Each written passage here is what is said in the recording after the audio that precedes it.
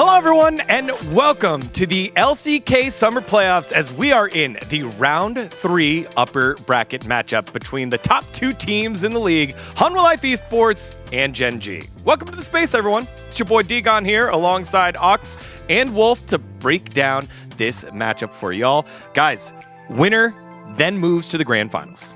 That's right. I mean, this could be a preview of the Grand Finals itself, a best-of-5 between our top two teams, as you did mention. We have a very clear favorite in Gen G, and that's kind of been the story of this tournament. But Hanwha Life, I do feel like, have a very different playstyle on them and ramping up a little bit here towards the end of the season. I feel like really defining their own style. So maybe if they don't, even if they don't win today, they can download a little bit of Gen G if they make it to the finals. I feel like more than ever, Gen G really is the team to beat. So seeing how different teams stack up against them is really important. I think Hanwha Life Esports, based on current form, have the best shot to challenge them. And even if they don't win, as Wolf said, coming back in the finals, learning something from this can be so big. Let's take a look at the bracket on how we got here, as it was Gen G taking down D+, and Hanwha Life taking down T1. 3-0, both these teams pushed a bit, but really not overly challenged. We expect much more of a big matchup here at the top bracket of round 3. Now, if Hanwha take the win today with a massive upset, we are guaranteed to not have a Gen G T1 finals. So that is very exciting in itself. And, you know, considering how much our finals have looked the same for so long. Even if Hanwha do drop down, they beat T1 already in that round 2 match. They're likely to do it again. D+ versus Hanwha, though, if that ends up being the matchup, could be quite interesting. So the bracket still very interesting here, even though it seems like we have quite a clear favorite. Yeah, and I think, you know, obviously, previous round being 3-0s really show the domination, and the upper bracket teams are a pretty big step ahead of the lower ones at the moment. But I'm glad that now we're going to hopefully get some closer matchups in this round. Well, the last bracket isn't the only domination that's been happening. Over the last 3 years, let's take a look at the head-to-head. More series victories by Gen G than game wins by Hanwha Life. It is 18 match wins to 1, 40 games to 7, all the way back to spring round 1. Yeah, Hanwha Life Esports won that matchup in spring round 1, and Gen G really took it personally. It has been such a one-sided matchup in favor of Gen G, and the thing is, in fairness, I feel like a lot of teams are going to have similar sort of standings to this match records against Gen G. But yeah, Hanwha Life Esports really struggling to find a win over them for such a long time. Yeah, I mean, some of those rosters for Hanwha were definitely a little bit more on the budget side, especially if you look at 2022. But 2023, they put together a pretty solid roster, and then this year, I think, is probably their best bet. You know, it seems like in terms of roster building and current form, they could get it done, and yet still, we're looking at this one thinking it might be extremely one-sided. Yeah, well, the rosters for both squads, very familiar with each other, as they've played with each other. To all the boys that we've played with together here, there it is, all the boys we've teamed up with, as Chovy's the connection to so many of them. Look at all the relationships, the friendships, the teamwork that has been together at most almost 4 years between Chovy and Lahens, almost 3 years between Doran and Peanut. Yeah, and I think it's not a huge surprise given that a lot of the players who were on Gen G went over to Hanwha Life Esports, but it's just crazy intricacies between so many of these players. Obviously some connections from Griffin as well there. Yeah, you know, players like Delight, Peanut having a big glow up, taking titles on Gen G, now trying to get multiple titles now against them. It's a really fun storyline to kind of explore if you've been with us here in the LCK for the last few years. You're definitely familiar with all of these players and how they've played either with each other or on the same team during different periods of time. All right, let's see how the teams stacked up earlier in the playoffs. As Hanwha Life, they got to wait. We're worried. We're like, hey, will they have something ready for T1? You know who came ready to play? Zeka did, as he looked phenomenal in the early games in game number 1 here against T1. It set the tone for the whole series. Yeah, I mean, there was a clear game plan in this game 1 from T1 to target Zeka, and it just felt like he was consistently outplaying in these gank setups.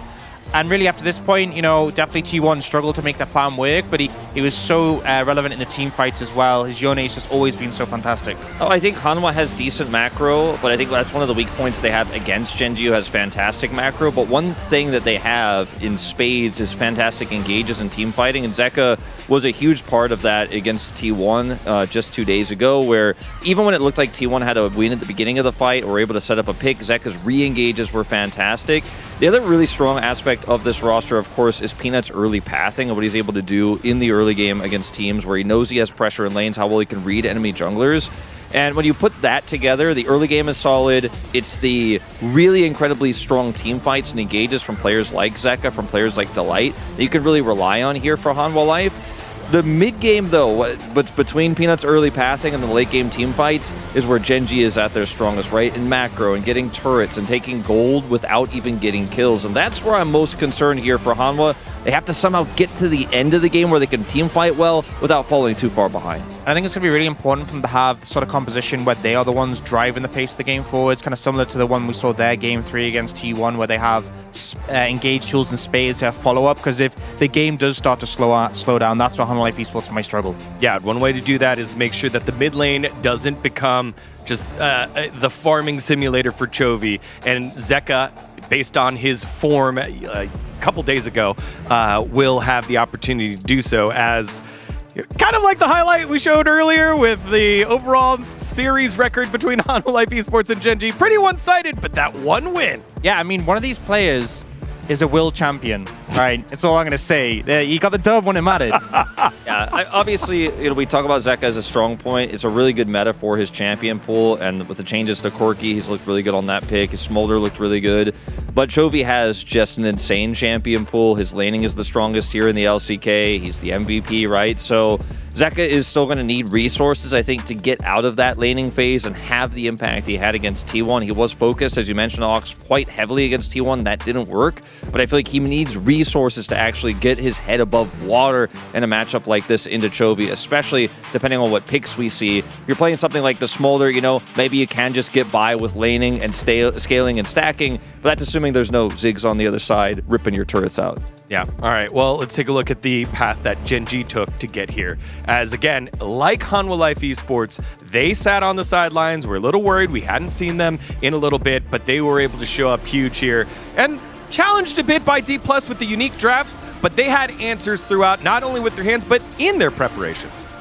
And I think having champions that can really set the pace of the game, like the Ziggs, is so good for Gen G, because as Wolf was talking about, the tower taking potential, if you're a team who can find ways to overload side lanes, get numbers advantages, find any opportunity where you're giving PaYS free access to towers, the speed at which you can snowball the game is absolutely massive. In moments like this, end up getting a big ult to zone them off, but the follow-up here is they end up getting this top lane tier 2, and really, they just get so far ahead in gold. PaYS has been so solid on the Ziggs, feels pretty untouchable. We even saw Malphite trying to get on him, just wasn't possible, and he becomes such a monster in the later stages. They know exactly when to swap lanes as well. Like, their lane swap reads have been incredibly strong even without the Ziggs. Their ability to get gold and to three-man, say, a top tower, zone out the top laner, get all those plates, and then grab the turret, then flip around, go bottom side, defend there, control mid-prio, because all their players are so incredibly good at laning. It's just so rough to even imagine playing against a team like this, as Lehen's also pulling out the Blitzcrank and snapping the neck here of D+. It's just such a clutch team. Looks like a team fight has lost. They'll out-team fight you. The early game went well, but then you lost all your turrets, also your plates, and we've even seen games where Gen G at 14 minutes are up like 2,200 gold, and it's 1 kill on their side to 3 on the enemy team, because it doesn't matter whether they die or not. They just play the map so much better. In moments like this, you could just see, they know exactly where they want to be at any given time. They punish top laners. They punish anyone who's isolated. And when you start winning the game and then you get jungle control for Canyon, it's just over. You can't give this team an inch or they take a mile. Yeah, I love the fact that, again, we knew that Nasus was going to be a key pick coming in. They had the Garen ready to go for the mid lane. When it flexes to the top side of the map, they were ready for that, to pulling back out the Skarner, which we've generally seen mostly in the top lane of this season. We know that it can flex into the jungle, and Canyon pulling that one out, showing the diversity of skill set there. Specifically of diversity, the Ziggs. It is dominant so far this playoffs here, Ox. Yeah, and I talked a bit about how Gen G have really been good at utilizing it, but I think a reason Ziggs has sort of risen up in the meta is because we saw nerfs to a lot of the AD carries, the early items like Shiv and Kraken, Doran's Blade nerf. But the reason I think he's having so much success is teams are really getting better at learning how to play and make the Ziggs effective. Instead of leaving him in the bot lane and being like, okay, Ziggs is a weak side, he can wave clear, they're actually using him as a tower killing machine. I think teams should view Ziggs tower taking capabilities the same way that you view Kindred marks, that you should play around it like it's a mini game, it's an objective that really makes a champ work. And I also think that PaYS is a great example of this. Teams have been better at itemizing in different situations. For the longest time, every game was just an Archangel's Rush. There is times when the item is what you want to take. sometimes you want to have the Leandries to cut through bulk, but we've also seen teams, and Pays in particular, pick up like the Ludens Horizon focus. So when your team engages, you have the maximum damage follow-up to ensure that you burst out the squishies. Yeah, it gives some vision so you can have the follow-up damage as well with your mid laner. And just in general, you see some of these builds here, the Horizon focus you mentioned. I think Ziggs kind of rose up a little bit early on as a answer to Senna, and that was even before Senna was reworked, and I think it's part of why we're not seeing Senna as much in playoffs here in the LCK, because he just simply burst her down. But then they figured out, I think all teams, that does a lot for zoning, does a lot for map control, does a lot for killing the enemy AD carry no matter what it is. If it's Misfortune, doesn't matter. Just bomb her. Bomb anybody. And the pick has just been so prolific. I think that it's almost ban-worthy in first rotation against Genji. Yeah, I will mention in the last graphic, the Imperial Mandate. Yeah. Hayes bought that right at the end of the game, so I wouldn't take too much stock in that. But yeah, I feel like we've been seeing him really as kind of the best Ziggs player in the LCK, because not only of how he's played mechanically, but also the decision making in these sort of items. And it feels like a lot of the supports, those big engagers like Rel, picks like Maokai, Vi, really sync well with having that setup. I think, Ziggs is all skill shots, and as a result, he's compensated by having so much damage. If you have teams set up to ensure that you're able to land those skill shots,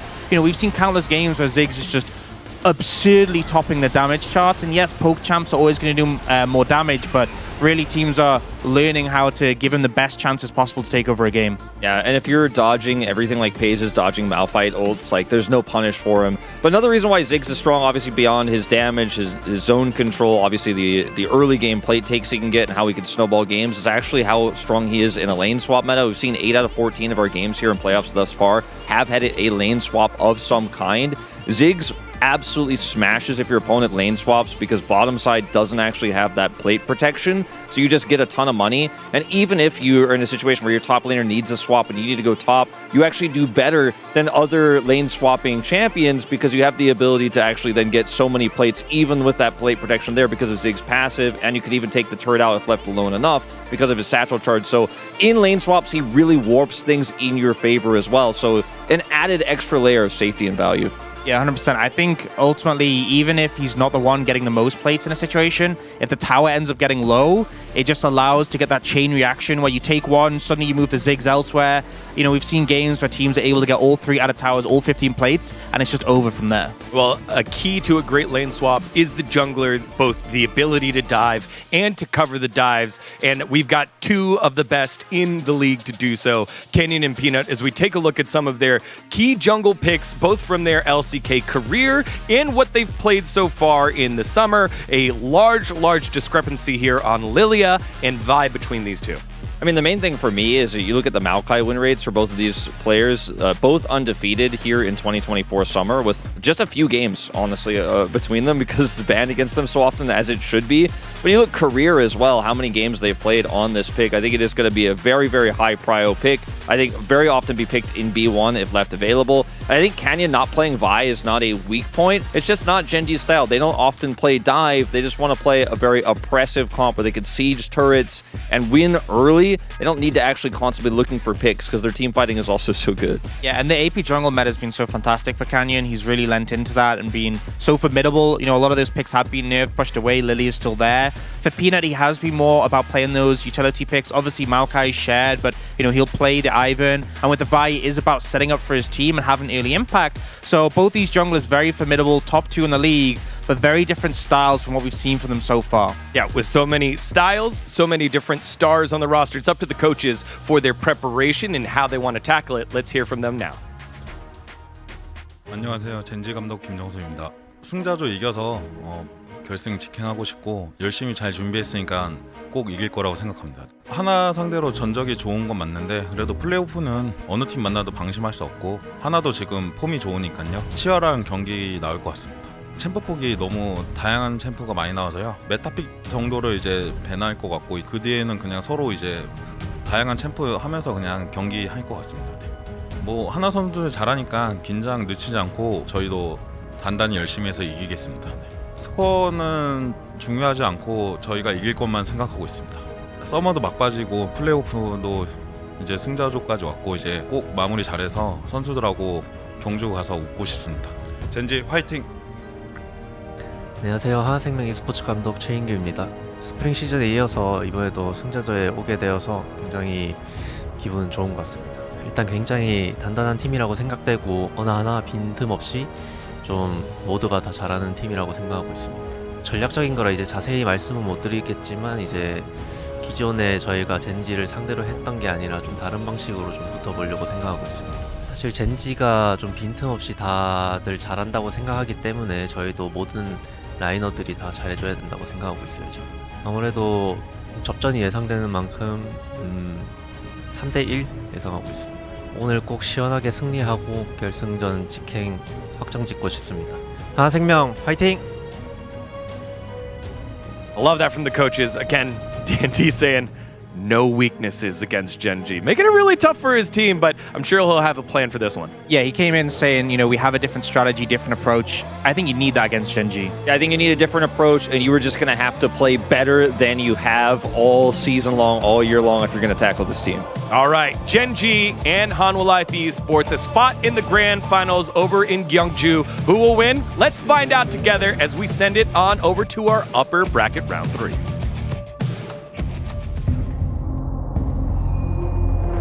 I've seen the darkest of the days where the souls turn to ashes. It made me who I am today. I escaped from the latches of the shadows chasing me down. I'm not gonna run, I am standing my ground. Wherever I go, fear does not follow. Even when the storm hits and hell is abound.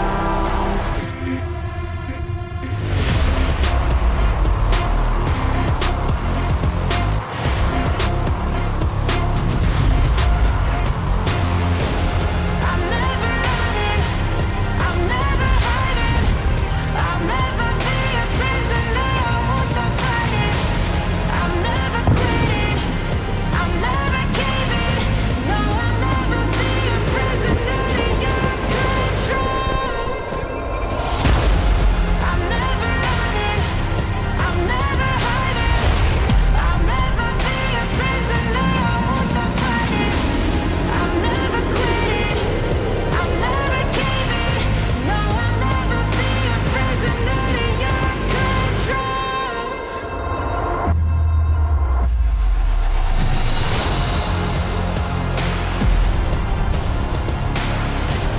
I'll never be a prisoner, I won't stop fighting. I'm never quitting, I'm never caving. No, I'll never be a prisoner to your control.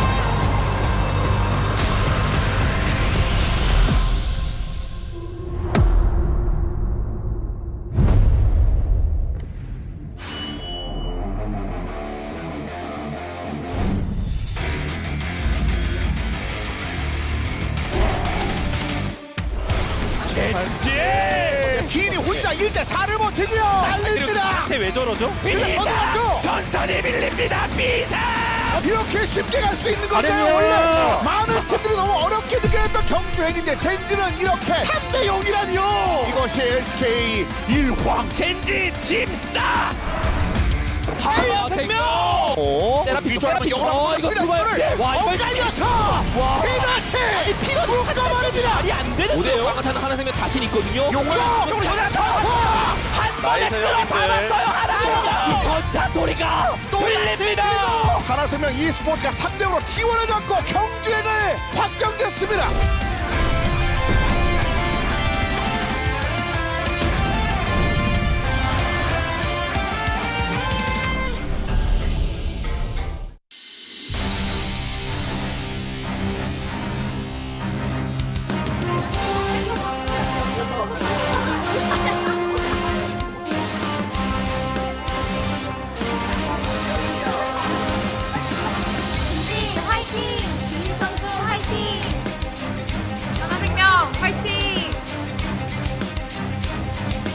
Hello and welcome to another day of the LCK. We're here at the upper bracket finals and we are waiting for who is going to make it into the grand finals here. Will it be Gen G or will it be Humble Life Esports? We'll find out today in one best of 5. It's me, Valdez, with Chronicler. What are you thinking about this matchup? I never have realized how much Lahense's energy is that of Mario Kart. Yeah. That fan sign, That's absolute. It's just Lahense running around throwing banana peels everywhere. I think it's perfect. I'm excited. I don't think that any of us are expecting this to actually go the distance, given how insane Gen G is, even given how good Hanwha's performance was. But these are the undisputed best 2 teams in the LCK. The gap between them and the rest, colossally large. And the main question today is going to be, what we've seen so far, the gap between Gen G and Humble Life is still maybe as big as the gap between those 2 and the rest. Yeah. Can Humble Life bridge that here today? That's really the question. I think our space did a really good job of talking about it. Wolf also very nicely mentioning, if Humble Life Esports win, we are denied Gen G T1 finals, which I know a lot of people are kind of tired of that one, although we've had some good ones in the past. Humble Life Esports are on a 18-match losing streak against Gen G. Will they break the long-standing trend today? You know, they're going to bring out a new style. They say they have new stuff prepared. I think the drafts are all over the place nowadays. There's a lot of room for creativity in this current meta. Yeah, the drafts are insane. And I'm hoping that they lean into a very aggressive early game style. I know we didn't really get to see that in the series between DK and Gen G, but that's what Gen G have struggled the most. Even as good as Humble Life's team fighting is, I just feel like Gen G right now, they're too much of a well-oiled machine. And particularly Canyon is a player that, especially together with Chovy, just has so much impact if you can get to that mid to late stage. But early, Peanut has, in the past, many times as well, actually outpathed and out-impacted him early. And Zeka's form right now is really ramping up. And it's all about the Ziggs, right? Ox and I have been talking about this forever. It feels like finally we have gotten to a point where teams are like, hey, it's a really good spot for Ziggs all the time. And we've seen it first picked, we've seen it banned. FaZe is 7-0 in summer, and Viper did counterpick it up against T1 with Kai'Sa. Will they try to bring that out once again against Gen G? I feel like it will be a very different situation. But let's take a look at the Preds here, because you mentioned nobody's expecting the full 5 games, but I do believe we have one, and it's Wadid. And he was the only one who voted 3-0 the last time for Humble Life versus T1. So, he was correct. Will he be correct alone today? Yeah, he actually got both his predictions right. So we did really coming back immediately with a vengeance. This is justified, and this has nothing to do with Hanwha, because they looked incredible in their series, Doran notwithstanding, against the might of T1, or the lack thereof, because it was a very one-sided 3-0. Yes. Whereas for Gen G, they were always expected to win against DK, but the fact that it was a 3-0, I think, is quite telling. And the team just seems so far ahead of everyone else. If this was KT, maybe it'd be closer. But it's Hanwha, and Hanwha just have not been able to beat this team. Yeah, a lot of teams have somewhat mental blocks, you can say, or just blocks in terms of when it comes down to some teams are really strong, and Hanwha definitely have it up against Gen G. But let's introduce our players here for both sides. Keen coming out, and you know, Gen G, they have a formula, and it requires Keen to sometimes have flexibility, creativity in the top lane, but oftentimes he just doesn't have to, and he does his job fantastically, and he is a key part of this lineup as well. It's like every 3 or 4 games, like Keen, you get to pick something fun. Go pick Ryze, go pick Quinn, and then the rest of the games, it's Cassante, it's Renekton, Rumble every now and then. It really isn't going to be that groundbreaking, but I imagine Keen is just happy that he has a team, which for the largest part of his career, he did not. He did not, but now he is part of the reason why they're winning so much. Doran sometimes can fly off the handle and do crazy things, but sometimes he can be really clutch. And I think for Humble Life Esports' sake, they need to have clutch Doran here tonight. He was able to get all LCK's second team in the top lane. It was kind of between him and Kingin and Zeus, all kind of lumped in there on the top side, but Doran did eke it out. And you know, he has shown some good stuff, but also, as you mentioned in their last series, was somewhat here and there, and they're hoping for a more consistent clutch story tonight. The Jax performance was good, but outside of that, I don't think he really showcased the dominance the rest of his peers did, particularly in the jungle and in the mid lane, and that's going to have to be one of the things that people are looking forward toward. Canyon, an incredible jungler, but mostly known for his impact in games where they are winning, right? He's, I think, the most oppressive when he gets to build an early lead and just further build and build and build upon that. And that is something that relies on his lane doing well, which is why this has been such a dominant split for him. But him individually, I think in spring, was more consistently at the very top. And at the beginning of the split, it was the case with all the AP junglers, but those have kind of fallen off. Yeah, and nowadays he presses the Maokai button, and then he presses R, and he's feeling pretty good. Peanut, you never know what you're going to get with this guy, but generally it is early dominance, it is fantastic pathing, it is a lot of early game presence and game-changing play. I think that Peanut is one of the junglers. If you're going to have somebody challenge Canyon, it's got to be Peanut, and I think for Humble Life Esports, they have to look towards the jungle if they're going to have a good matchup here tonight. Especially because Peanut isn't really scared by Canyon's reputation, right? Like the idea of Peanut doesn't care because Peanut has been around for a very long time, and especially domestically, this man, you can trust him as the undisputed mid lane king of the LCK, regular season MVP, has been at the top of his game, has been just winning ever since he started. It took him a while to get his first LCK title, literally 100% win rate since then. Words kind of fail to describe. He just played games at Garen. Yeah. And he made it look busted, Valdez. Yeah, he was like, I told you Garen's OP. I'm like, nah, I just think that you're OP, Jovi. You can play whatever you want, and it's going to look OP. And, you know, Jovi, definitely extremely solid. You can always rely on him. You talked about reliability.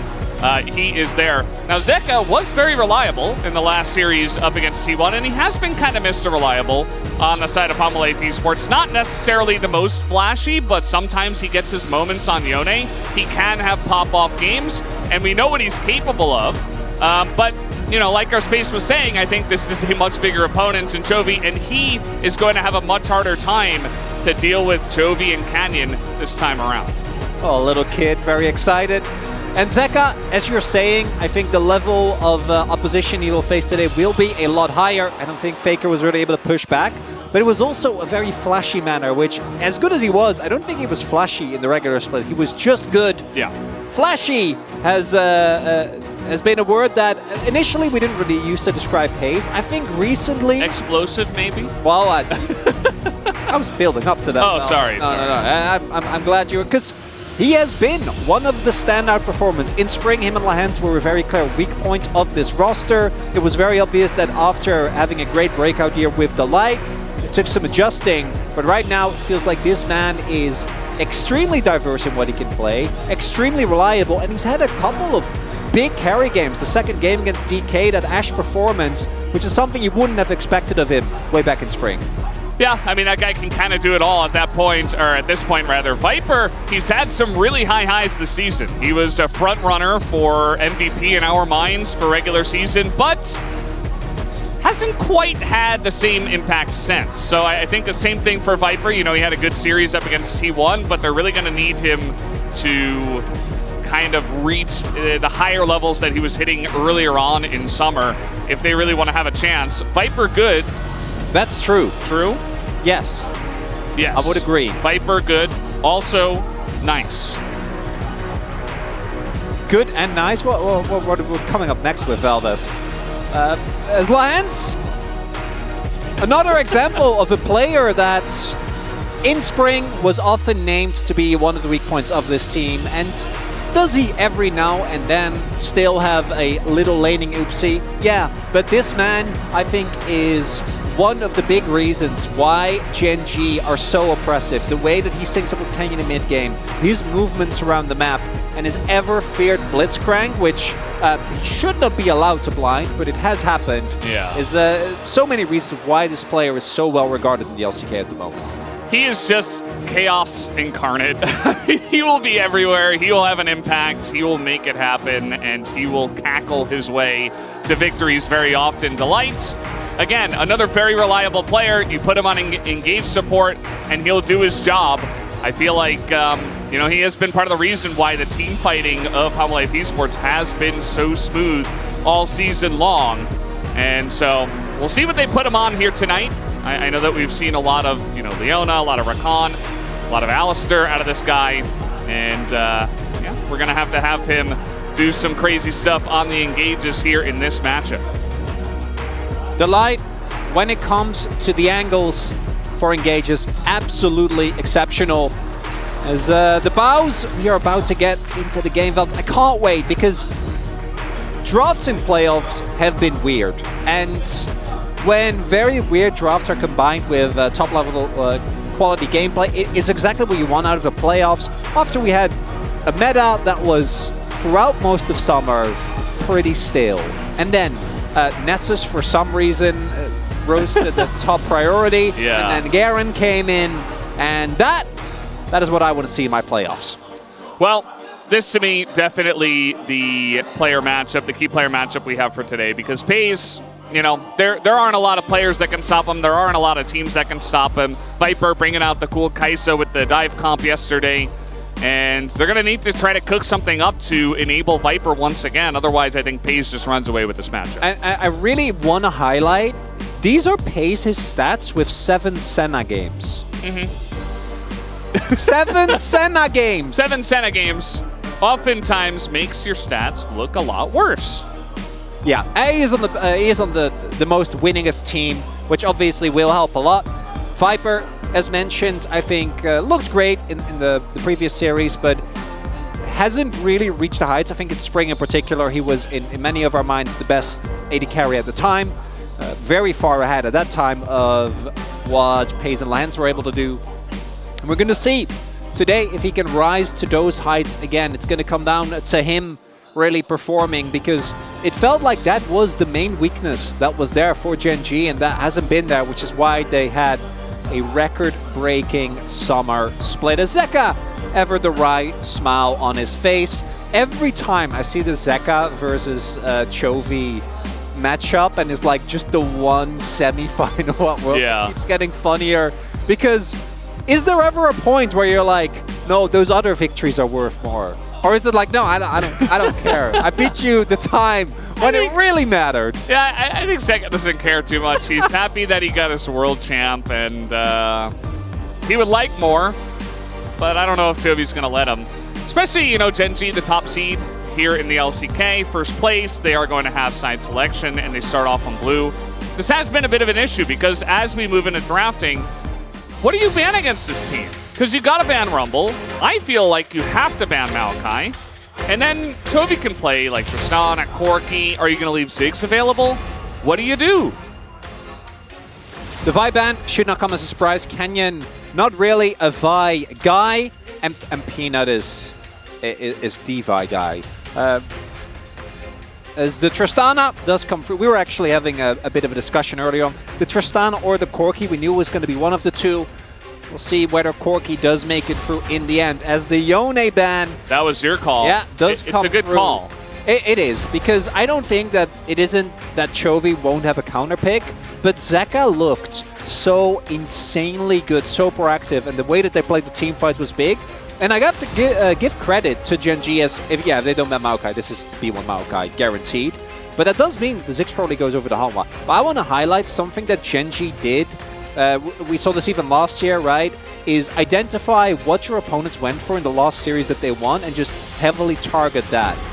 As the Ziggs is going to get taken away, which should mean you can't give Peanut Maokai. Like, you can't do it. And unfortunately for Canyon, he gets to play the tree. Fortunately, because it's good. Unfortunately, because it's not the most exciting pick, Valdez. I mean, we saw this coming. I think that, like we said, it's very difficult to ban against this team. You have to take away probably either Ziggs or Maokai. Yeah. The fact that Chovy gets so much respect on Tristana is another big thing. This has also been a strategy that many times they've gone back to Tristana and Ziggs, so that's both taken away from Gen G. We'll see if Humble Life Esports now can solve the Maokai, which is the next step. They take the Smolder and the MF. And this is also why I imagine they didn't bend the Corki, is because the expectation is Genji's not going to pick Corki into Smolder. There is still a flex potential, can obviously flex it towards top, but we don't think that's likely, as it is going to be the Ezreal for Pays. In my opinion, one of his best champions, as a champion that he had some absolutely standout performances on way back when he was still in Challengers. But it is a very different look from what we have seen before, and it looks like Chovy is just going to stick to the Zeri here. It's a pick I like a lot more than the Corki, because you do actually have a good amount of all-in pressure. The way that, like, I feel like Corki just never really does anything into this is a joke, guys, don't worry. Oh no! You never really do anything into Smolder, whereas Zeri, even if you're in the late game, if you get on top of him, you can actually take him down very quickly. Yeah. So I was expecting this, but this is not a good matchup. The Sejuani has really been struggling into Maokai. It feels like this is a handshake that used to be pretty okay, but recently has really dropped in cryo. And the Lilia is a top-tier pick, also quite good into Maokai, has been one of the more popular answers, and it synergizes so well with the MF. So this is a little bit worrying to me that Humble Life ends up going for this. We'll have to see how they can maybe get a solid top pick here for Doran, because there are, of course, on red side. Yeah, I think that Sejuani pick is kind of the first. I wouldn't call it a question mark, but it's like the beginning of Genji are running away with the draft again. That kind of feeling. Yeah. That pops up. I really love the Rel ban. I think Delight is fantastic on Rel. Rel is extremely strong right now. It is amazing as a frontline engage support alongside of MF and even Smolder. Mordekaiser, another ban. We've seen this kind of banned in Stage 2 every once in a while. Just not allowing some top laners to get that immense safety that you get, and also the ability to take out the jungler in team fights. Makes me wonder if they want to blind pick a top laner on R4 here as Hanwha. Sante? Yeah, well that was yeah. We'll have to see as the Camille gets taken away. Wow. What is it going to be here? And to me, I don't think Delight is really the type of guy that you counterpick for. You pick Rakan is probably the most likely, but the Poppy is still open on the enemy team, and Lahens is obviously going to be very happy to play that. Yeah, and if you so Nautilus, it's fine into Zeri, gives you guaranteed lockdown. Obviously, doesn't feel great into the Ezreal specifically. And the Braum value is kind of off the charts here, Valdez. The Braum value is insane. Even Poppy, as you mentioned, is fantastic. You already have Maokai, so maybe you want to look towards an engage support. They haven't always done that. But in terms of blindable top laners at this point, I think Keen is going to be looking at Keen Sante, which is what he oftentimes does. There are a lot of answers into this still, including the Poppy, the Kennen, the Gnar. A lot of stuff still available on the top lane. R5 Renekton. R5 Renekton. Sometimes a meme. I feel like in this case, maybe still somewhat a meme. Bit of a handbag, as Atlas would say. Let's see what is going to be the support choice here on the side of Lahenge. Well, it's just Blitzcrank.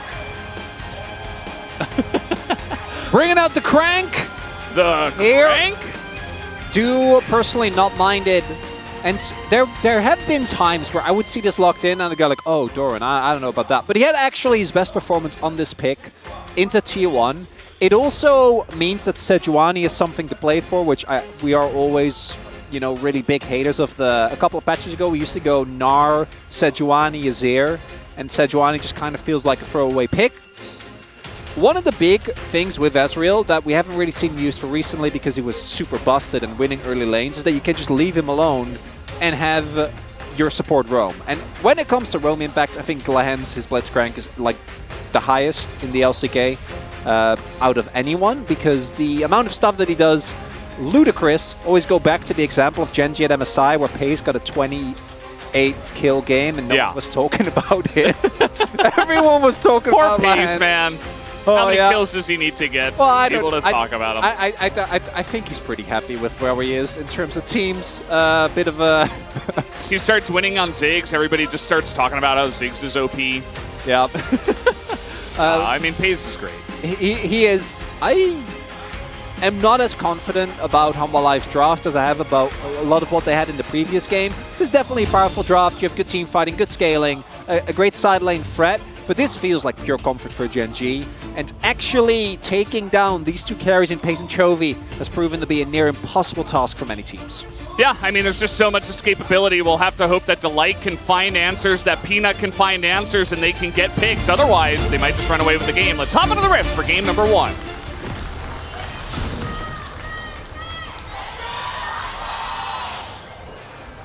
소환사의 협곡에 오신 것을 환영합니다.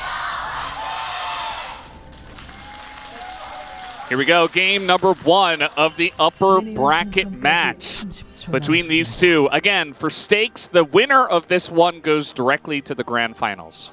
Just straight ticket, they've earned it. They haven't lost anywhere along the way here in playoffs, of course, if they win this. So we'll see if Gen G, the expected victor, can pick it up, or will HLE Esports get the upset tonight? As we are taking a look at the level 1s here, Deep Invade coming through from Hanwha, both teams stacking up as 5. Main thing of note is that Pace has actually gone for TP here. This is something we've seen more and more. It started out obviously, oh, they're not going to be able to sweep out that ward. They do know there is a ward somewhere there, which means that Chovy's sweeper not going to get the value right now. So that is a nice win here for Hanwha Life. And it also is looking likely that Gen G is going to commit to the lane swap, which should not come as a surprise. Peanut, however, is not aware of this fact. Okay. He's just going to flash away. And, I mean, it's not the biggest deal in the world, but especially with the Jax Sejuani, you wanted to get some stuff going. I just feel like in a lane swap meta, it can be a bit rough to expect to get a lot of value out of this combo, especially when Gen G are extremely comfortable in lane swaps. We already see one here in game 1. Our space did cover that we've seen more lane swaps than not lane swap games. So this is just the more common thing, even after some of the recent changes. It's also, again, when you are a team that excels at getting the most out of map rotations, lane swaps are kind of a dream come true. Obviously, early levels for Cassante are quite rough into the Jax.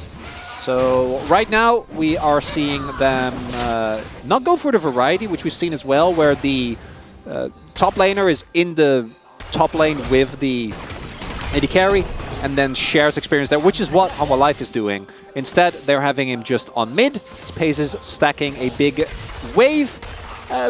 Obviously, Ezreal does have a little bit of additional turret damage with his W, but this early on, not really going to be doing a lot of chunking. So Gen G are taking a decent loss when it comes to the gold, but they are just doing this to ensure that they also don't run into like the early levels into the MF and Nautilus, which is obviously going to be a really rough scenario as well. Looking at the experience here, the Light is a little bit behind, but I imagine that will equalize relatively soon, as Keen should know that as of right now, walking up, not quite. And look at this, actually, he hasn't skilled anything yet. So just waiting, seeing if he is going to have to like use his W, bait something out. Yeah, you saw that hook almost hit him. He still didn't skill anything. So just ice cold from this man. And now we got a TP coming in. Already 3 plates going the way, but now we got a dive here. Lahen's in a lot of trouble. He's going to have to flash into the turret, but the damage is there. Down he goes. First blood given over to Viper. As Gen G, they say, well, sorry, Lahen's, you're kind of the sacrifice here as we try to get under our bot lane turret. And the idea there from Gen G is we have the teleport, so we can get Pace to the turret and then try to fight. Oh, that would have been a really big catch if he could have gotten it. Not going to be the case. But instead, Hanwha Life read the play, actually have the extra member there, and Lahen's just ends up going down. Really big win here, because Hanwha Life is always going to be ahead in terms of gold, but now even further accelerated.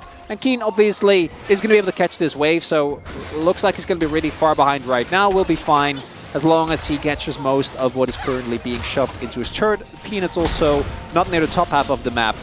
As we take another look, and I think they at some point had spotted Peanut there as well. They should know that he's on the bottom half of the map, so just Gen G thinking that they can get, because once you're at the turret, obviously the 3 versus 4 is fine. Ends up being a big win for Hanwha Life early on here, Valdez. Yeah, I mean, you saw Keen, he was trying to push the Jax away, but Doran just kind of got ahead of him, and maybe that was part of it. They're like, okay, Keen's going to ghost, he's going to lead the charge, he should be able to try to peel at least one of the CCs onto the Blitz. so that maybe Lens can get in range to flash underneath and live, but just was very nicely organized there from the side of Humble Life Esports and set up as Doran is going to get a nice ward down and spot Canyon, taking some Raptors away. But now this means that Peanuts is going to start on the Dragon extremely early on in this game. A Infernal Drake here 5 minutes in, basically on spawn. And they know they're not in any danger for the moment, so they just get a nice little objective in this game. And one of the things Gen G have done in the past really well is get early advantage through lane swaps and then turn that into very early objective leads, because they are the ones first to the objective. And it's actually flipped on its head now, whereas Humble Life with a very aggressive early game. Wave state here is a little bit dicey. Now, Pace is obviously very safe, so we'll just be able to farm with Q. But we haven't talked about it yet. Viper was also the one that picked up the kill. So he's sitting on a straight-up BF sword this early on. And MF is an immobile carry. I think Lens's impact in this game is going to remain really high if he can get these big hooks. But right now, laning phases are looking good for Hanwha Life. And Gen G often find something in the mid-game to pull it back. We'll have to see if they can do that this time around, as well as Pace is showing why the Nautilus was not picked to deal with Ezreal. No. But Humble Life Esports, they have a different way to deal with the Ezreal, and that's to send 4 people block. And we'll see if it works out. And they're just going to deal with the Hens once again. Nice hook into the turret, though, as Peanut does get low, but it does not matter. Pay's going to kill. Actually, Delight, and now Toby's here, and this time is going absolutely wrong for the side of Humble Life Esports. They get that initial kill, but it was just a bait for the carries to get fed. Oh, right idea, trying to punish even further, but the execution leaves a lot to be desired, even with the aftershock. Peanut trying to tank up, but the arrival of Chovy there is the biggest part of why that play backfires the way that it does. As we take another look here, so they're able to take down Lahens. E is able to come through, but the light is already so low, is only level 3, so Pace just chunks him out. And then the arrival of Chovy, we actually saw Zeka tried to stop him, but it's a level 6 area. Smolder. He's Smolder, so yeah, that doesn't really quite end up working out. But that is a lot of gold back into Pace, and now the gold is basically even again, Valdez. Yeah, and the issue with this that we oftentimes talk about is you got to look where the gold is. I mean, it's on Chovy, who is 2-0 on Zeri 7 minutes into the game. I mean, you can stamp that as a Zeri moment already. And this is the issue when you're facing against Gen G. It's like, yeah, you banned out their main stuff that they play on this patch, but they're always going to have 2 carries. As Lahen's in a bit of trouble here, doesn't have to flash. Keen getting pretty low. Under the turret, Doran just going to smack it down. Gets the 1v1. Meanwhile, on the bottom side, Canyon and Lahen's getting bullied away. So, still Humble Life Esports finding some wins here. I'm loving this from Hanwha as well, to really over-index on the early aggression. Go as hard as you can. Try, because this is where Gen G have seemed the weakest, try and get as much out of this early game. We saw a backfire in the previous play, but Doran going super aggressive, even though he's sitting on a call. Chovy doesn't have sums.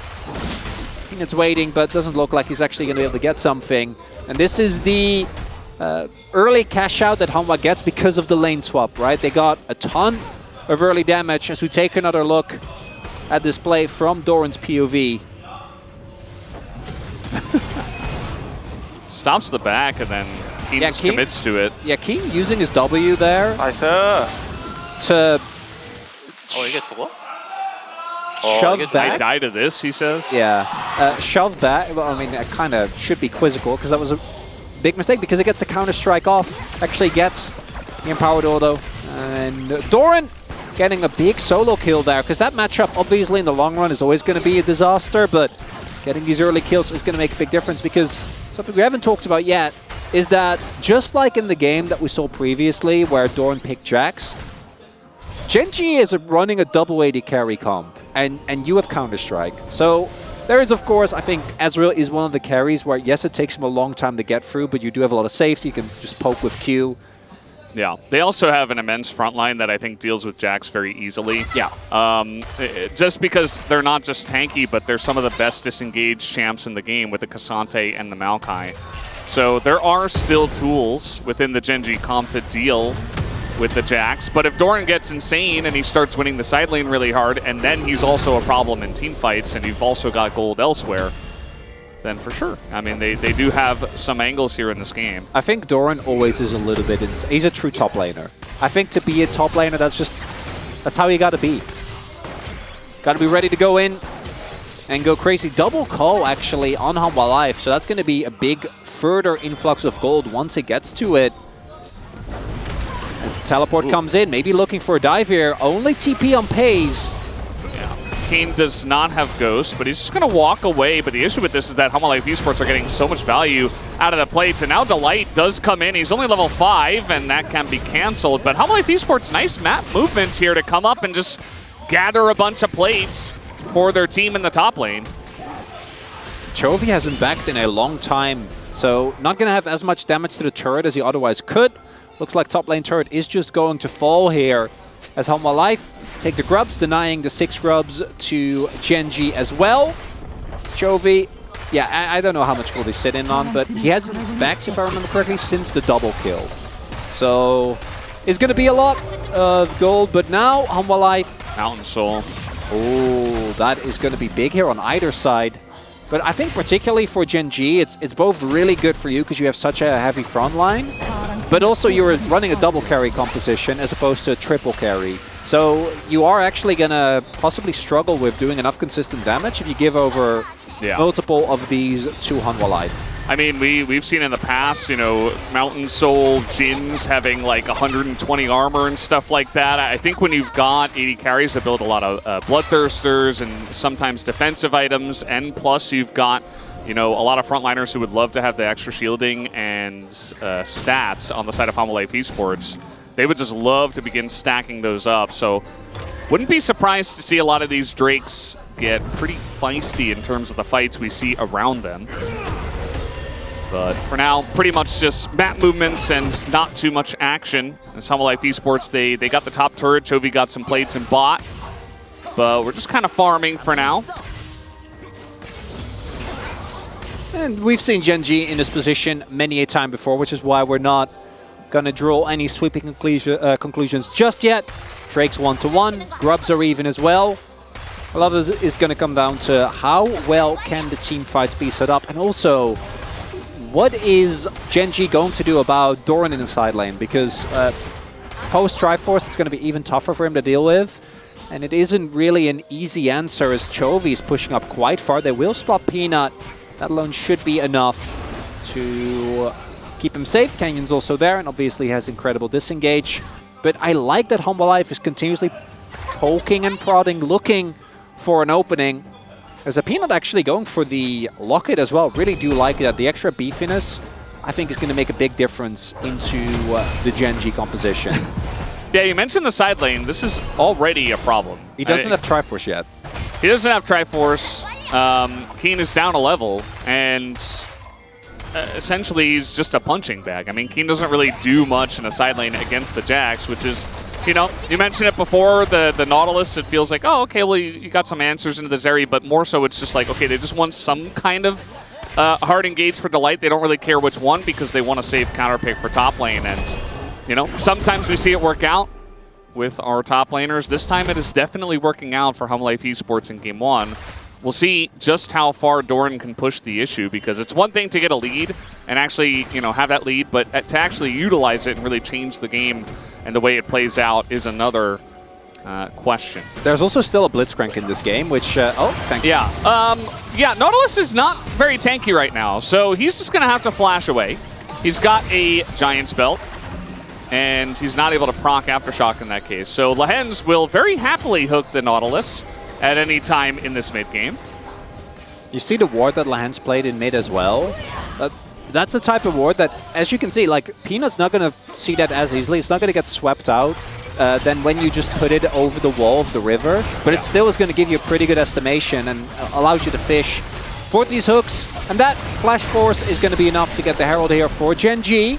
So Canyon, even Canyon sometimes fails to pick up an eye for a try. Very humbling. We're all human. I mean, it happens to the best of us. And I think that it's very big to just highlight that one little thing. You know, it's like, oh, well, Delight didn't die. It's not that big of a deal. But it really does open up the map now, because Genji, you give them an inch, they'll take a mile. Yes, they're behind 2,000 gold, but they've been in this situation before. I almost feel like it's a comfort zone for them, where they're just like, okay, we're behind. We're just going to make some nice rotations around the map. We're going to get some objectives, little thing here, little thing there, and then all of a sudden they're in the lead. So Half-Life Esports, really the onus is on them to continue putting on pressure and continuing to try to solidify their lead and not allowing Gen.G to come back. Chovy started catching side waves as well, obviously ahead of the clock. Once he picks up this wave, he's going to be sitting at what, like 175 CS at 15 minutes, as you would expect. And that 2-item spike is quite big. Don't think it's going to be in time though for the Dragon. And for Hanwha Live, the one issue that they have is that Zeka isn't quite as strong yet as ideally you want him to be. They do have the double cash out on the call. So when it comes to gold, they're looking pretty good. In terms of spikes, we'll have to see. Giving this over for free, I think, is something that you never want to do, and they are definitely moving over. And again, this is talking about them with a gold lead. The main issue is that once Maokai gets set up in a position, especially when paired with Blitzcrank, a single misstep can be enough, and we do see both top laners having TP available as well. Looks like we're going to get a fight for this Drake, Valdez. Yeah, like we said before, the Mountains, Drakes individually, but also the Mountain Soul, very valuable in this game for both teams. So you would imagine they'd fight over it, but at the moment it's just kind of Peanut hanging around. So no TP from Doran yet. I would assume he goes for it, but the Maokai ultimate zones him away, and it goes to Blitzcrank of all people. Peanut's in there alone, and now we got TPs for the bullet time. It's huge, but look at this one. Pulls Doran into the team, allows him to get a kill and get out. So Keen still not enjoying that matchup, but the Drake did go over to Gen.G, which I'm sure Hanwha Life Esports not going to be too happy about. Yeah, the Keen Sanse, not the best performance so far. It's not quite dragging a cannon into your team, but it's still not great. Crucially though, Gen.G do get the Dragon. That's the big thing coming out of this, because it buys a lot more freedom when it comes to setting up later objectives. The fact that Doran gets another kill though, gets out with his life, doesn't even need to flash. Does mean that this Jax is going to become even more of an issue as we take a look. So Gen.G try to just turn onto Peanut, but they don't actually have the damage. That was a smite from like, I don't know, like it was a smite 12, from Peanut. Yeah, 12-25. Yeah, he smited so slightly early that Lehen's ulted at the same time, which gave him the kill with like 25 damage. Very funny. Indeed, it's a really big moment, because for Hanwha Life that could have been a straight-up win, as we do have Chovy sitting on 2 items, and yet he sees Doran and he's like, I don't want to get too close to that. Yeah. I mean, there's a lot of different players in this game and a lot of different carries that can do some amazing things. I mean, you take a look at Zeka, he's also in the game. We haven't talked about Smolder at all, right? Like, Hanwha Life Esports are going to have that late game carry potential with that one. Now, he's not doing very well in terms of the farm against the Zeri. He's about 1,000 gold behind, and Zeri can do incredible things later on in the game. Actually, he's not even that far behind. I way overestimated that. He's only about 400 behind. I guess as Hanwha Life Esports have gotten a couple of turrets and stuff to help him catch up. And it's going to have to be a really big team fighting performance, because there's a lot that Gen.G needs to do right? They need to ensure that Viper doesn't just wipe them with a nuke, because there's a good amount of lockdown on the enemy team. And we're also going to slowly get to the point where Zeka is going to be a really big deal. Catch him, Peanut. Yeah, Peanut's kind of just in the middle of nowhere. They have so much CC, and they pull him into the Ezreal. He flashes, and he gets all outed out of the dash. Meanwhile, we got a Rift Herald in mid. As we're going to do a bit of damage here to this turret, doesn't look like Gen.G are going to stay, especially because Doran has so much pressure in the side lane. Little redemption moment for Keen there. Has the all-out at the perfect timing. We've seen this interaction a lot. As long as it is actually going through, doesn't matter if you dash, doesn't matter if you flash, you will get caught. And Gen.G also respond fast enough. It's not the end of the world though. For Hanwha, they don't lose an objective off the back of this. Peanut not having flash is obviously subpar, as Baron is about to come up. We also have the next Drake within 2 minutes, and denying Soul Point to Gen.G I think is going to be a big deal. Because we talked a little bit about why it's good for Gen.G to deny it. Smolder also relies on slowly being able to take people down. Yeah, it's very straight up. Really nice from Keen to get into the fog there, catches him off guard, and then gets the all out. And also Chovy was there, so I don't even think that would have been enough. No, it wouldn't have. Little note, it was kind of fun to, well, I'm not going to be able to talk about any little notes as we got a big Doran in the side lane. They're trying to get on top of him, but he's Jax as the turret, the TP gets denied. Oh? Or actually, never mind. Zeka does get in there, and now they're trying to turn this one around, and it is going to be big for Hanwha. They get the 1 kill. Keen's on the run, and we got 4 members of Gen G here trying to take this fight and trying to get out. Peanut looking for the engage, but he's so low as now the light going to flash in. He gets that reliable Nautilus engage, and there's more going the way of Hanwha Life Esports. A lot of low health bars though. Gen G trying to turn this one around. So many low members of Hanwha Life Esports, but just not enough vision and no frontline for Gen G. 3 kills go to Hanwha Life. And that's a big gold influx for Hanwha, just as everyone's going to get their back in for this Dragon. Possible soul point on the table for Gen G. And if they had vision, you gotta imagine Pace and Chovy would have wanted to push it forward, and this is definitely a bit optimistic. Like, this is a Jax. If they get the cancel onto this TP, this play actually works, because Zeka isn't there, and then they'd have a numbers advantage with the TP coming in, but instead they use a lot of resources trying to kill Jax. Doran can even go for the re-engage, and then all the gold for Gen G is on Chovy and Pace. But if the front line just gets chipped down 1 by 1 and Chovy gets CC'd, there really isn't a whole lot that they can do, as we see here. And Pace and Chovy, they have hit their items, but if there's no vision, if you jump in, it's going to end up getting taken down. You want to look as well at the sums that he used. No flash for Chovy, and a lot of big gold, again, coming in for Hanwha. Delight caught out a bit here, but he's actually got his whole team with them, and yeah, there's nobody else there for Gen G. Looks nice, but 1 hook isn't enough. And Lens is looking again, and seems like they might want to give this one over to Hanwha. Bit of burst damage comes in, the hook is not going to hit Peanut. And Hanwha Life Esports, to get the Drake, they get out, and they should be very happy about their current spot in this game. Really are. Don't know what the smaller stacks are at, as we are sieging mid. Might be able to get this one, but Mom comes down and denies it. And the knockback not going to happen, but now the counter engage comes out, and the bullet time is huge. Look at that damage on the Canyon, as in goes Zeka, assassinates Canyon. And that's 2 more kills and maybe a Baron to Hanwha Life. And he got a high five earlier. Little Zeka fan losing his mind as he flashes forward. And now they start up Nash and Hanwha Life in this game 1, doing an absolutely stellar job.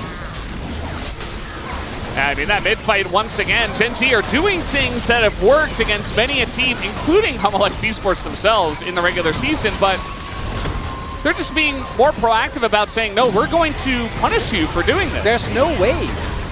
And if Lance hits his hook, then maybe you can turn the play around, but the straight up get hooked. Viper's positioning is great. And the front line just can't tank the amount of damage if you're standing in bullet times and diving turrets. Yeah. Feels like Gen G not really showing the necessary respect on some of their plays. And Hanwha Life Esports have come with the fire tonight, especially with Delight on Nautilus, who is, again, extremely reliable. Flashing forward, pressing R on Chovy in the last fight in the bottom lane. This time, jumping forward, gets the hook onto a Blitzcrank, right, to get the fight started. And that's after Maokai Ultimate has been used. A lot of times we talk about the Maokai is so strong because, you know, when the Nautilus and the Jax, the Sejuani are coming at you, you just press R, you deny it. But if they're using the Maokai Ultimate proactively and essentially wasting it, then it opens up a perfect opportunity for Hanwha Life Esports to engage.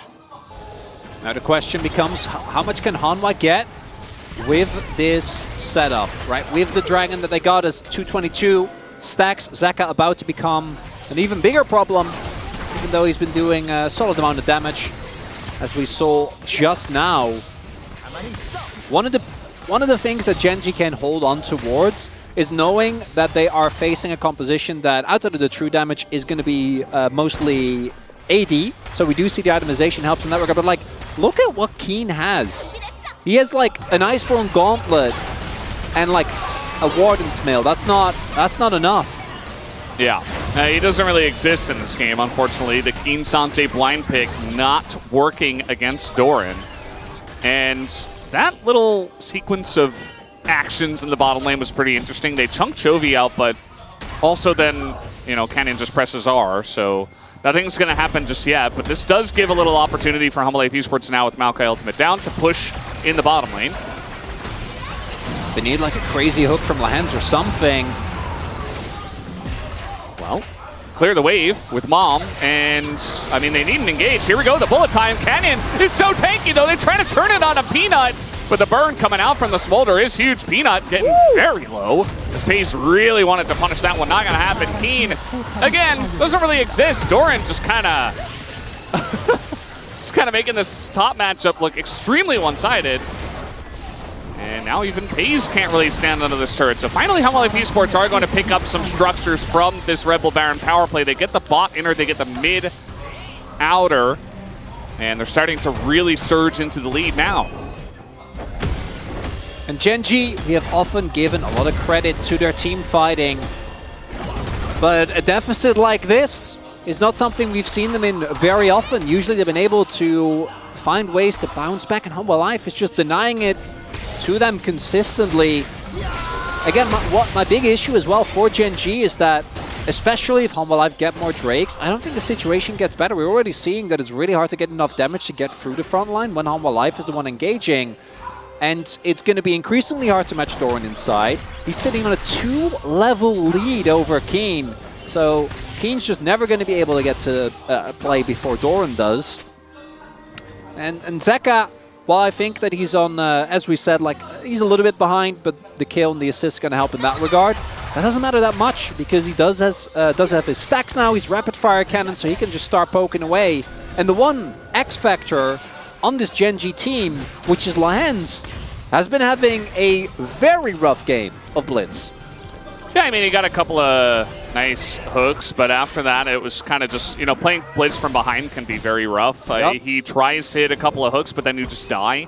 You know, if you're not getting the hook, you essentially don't exist, right, as Blitzcrank. So I do wonder what Gen.G are going to do about this. They saw Lahens backing, so it really just comes down to, can they go steal? They're not even going to try. It's another Mountain Drake over to Hanwha Life, who already have about 6,000 gold the lead. And now their carries are really fed, including their third carry, really the X factor of this game, which is Doran. And did I curse him?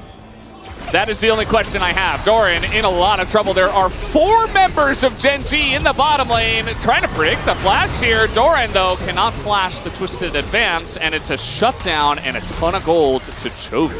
Nice little win for Gen.G. Actually, I love that Doran didn't flash there. Really, really big, I think, keeping your flash when there's no objective on the map. Definitely the right choice when it was pretty obvious that he was dead. As Humble Life immediately counterpunch, get the mid lane inner. So not even going to be that bad of a trade for them. Doran, I imagine, also going to be unbothered by that. And not only that, they're looking for the inner as well. Be able to get it, though. Pace TPing the mid. And I think Gen.G trying to push out these waves so that they can at least have a little bit, just a crumb of Baron vision. I think they're doing a pretty good job for now, but Peanut thinks he's okay. The hook comes in onto the 2 tanky members, and Lahens is just dead.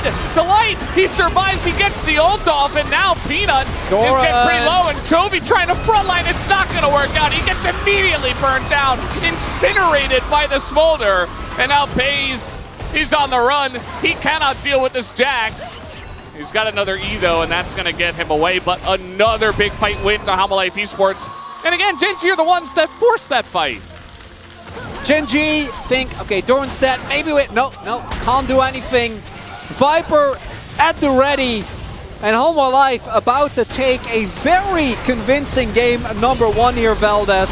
Barring a miracle, Kenyon doesn't even have his flash. I don't think there's any way that he's going to be able to get in the pit. Unless they let him. But yeah, the light's going to come in. That's a kill onto Doran. But it's just 1 kill. The Red Bull Baron power play here for the side of Hanwha Life Esports going to be much, much better. Maybe to get this mid-inner, you know, it's an objective bounty for Gen.G. We don't see those too often. Let's take a look at this fight once again. So we have an attempted setup, but like you're going in on the front line. Well, Viper is right there. And if they like immediately blow up this fight, then maybe it's enough. But they try to use the window where Doran was dead. But Doran wasn't dead for very long, as we can see, because he's in the fight very early on. Yeah. Does get caught off guard here by Pace. He does still do a lot of damage. Just doesn't have a lot of space. There's another Baron buff gonna go the way of Hanwha Life, and you gotta imagine, Veldus, this time around, inhibitors are sure to fall, which, look at the timing. 2 minutes left on that Rebel Baron power play. 2 minutes for the Mountain Drake.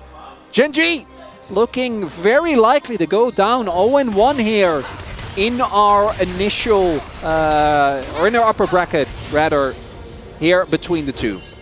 Yeah, and again, like we said before, the stakes are huge. Hanwha Life Esports, if they win this one best-of-5, they go directly to the grand finals. Same for Gen.G. But right now, today, so far, Hanwha Life Esports have looked like the better team. The team fight setups have been better. Gen.G have been reaching, it feels like. They say, oh, we're behind, but we can still win this. But that has been proven wrong many a time in this game. And let's see, an ult comes in on the cannon. He's a Maokai, but it doesn't matter. They just have way too much damage, and the Maokai ultimate does come out, but they're not going to have any follow-up after that, and they don't deny the kill on the cannon either. Also, wouldn't mind a smaller ban if in the next game, because that pick, look, the front line, yes, they were already behind, but you're playing it at full AD, and it just doesn't matter, and Hanwha Life about to end it here. Yeah, they're trying to do exactly that. Doran able to frontline at this point. He is just so tanky and so far ahead. As they're going to take out the one Nexus turret. They need another wave before they do actually get in and finish the job. But with the Mountain Drake up and the Mountain Soul available in 30 seconds, they're just going to try to back and go for that.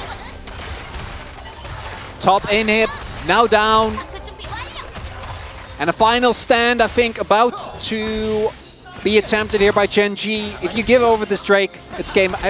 Let's be honest, we're pretty close to game over territory, gang. It's a 9k gold deficit. We'll see. 4th item spikes are done for the carries. I just don't think it matters. Zeka, oh, love the Leandris as well, making these already paper thin frontliners feel like they're worth even less, as Chovy desperately wants to clear this top side wave so that he can TP towards the play.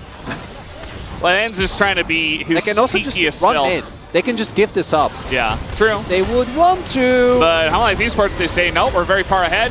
We can chip damage with the Smolder. Doran's got a fantastic angle, and the Sedge ultimate doesn't do much, but now it's just a flip. Chovy is in the pin. It does go the way of Hanwha Life Esports, though. They get the soul, Pays in a lot of trouble. Down will go Maokai, down will go Lehens. And the wallets are just too heavy, as there's the execution. 4 kills for Hanwha Life alongside of that Mountain Soul, and they're going to be looking to put the cap on this game number 1. A standout game here from Hanwha Life. Start off with the early aggression. Never let Gen.G get to those team fights where they are so strong. And in this first game, the prep from Hanwha Life very clearly working out, and the form that we already saw against T1 is continued. That it is, game number 1, easily into the hands of Hanwha Life Esports. Their opponents, 0-4, 0-5, 0-6 score lines did turn into a not very close game after the mid game was highly dominated by Hanwha Life Esports. Just a couple of team fights that went heavily in their direction, and they were able to snowball very quickly out of control. And we'll have to wait and see if Gen.G have an answer, or if Hanwha Life are going to begin their upset streak here in this upper bracket match.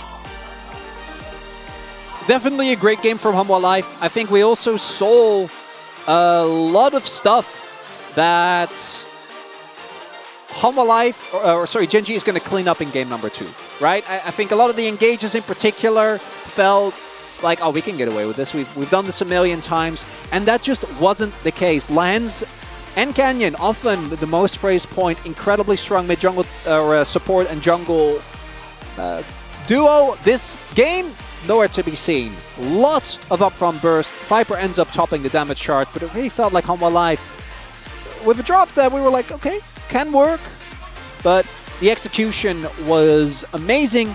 And you know, there was the one moment early on where they had the play that backfired. Outside of that, supremely clean gamer in game number 1. Yep, absolutely. Hanwha Life Esports, a dominant victory in this first game. Now we'll just have to wait and see if they can tally 2 more and maybe get the victory here in this series. A great start for them. We'll have to see after the break, guys. We'll take a break and have the space. We'll be right back.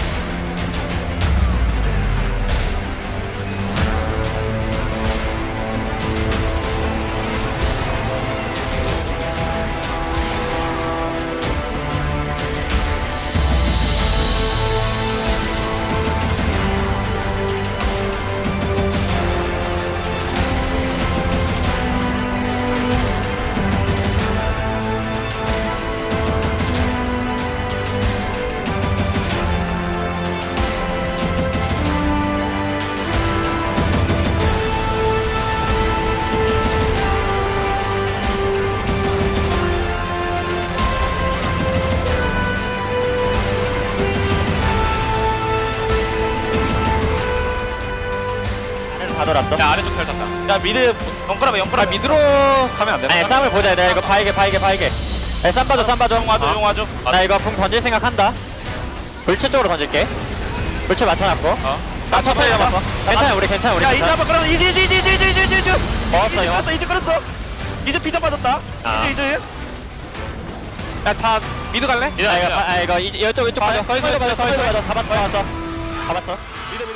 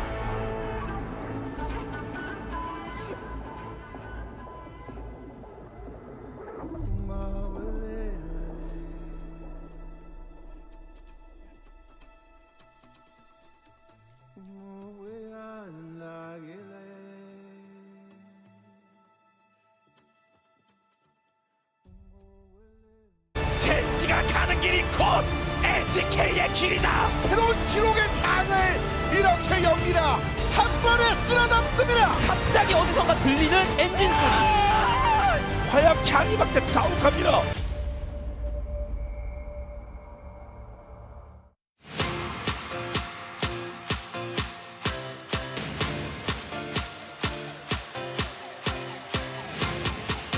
In game number 1, Hanwha Life Esports inflict only the 4th game loss of the summer against Gen G, and they go up 1-0 against the reigning champs here in the LCK. Digon alongside Ox and Wolf to break this one down. Unique draft, a couple of things here that maybe the order that things were banned for Hanwha Life, but it looked like they knew what they were doing. Yeah, interesting. They left the Maokai open, which we've seen both of these junglers be undefeated on. But I think, and we ended up seeing Gen G come out with the Maokai Blitz that worked so well in the D+. I think that what was really fantastic from HLE is they were so decisive, and oftentimes Peanut would be the one to like block to make sure if the hook was coming in or the Maokai was coming in, he was there to soak it. Sometimes even like pre-ulting, so we had Aftershock up to tank it. And also, even though they didn't pick it into the Blitzcrank, the Nautilus, I was a bit concerned about it into like the Maokai, into the Xante. But in the Blitzcrank specifically, you can buffer when Blitz hooks you, you can queue away on a train, or sometimes you'd even queue in onto it. And I think HLE were really ready for dealing with the Maokai. Obviously went into this like, okay, we're going to leave it open, we're going to let them have it, and then felt like they were pretty prepared to deal with it when the game went further on. Yeah, for me, I really still stand by what you and I were talking about before the game, that this Hanwha Life draft has a lot of holes in it, and given Gen G's strength in the early to mid game, I thought this was just going to get rolled over. Doesn't have anything to shut down the Zeri in the early game, right? She can run rampant in skirmishes and team fights, and obviously the Jax pick here feels great in isolation of the Cassante, but we knew a lane swap was probably coming, right? And I think maybe Hanwha didn't, but they were able to weather the storm. I think that what Hanwha was able to do with this draft, despite, I think, some of its major weaknesses here, is really impressive to see and gives you hope that maybe this team is really going to show up today and potentially set us up for an upset. Yeah, again, what I love about this, the preparation that went into it. You can't beat them if there's no weakness, like Coach Dandy said, but that little bit of a draft edge and executing in the early game will help you a ton. As we take a look at the highlights here, we wanted to show early on how this lane swap played on out.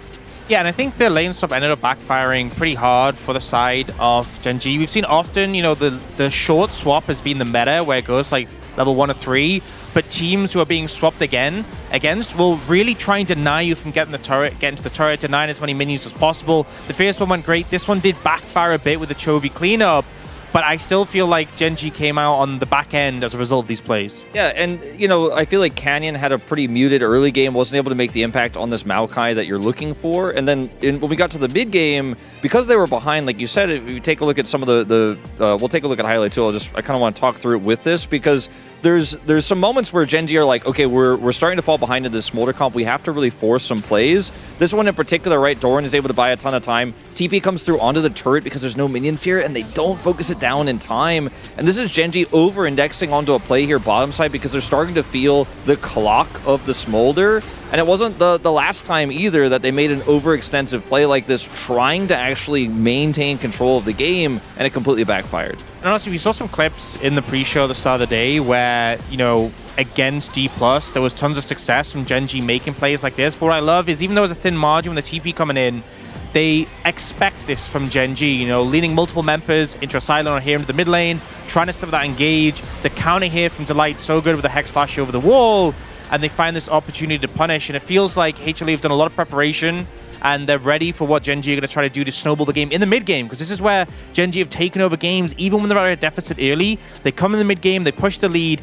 HLE were ready to counteract that, and it really paid dividends. Yeah, and part of that is the execution on that last highlight. You see Lens miss the blitz crank hook, and then on the opposite side, Nautilus landing there. So great job by Delight and the rest of Hanwha Life to take the victory in game number 1. Let's see who the POG is here for said game number 1. And it does go to Doran on the top side of the map. Not the sexiest KDA or kill participation, but he did a lot in terms of pulling pressure on the map. Yeah, he was able to get a solo kill in the matchup as well here, interrupting Keen's back. Keen was pretty frustrated with this one. He's like, I died like this. And look, in general, he followed up on so many of Delight's engages incredibly well when we came down to team fights. They played around the Maokai ultimate super well because they knew they had tempo advantage, and often that meant that Canyon had to ult first, and Doran was on a good flank a lot of the time this play here as well. We talked about just earlier. Doran's able to buy enough time. I voted for Delight, though. I thought that his re-engages were fantastic. That fight we had in mid that we showed as well in Highlight 2 was able to stay out of range of the Maokai ult and come right back in at the perfect time for re-engages. And Hanwha really just caught the ball here. I mean, it was a pop play. They had an opportunity into this draft, and they certainly seized it. Yeah, I think for me, really Doran had such good team fighting in a situation where I was a little bit concerned, you know, into Ezreal Zeri. Hard for Jax to get onto those, but I think he always had good entry into the fight. Sometimes he was getting engaged on, he had to do the counter that and turn it around. And sometimes it was with the TP, but also like the time when he got picked bot lane, Chronicler mentioned it on cast, saving the flash, knowing he needed to have that 14 fights, and really rewarded them so well. All right, quick thoughts before we toss it back to the casters.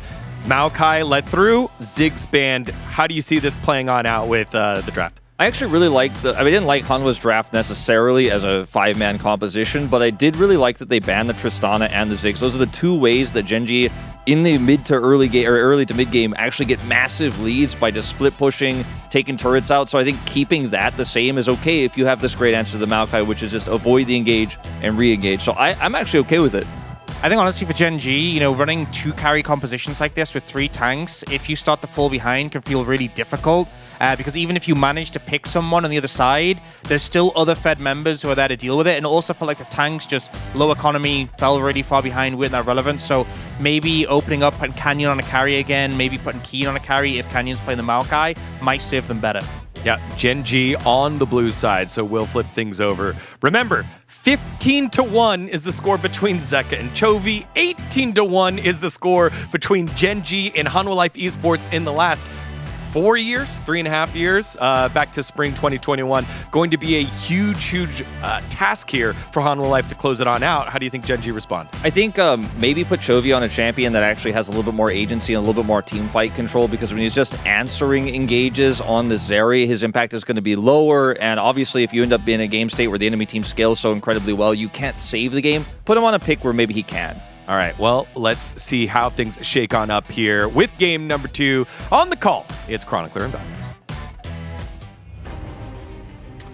Thank you, Spacers, for that awesome breakdown as we are getting ready for game number 2. What do you want to see here, Chronicler? I'm a little disappointed, frankly, that we don't get a cool Dagon nickname. Yeah. I don't know why, but I really was expecting him to How about Valdecler? Sure, there you go. right from the get-go, Valdez has one. Yeah, it's pretty straightforward, Dagon. I don't know. And just like, you know, I don't want to be too hard on Dagon. I actually really like his silly little nickname. Especially Crocs. Yeah, that one is my favorite. I'm a big fan personally. We're also not going to overreact to this game number 1. But there does need to be a pretty substantial increase from Gen G, both in individual performances, outside of Pace and Chovy, who like the main criticism is maybe full send it in that bot side play and just try to make it work. And like that's really all you can say for them.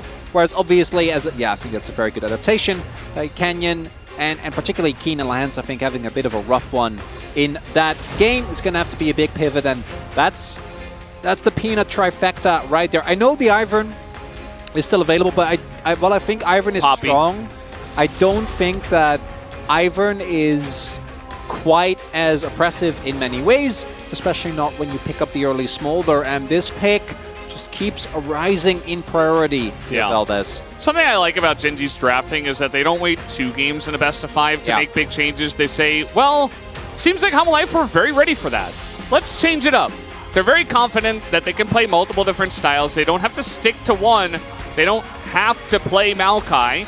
And they just ban it away, and they take the Smolder down, and they say, okay, we're going to play a totally different comp. Now, it might eventually just end up as, 3 tanks and 2 carries, which kind of is, pretty meta nowadays, but I do like this kind of flex in game number 2, at least, as the MF, very high priority for the side of Viper. Zyra being hovered for Peanut, and it will be locked in. As there we go. The Maokai performance was not satisfactory, and you can see the joy on Kenyon's face. It was a joke. Kenyon always looks exactly the same. But he gets to play Nidalee, which we all know he absolutely adores. And the Ezreal, I think you can run it back. I think the Ezreal was fine. Didn't really feel like it was a problem. They're going to instead priority pick the Cassante here to force an immediate response. But it does mean that now you have a pretty reasonable confirmation that it's going to be mid Smolder. Bot lane Smolder was still a possibility. We've just not really seen to be that strong. You don't really get your stacks nearly as quickly. Especially against MF. Yeah, that's not a fun lane. You don't really get to interact a whole lot. And then there are 2 options. Either you go for counterpick for Doran, which is what they end up going with. And I wouldn't have minded the Jax again. I know the Sejuani isn't there, and I imagine that was part of the reason why they wanted to go for it. But the Renekton, to me, hasn't really felt the same way. I do think that specifically Renekton Zyra is a strong combo, the same way that we have seen with the Renekton Nidalee. Yeah, absolutely. It's kind of interesting how Gen G, they go for this earlier pick on the Cassante, really trying to force out the response as soon as possible, which means that now it opens up some bans for the support role, which we oftentimes see. The Rel is going to come through, the Senna, the Ashe also taken away from Pays this time. So no focus on the Ezreal. So they say, okay, well, if you want to play Ezreal again, that's fine. You can go ahead and do that. And that Blitz pickup in the last game, I imagine, is something that Gen G is also going to shy away from. We were talking about Braum. Braum is great into Nautilus, great into MF. I don't think it's necessarily as nuts here as it was in the last game. We are obviously in a different strategy. I think the Zyra also takes away a little bit of power compared to how insanely strong Braum can be into Sejuani. Rakan is still available. Alistair is still available. And, it's Delight. I imagine he's going to pick one of those.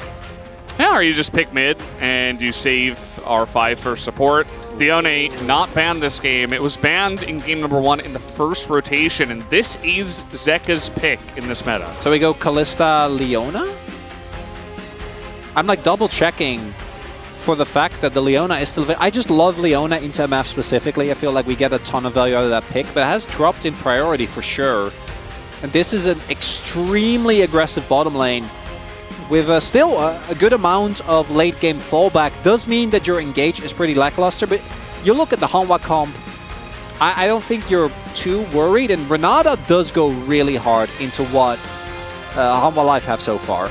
Yeah, I mean, it's great into a couple of the picks just straight up, but also eventually can get to the back line and deal with the MF. Also, pretty good into Leona, but Leona just picked for its power here, for its ability to get some really consistent engage alongside of it. That is kind of Delight's calling card as well, so kind of makes sense that they pick it up in this spot. Now I'm wondering if Hanwha Life is going to look for a lane swap. Renata Kalista is probably the strongest 2v2 lane that we still have, especially after the archery bot lanes have kind of fallen out of favor. We'll see whether that is going to be enough.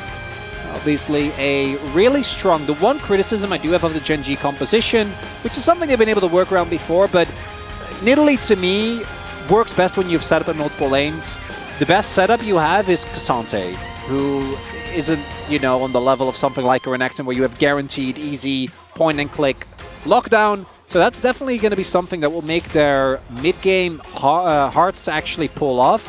That said, when it comes to Canyon and Italy, you do kind of just trust them, even though the pick has fallen off considerably. And I want to echo again, I think that Canyon, in that last game, just didn't have the impact that he needed to. Expect to see something very different this time around on the Nidalee. That's what you would hope for if you're picking Nidalee, and it is Canyon, so that is what we've come to expect. They also do have a couple of extra carries with the Smolder this time around, which they did first pick. They give Zeka Yone, though. We'll see how it goes here for game number 2.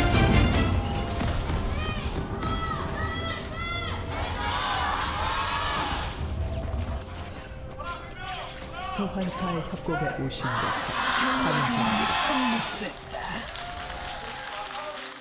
All right, game number 2 of the upper bracket match. Again, winner of this goes directly to the grand finals. Oh, and I want to highlight something. Chovy actually going for the grasp here into a melee matchup and into the amount of upfront burst that's available for Hanwha. That actually can end up being a really big difference maker in some of these early to mid game skirmishes, where Hanwha Life is going to be looking to just burst out the Smolder. So, big fan of that setup. There'll be a lot of extra health. And yeah, I wasn't really expecting a lane swap in this one. It made sense in the last game, but Hanwha Life did turn it around very nicely. Could be looking towards an invade here, though. I do have a Callista Renata, so we'll see. Ward has been placed, and we'll get swept here. You're going to hit the spear onto Zeka already. Peanut Dasan is red, so this invade definitely happening at this point in time. Delight and Viper trying to spot this. But Canyon's just going to start on the Wolves. So some question mark pings coming in. They don't know 100%, but they have a very high likelihood in their mind that, yes, Canyon is in the jungle. Lehens just kind of running through that, and he is going to get a shield up, but nice little trade from Delight and Viper. Yeah, good early trade to come through here from the Hanwha Life bot lane. Obviously not too much of an issue for Lehens. As yeah, there we see Chovy going for both Grasp and Bone Plating, so really looking to be as durable as possible. And the main reason why we've seen the Smolder mid so much, originally was a counter pick. BDD was the one who brought it out first, and it was very successful as it ended up beating Genji in that KT match. And then we've now kind of gone full circle where people are like, you can just blind it. And in mid, it is so much harder to deny stacks the way that it is in bot lane.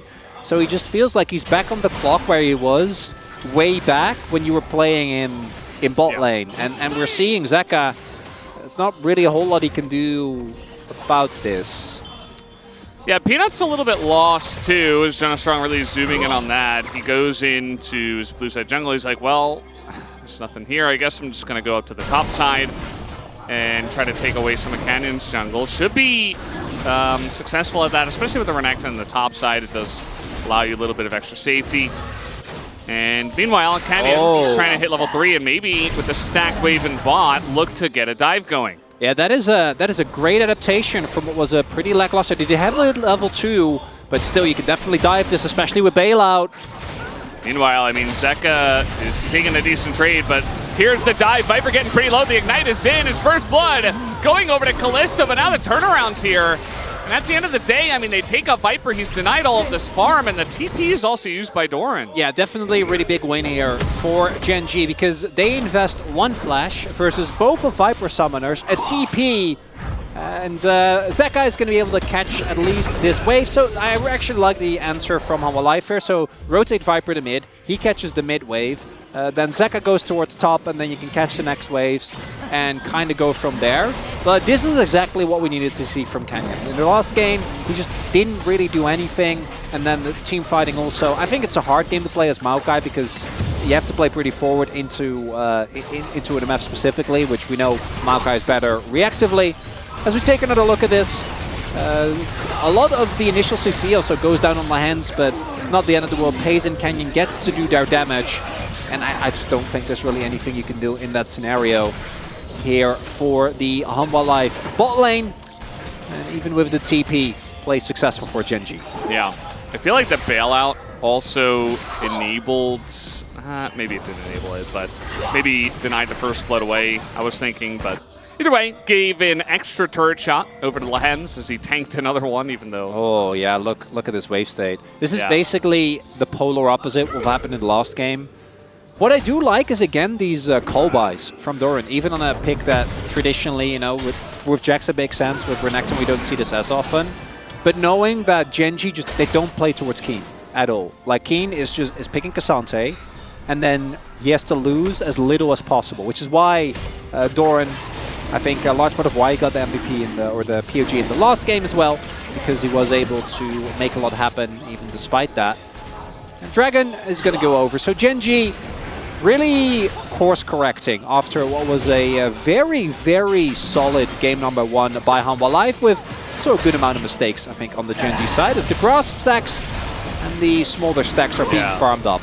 This is the issue about playing Yone into this is Lehens. Wow, gonna trade flashes here with Peanut. That is a trade up for Genji. But yeah, you're playing Yone. It's a melee match into Smolder, who you might expect, hey, you know, early on, probably not that strong, but Smolder's just sitting there stacking a million stacks and stacking also the grasp stacks, and you don't really have much kill pressure at all because, yeah, you get Chovy low, maybe you push him out, Zeka's looking for it now, but, you know, eventually Chovy hits 6 himself, he throws down Mom, he can stay safe, he's got Flap still, and at the end of the day, I mean, Chovy's just sitting there farming and getting stacks, and Zeka isn't really doing anything at this point in time. Really isn't, and oh, look at the bot lane wave state as well. This is kind of a nightmare scenario where you are playing in a 2v2 that is heavily lopsided already.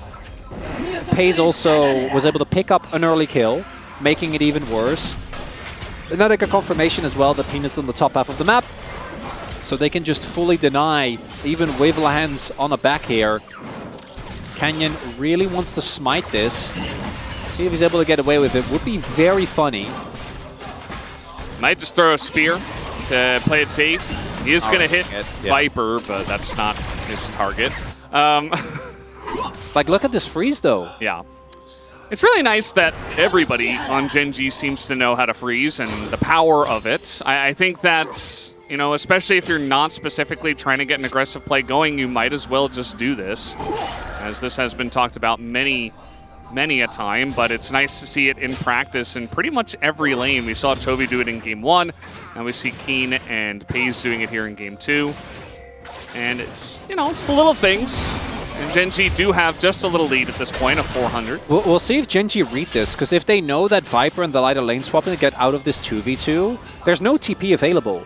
So I actually think this is going to be a colossal amount of gold that's going to go into Genji. So I think Hanwha Life are basically forced to dive here as Keen. Oh boy. Well, that wasn't really the dive you were looking for. I mean, they can still try to go for it again. Keen trying to pull the wave and going on to Viper. He knows he really doesn't have anywhere to go, so decides to get aggressive with it and just goes down. Yeah, actually, like that. If he can like find an angle and like pull through the wall, maybe somehow make it out. So Genji will get the shove towards bot side, is going to get a considerable amount of plates and should also come out ahead in the play trade. But I like the response from Hanwha Life, right? Like, don't stay in the unplayable 2v2. Instead, rotate across the map. And they are able to get the punish as Keen again. Not the best at times. This time, though, he's not playing into Smolder. So eventually, he will reach a point where he can play the video game. Which, that's not, maybe not now, though. Yeah. It helps that he's not Nasus as well. Oh, reinforcements are on the way. Might be a bait. Oh, lands the show. Oh, they try to go on a Canyon. He's just in Italy. And bailout comes in, but they're not going to get a takedown. The kill goes to Peanut. And now a massive bullet time goes to Hanwha Life. Viper with the perfect positioning. And Hanwha Life Esports, it was like the next one up. They knew that Genji were going to be there, and they collapse immediately.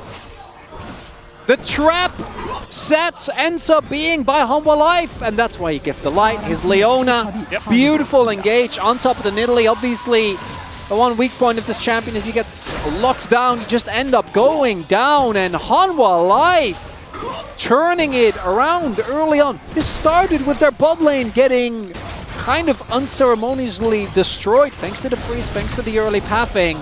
As we take another look, I imagine he was like maybe trying to go and either get a trade kill, but then this. Look at the vision. Yeah. Absolutely huge here. Yeah, Bela doesn't do anything because there's no one to kill. And Genji end up paying so heavily. 2 kills going over to Hanwha Life. Turret going over to Hanwha Life. They don't even get the bot lane turret in return. And now a colossal gold swing here for a team that just hasn't been able to actually stand up to Gen.G for the entirety of the year, Valdez. Yeah, it's turning into a very interesting series because we really liked how Gen.G kind of made changes coming into Game 2, but now immediately Hanwha Life Esports are like, yeah, cool changes. We're still going to win this early game. We're still going to be very proactive, and we're still going to play fantastically. So, you know, I wasn't a believer even after Game 1, but now seeing this early game, I'm like, man, maybe Hanwha Life can actually do it. Obviously, it's still very early on here in Game 2. I don't want to get too excited, but at the same time, this is looking so much better than we've seen in other series, as you mentioned, between these two teams. And to see Gen.G actually be challenged is refreshing. It really is. And it's necessary, right? We always see when one team is too dominant in the long run, doesn't end up quite working out for both the team and I think the region as a whole. Do note that FaZe is monstrously strong. Level 8 right now, basically a solo laner when it comes to the experience, and they do have the Renata ultimate, so Hanwha Life taking a bit of a gamble here. Oh, the aggressive TP, but they're trying to go forward. Everything misses for Hanwha Life, and now Zeka gets hand shook, and he gets shaken down to the ground, taken down, and Delight as well. This engage goes horrifically wrong for Hanwha, and Gen.G are looking to punish Viper. A million sticks in him, he gets taken down. It is 4 kills to the side of Gen.G plus a dragon, and Gen.G slap him down just like that. All right, calm down, casters. That was a bit much when it comes to cursing. It proved us wrong. Yeah. Woo! As I said, FaZe insanely far ahead, insanely strong. If the play does not start with taking him out, which Hanwha Life knew that part, which I appreciate. The problem is he has cleanse. So like this initially looked like a great engage from Delight, and then Zeka whips the ultimate. I don't know what the idea behind Peanut's ultimate was, but it wasn't quite what it needed to be. And then the fact, like even Liverlands dies, this place is just, this is an immense win. He gets out, thanks to the bailout. Yeah.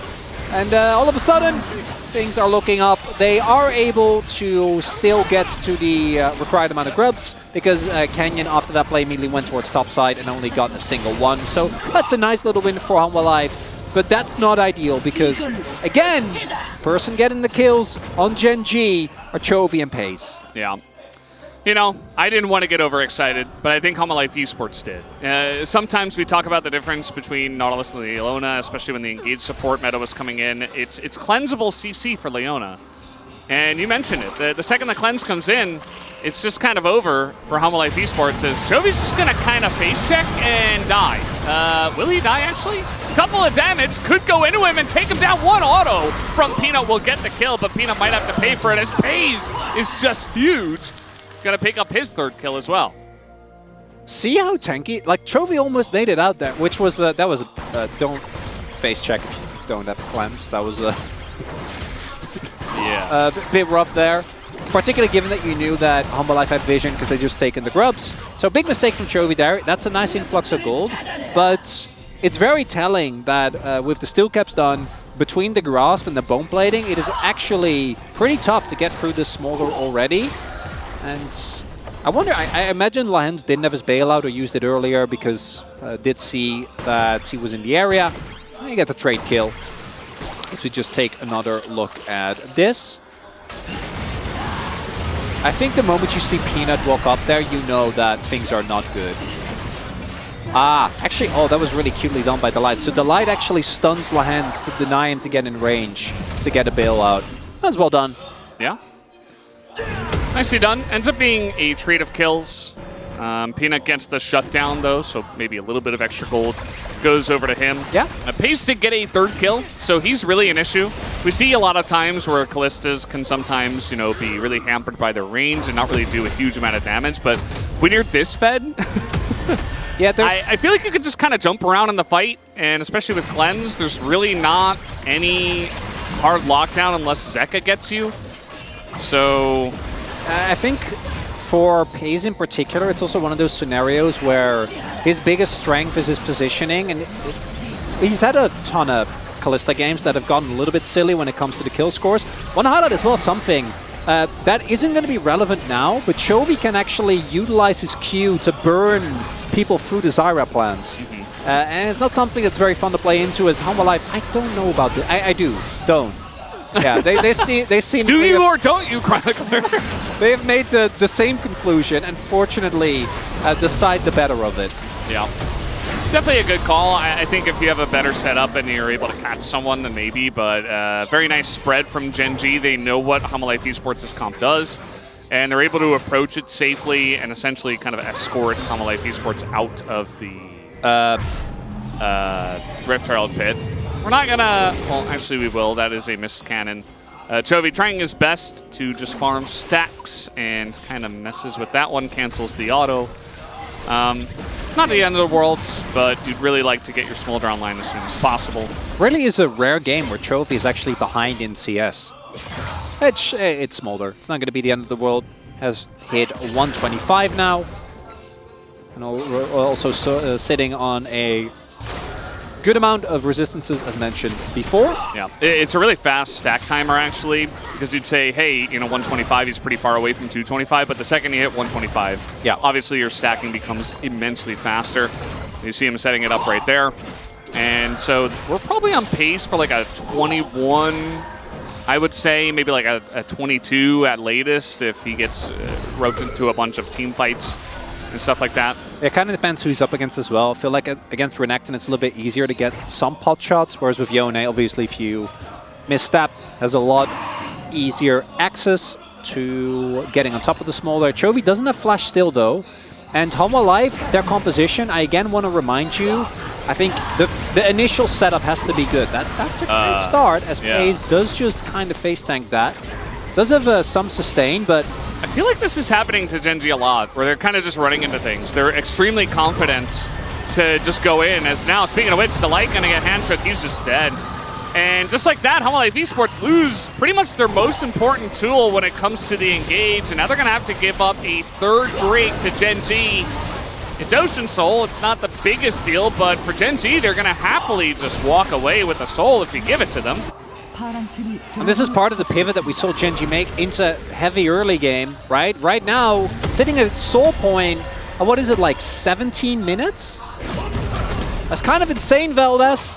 Yeah, 17 minutes, very early. This is a very different Cassante, but we'll see if they can get it done with 3 members, as, yeah, he's just going to be taking down. The sheer damage from these 3, if you hold the Cassante in place for long enough, will be enough to take him down. There is only a certain amount of fun that's allowed to be had by a team in League of Legends. And unfortunately for Keen, two games in a row, he's not getting anything.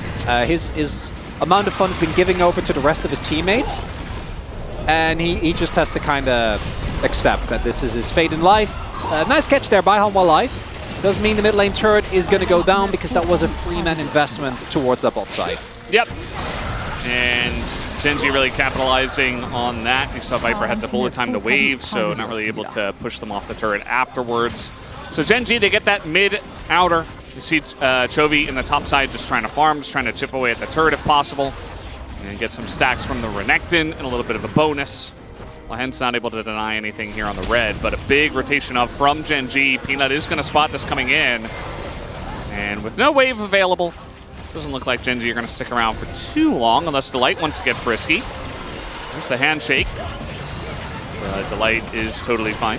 Getting handshake over a wall into a wall. That's not great, Valdez. He had flash. Maybe overestimating how tanky he really was, but if he flashes, like, obviously it's a big cooldown.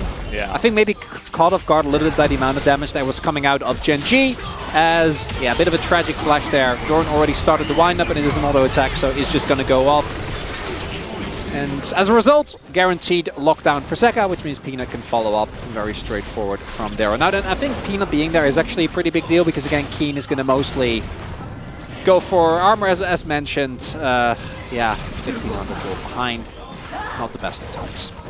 Yeah, I mean, Humble Life Esports, you look at the golds. Obviously, the gold is in a really nice spot for Gen G on their Kalista. The Smolder's doing pretty okay as well in terms of stacking. So Gen G are going to be kind of sailing into the mid to late game, which is really their comfort zone, I would say, especially in recent bunch of weeks towards the end of the regular season here in playoffs so far. Humble Life Esports still have extremely reliable engage. I think the cleanse is still an issue for them on the side of Pays, but Chovy gets out of position, you can take him down. Canyon gets out of position, you can take him down, even Lahens. And if you catch them off guard, Humble Life Esports still have a lot of tools in their kit to get some really crispy engages off, and they're really going to have to rely on that if they want to win in this mid game. I do actually like the defensive itemization that comes through to acknowledge that as well. Canyon already going for at least an arm guard, can build that into a full Zhonya's as well. Imagine Pays is going to go for the Terminus next, which is another example of an item that really makes you suspiciously beefy, as Chovy again wants to try and farm some stacks. It's at 189. Oh, Fate Skull being attempted to get a catch on Peanut there, but he does just make it out. That ult alone probably not going to be enough. Really, this Baron hit as well, I feel like that's the dream for Renata. Being able to... Trying to go in on a Peanut here. That is a very nice ult from the side of Lahan's door, and flashing in, trying to make something happen on a Pays, but he's just hopping forward, hops into Leona, and he's got the bailout, so he's not scared. Gets another kill, but now he's super low, and they can't take him out. Delight, he gets bitten in another huge handshake from the side of Lahan's, and Genji, they just chop him down. This kid is crazy, Valdez! This ups it to like 4 people! He's nuts! with the bailout. And the last time I saw Pays have a Kalista performance like this, nobody was talking about him. Might be a little bit different this time around as the Baron gets started up. Yeah, and it's very early on, but it's only Zeka who's here. So it is a free Baron. You got the tankiness, you've got the Kalista. It's an easy take out of this. Kalista with 2.5 items. And now he got the Baron gold as well. He buys a Wit's End. Let's take another look at the Pays highlight reel. And the Lahens one, by the way.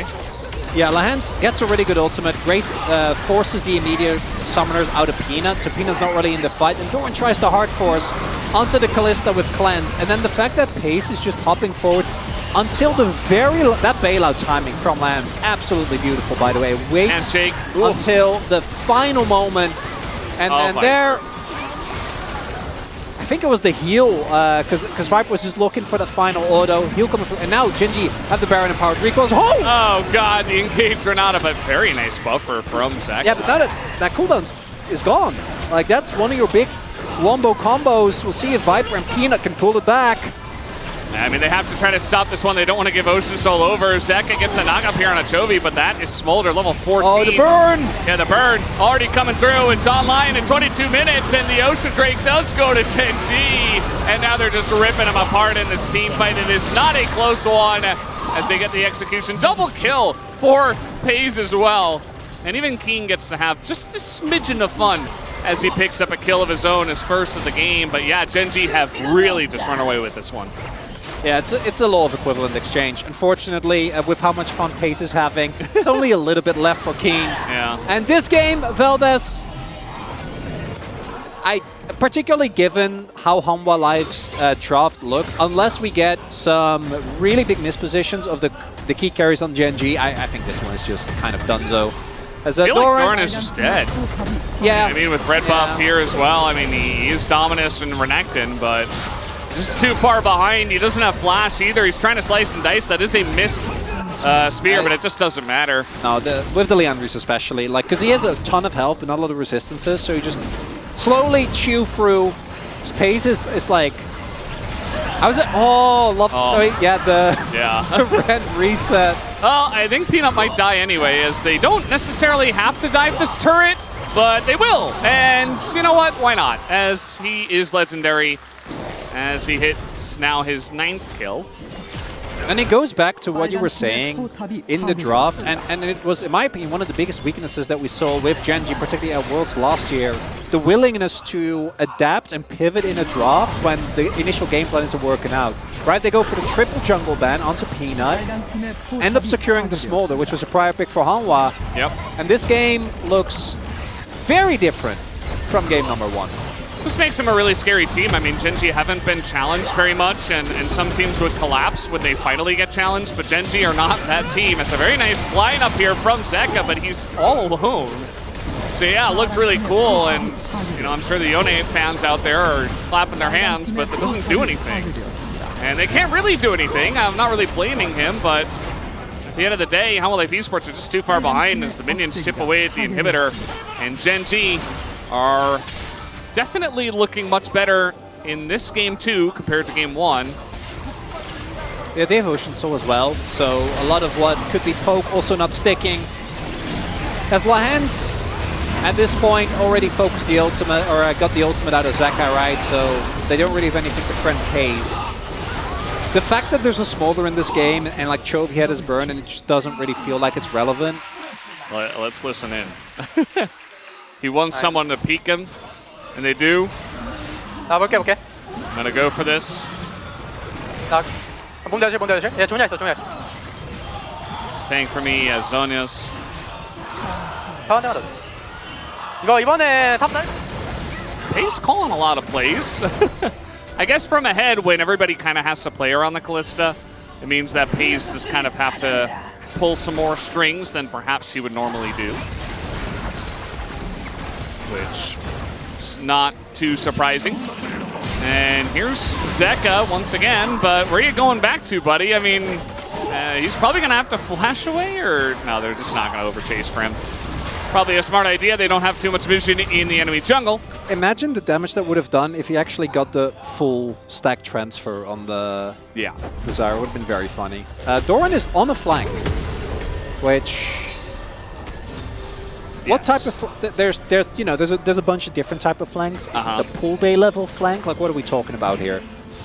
I don't think it's quite pull bay, but it's getting close. As now the engage is just going to come out and the light just dies. And guess what? Doran also just dies. Hanwha Life Esports do not get to fight in this game. They do not get to play the game anymore. The gold lead isn't that gigantic, but it feels like it's 10,000 more than it actually is. The top lane Nexus turret nearly falls and will be just barely safe. It's fine, Valdez. That's a strong turret. The Nexus hasn't fallen yet. That will defend the Nexus for the foreseeable future. I think last game we had and I think Gen.G have earned that. We had a lot of faith in Gen.G to maybe pull it back.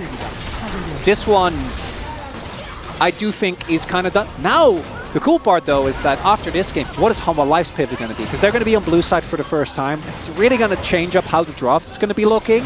And it's also, this is a completely different look from Gen.G than what we've seen of them recently. We'll see how Hanwha is got there. I don't know what to tell you. They're like 7k gold behind. They can't get up to any of the carries. Renekton is a handbag at this point. Flip Baron. Yeah, why not? That's good. Top lane. No, not the Nexus turret, Valdez. No! I think it's going to fall. That's okay. Poor Rodney in the top lane. No, he actually lives. And Gen.G just going to move in and take the Baron themselves. Yeah! They got both side lane inhibs. And now get Baron and run through to mid. Yep. Ooh, little window there. Could have been stolen by Peanut if he was allowed near the pit. Which he wasn't. Maybe Elder Flip for the fun? Eh, come on, Jet. No, then. Gen.G don't like fun, they like winning, okay? And, yeah, it does look like they are going to win this game number 2, unless Hanwha Life Esports have some miraculous surge of gold in this one. But Gen.G going to do it the old tutorial way, take out every single inhibitor and every single engage tool that the side of Hanwha Life Esports have. They've already taken out Delight. As the Zyra ult comes in, tries to disengage for them, and Pays is still just hopping forward. A lot of damage has been done to the non-main characters in this game on the side of Gen.G, but not much has been done to deal with Pays, as has the bailout, is able to hop forward, takes out the Renekton, and takes down the game. Game 2 will go to Gen.G, and we've got a series on our hands. Huge pivot after a rough game number 1, and we bring the score to 1-1. This one, I still like a lot of what Hanwha did. That lane swap in particular, the way that they've been able to punish Keen for what feels like not only 2 games, but like, what is it, like 3 to 5 separate plays in a row, continuously just punishing the Cassante off on the side lane. That's big. But this time around, Genji had a bot lane that was a lot more proactive. The Renata felt a lot better than the Blitzcrank did. And we will be going off to an even series 1-1, and Hanwha Life, I assume, gonna move over to blue side.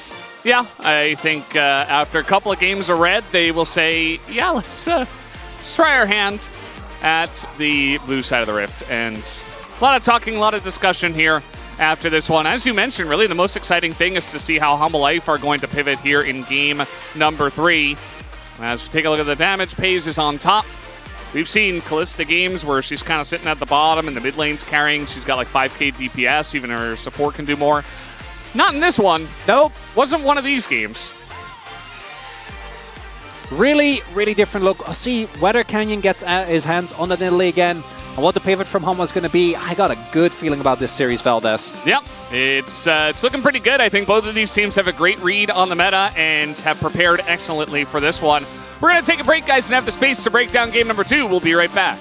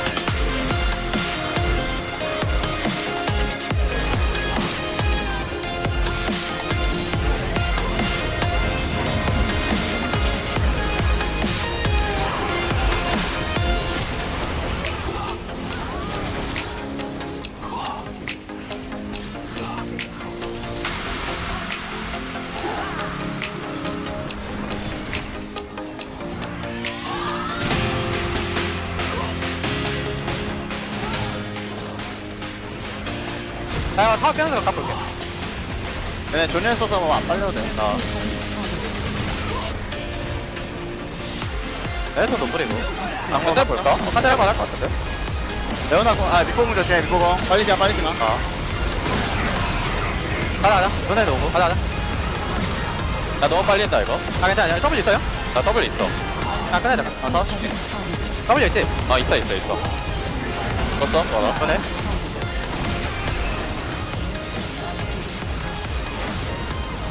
펄도 너무 심심한데? 좋았다, 또 하나. LCK 리그는 전 세계에서 가장 주목받는 리그라고 생각합니다. 정점에 선 팀이 받는 반지인 만큼 굉장히 의미 있고 영광스러운 반지여야 한다는 마음이었습니다. 리그 오브 레전드는 이제는 팬들에게 게임이라기보다는 하나의 문화로 자리를 잡게 된 것 같아요. 지금 수년째 그들의 역사를 함께 누리고 계십니다. LCK가 세계 최고의 e스포츠 리그인 것처럼 골든도 역시 독창적인 디자인과 최고의 기술력을 보유한 파인 주얼리 브랜드입니다.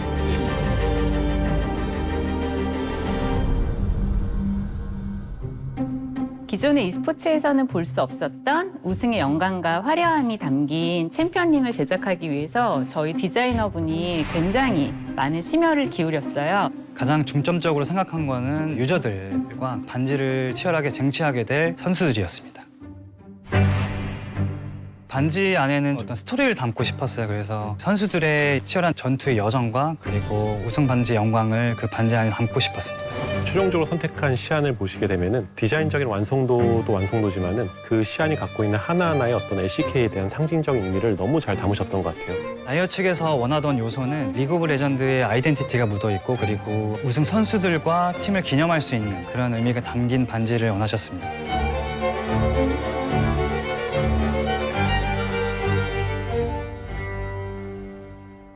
저희 골든듀오 기술력의 집약체라고 할 수 있는데요. 디자인부터 그리고 모델링, 주조, 스톤 세팅, 몰입, 광처리까지 수십 년간 근무하신 당인분들의 최고 기술력으로 제작되었습니다. 일단 이 반지는 총 8개의 파츠로 나눠져 있어서 난이도가 높은 제품입니다. 그래서 현재 골든듀오에서 가지고 있는 반지 중에는 최상위 난이도의 반지이고 디자인 측면에서의 또 우월감뿐 아니라 내부적으로 되게 좋은 반응을 좀 가져왔었고 팬들에게 빨리 보여주고 싶은 마음이 컸었습니다. 천연 다이아몬드와 천연 사파이어를 사용해서 화려함을 더했고 하이세미람이라는 고급 소재를 사용해서 색깔을 입혔습니다.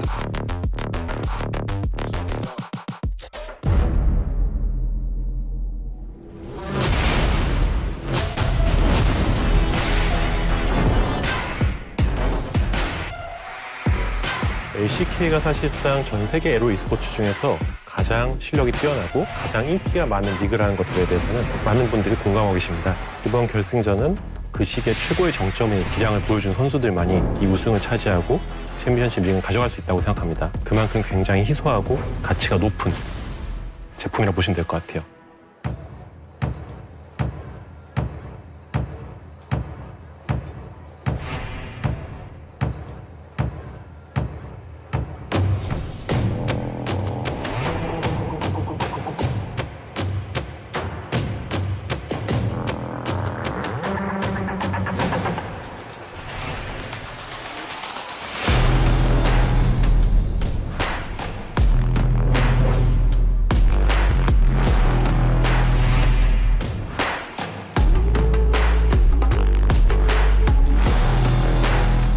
오늘 파이널 MVP까지 받고 되게 재밌는 날인 것 같습니다.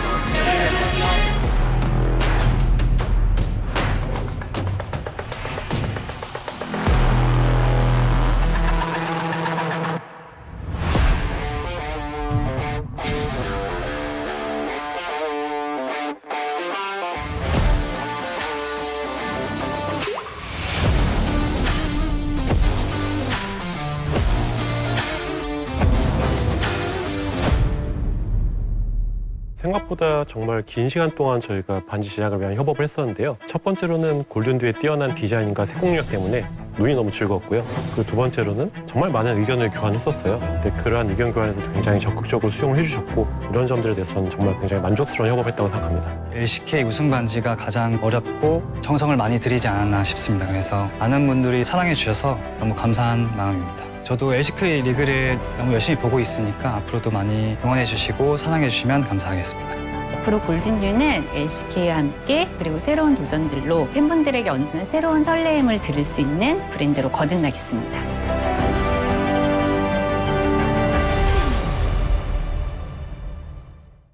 젠지가 가는 길이 곧 LCK의 길이다. 새로운 기록의 장을 이렇게 엽니다. 한 번에 쓸어담습니다. 갑자기 어디선가 들리는 엔진 소리. 화약 향이 막 자욱합니다.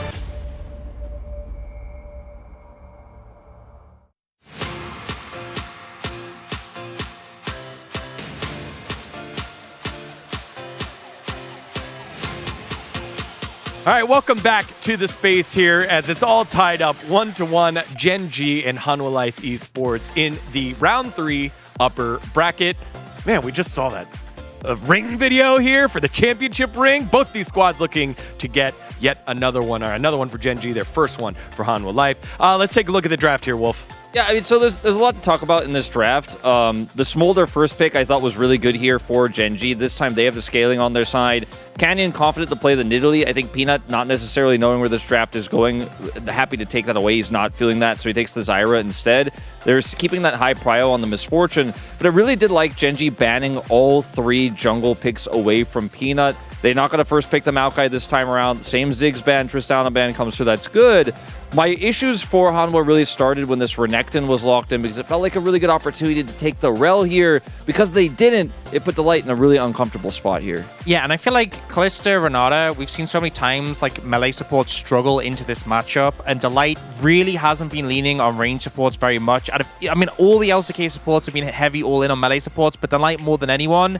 And this problem really manifested in the game. If we go to our first clip, we can see that they don't even get a chance to really touch the wave. They're zoned off so heavily. And this is kind of the reason lane swaps actually became a thing. Because if you're playing into like a Kalista Renata, or we saw things like Varus Ashe, this is what happens. You're zoned off, you're zoned away, you don't get a contest the wave, you don't get level 2. At this point, there's nothing they can do. They know they're losing the level 2 fight.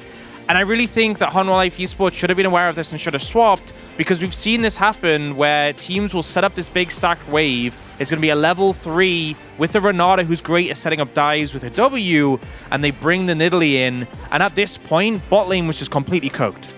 Yeah, I mean, it's really easy to follow up here onto Viper. They're able to level up. I mean, if this was happening a little bit faster, as we've seen in other lanes, it gets even worse, right? But there's only so much Delight can do as the Leona here, and I think it's kind of a trap to think that because Leona has 2 CC under turret, that you'll be able to trade back and trade efficiently, because yes, while you can, you still lose your AD carry, right? Now you've lost your teleport on your top laner, and then the whole lane swap, or all the lanes now get messed up because Zeka has to go top side to catch this wave.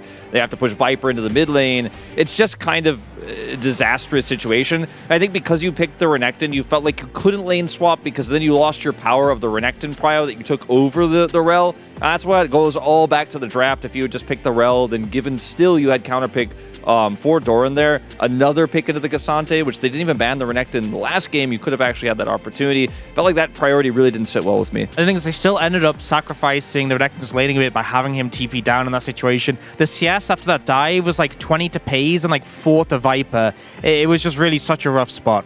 Yep. Well, we take a look at highlight number 2 with that lead that Gen G had.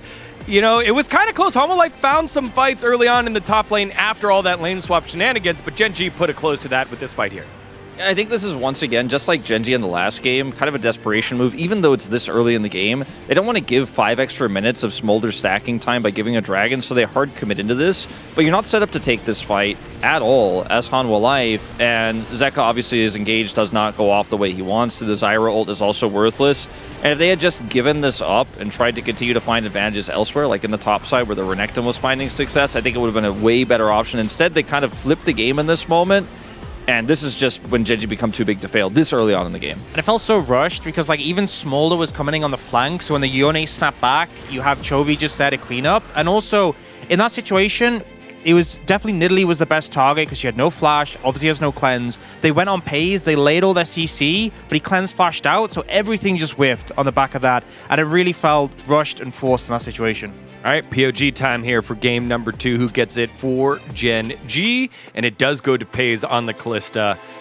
Huge damage, did exactly what he needed to do, and more, like you said, with some of those cleanses. I really did want to get one clip in our highlights, but the game was over before that, and we're going to take a look at it because we knew Pace was going to get POG. The bailout timing from Lehens in this moment, look at how low he gets before it actually goes off, allows him to have so much agency. He and Lehens trust each other so much, and when they first were the duo here in the bottom lane, we had a lot of questions. They weren't playing well together in spring all the time, but you can see that this has definitely grown and blossomed into a fantastic bottom duo. His positioning was massive. Obviously, the Kalista pick crushed the lane, and the game was all about him. He tried to go for the full stack here on this red buff to actually just one-shot Peanut, but is still able to take him out in the end.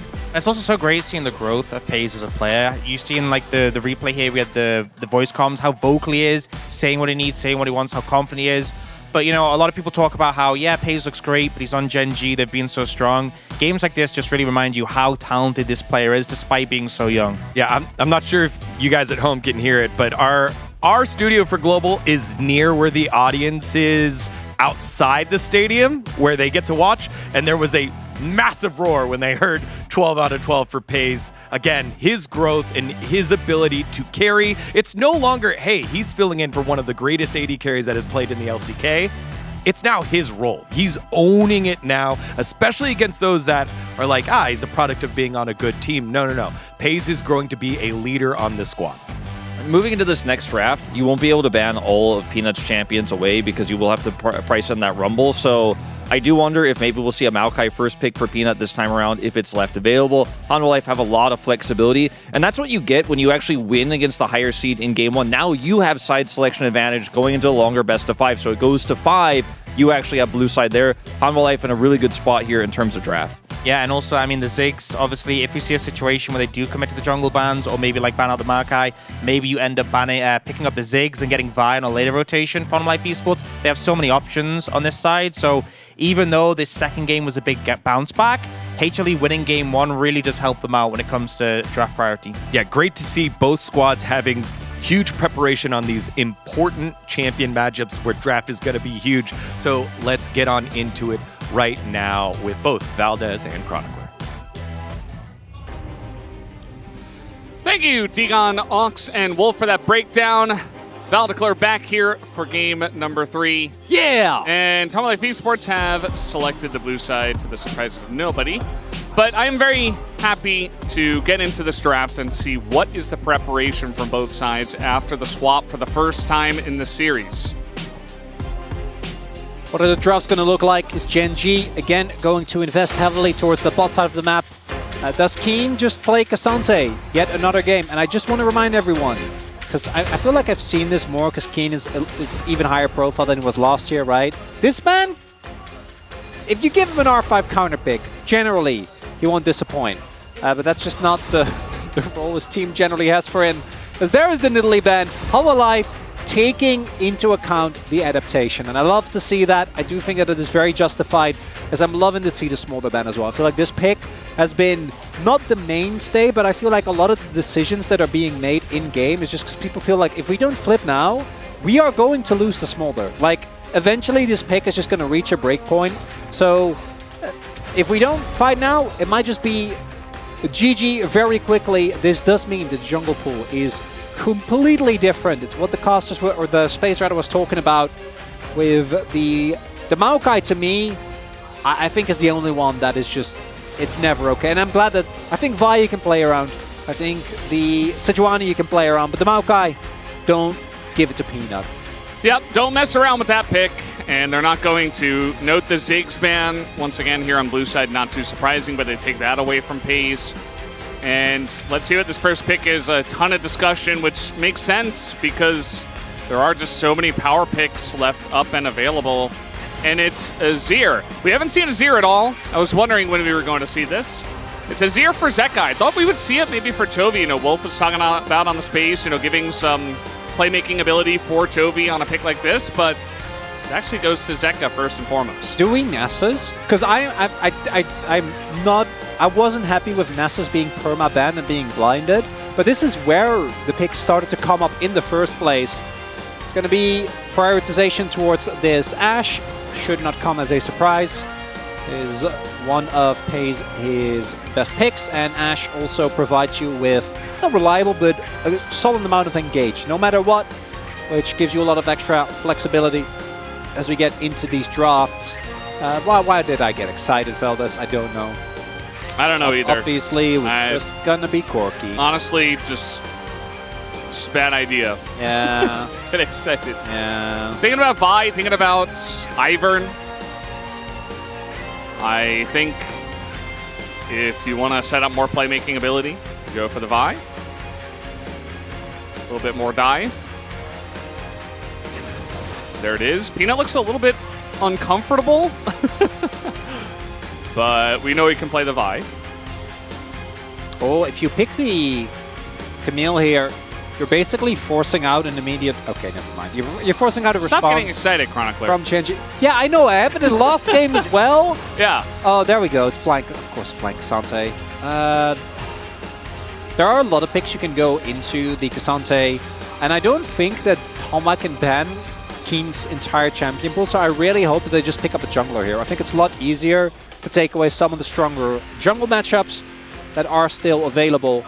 Lilia, to me, is on the forefront of my mind, trying to get that one. You can go for a Viego as well. Actually, the Skarner to come in, and I don't mind that. I think that one of the big things when you're playing into Vi is picking a pick that doesn't mind getting Viola done, right? Which is why we saw some experimentation with the Viego. Obviously, it didn't work. Peanuts pulled up the Morgana before, which obviously into the single pick, CC ends up working out really nicely. But is Morgana, so you're stuck playing Morgana, which is not great. Yeah. And it is going to be the Skarner instead, we saw Kenyon pull out before. Does mean he will be on a tank where he generally doesn't quite have the same level of impact as he does on his carries. As I love banning Bard, particularly when you're playing an immobile AD carry, because the game's already going to be hard. You're playing into Azir, you're playing into Vi. Yeah. But if you had a Bard on top of that, it is rough. And there is indeed the Mordekaiser ban. Yeah, once again, seems like this is really rising in priority as a pick in a Cassante. We see it banned out oftentimes by teams threatening to pick the Cassante, or in places like this where they already have it. And so that gets taken off the board. Do you target another support here? Maybe another engaged support that you want to take away from Delight? Or do you look elsewhere? It's just going to be Delight's Rakan that gets taken away. Yeah, Vi Rakan, I think, is an incredibly strong support and jungle duo in the ability to just go really deep on the dives together. And Delight will always have something to play, right? Main question for me is, what is Lehens going to play? Because most likely they will go for counterpick on R4 here. And we haven't talked about the fact this could theoretically also be Skarner top for Keen, but we've mostly seen the pick. And yeah, clearly Humble Life also don't think that it is Skarner top, as they bend the Udyr away. So it might actually be the Corki top. Yeah, and Nessa's counterpick for Chovy.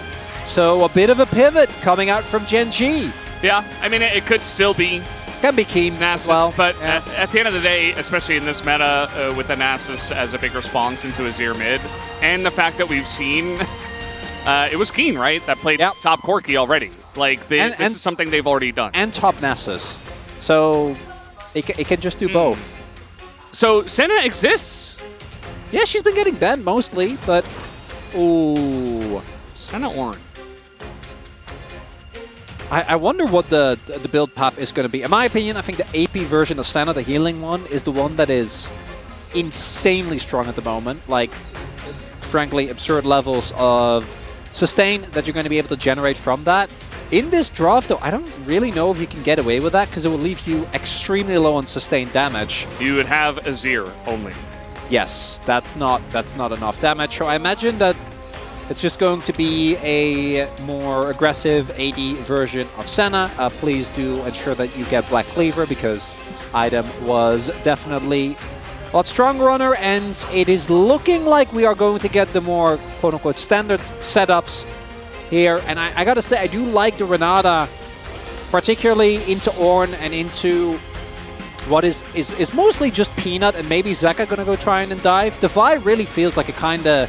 I get why Peanut picked it. I think it's an incredible vibe, but like looking at this draft, I don't think it feels as good as in many other cases, because if you had a Ziggs, it's a freebie. Yeah. You press R and the opponent dies. But even if you go for a more AD heavy variety, like just Senna ult's not gonna have the same impact.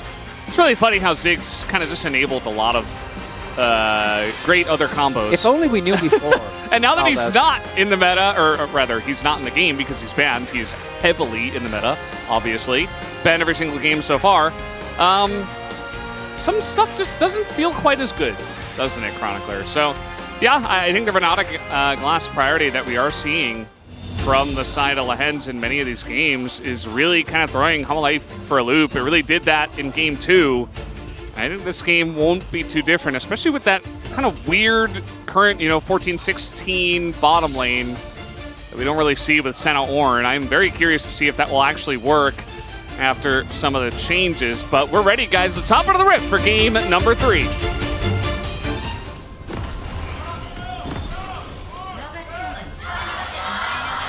소환사의 협곡에 오신 것을 환영합니다.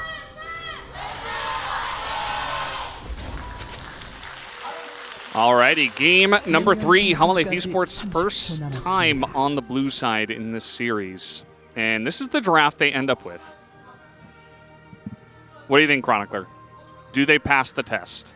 I mean, the draft could definitely work, but I'm worried that, like Nasus in particular, against both Senna and the Azir, I feel like you get so much value out of it. I think it's just going to be hard for Humble Life to reliably get through the front line on Gen G until you reach like peak late game status. But are you going to get to late game? I am also really surprised to see that Hanwha isn't looking to set up for a possible lane swap, because I don't think you want to play early 2v2 against Ash Renata. It's not quite Callista Renata, but it's still not great. We saw this in game 2 as well, where they're like, "No, we're not gonna swap. It's fine." And then they got absolutely demolished and dove. Some of the tech here, we do see Delight with the... we get a little bit of early damage here. Delight with the Unsealed Spellbook. We have Zeka going with the PTA, actually. Thought you were going to talk about the skin. Well, that is the best Ornn skin. I don't know what more I can say about it. I am so excited. Sorry, Velvet. I have to talk about Janitor Fresh and Attorney Azir. What are we? I mean, I don't know if you're going to get an opportunity because Hololive Esports don't currently have a bottom lane. No. Viper... They don't. So they lost all of the XP on the first melees. Yeah. And Canyon has invaded. Okay, but hear me out. Delight can just TP back, so it's fine. Yeah. It's not fine. Also, this is happening. It's not generally supposed to be that one-sided in the mid lane already. Didn't really get to see how that one... Oh, the steal actually comes up huge. Yeah. So because Viper was able to get a couple of the, or at least deny the smoke grabs to Canyon, does it look like Canyon gonna have that? Oh my God, he's just gonna soak. Bite. Yeah. They do know. Oh, he doesn't actually hit it. He's just gonna dive. He doesn't have. Look at his XP. Okay, kill the minions. All right, so silly. Kill some of the minions. No, they're just gonna go for the dive. They do force the TP. Lahens. He's not even burning close. over there, but he's out. He's okay. He didn't need the bailout or anything. Keen's just alone in top lane now with the wave in a perfect spot. That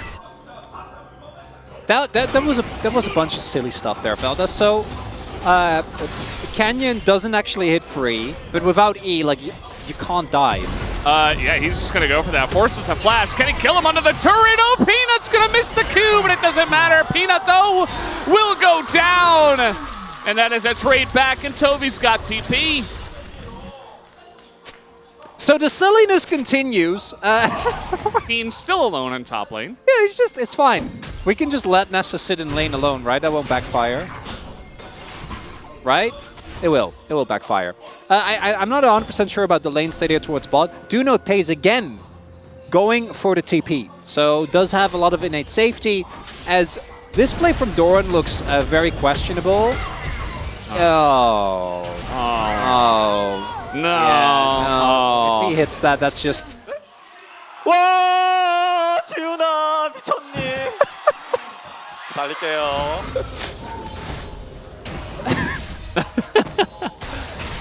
Oh, Lahens. Never change. So Trophy just gets a freebie donated to him and then gets the TP back to lane and is completely fine.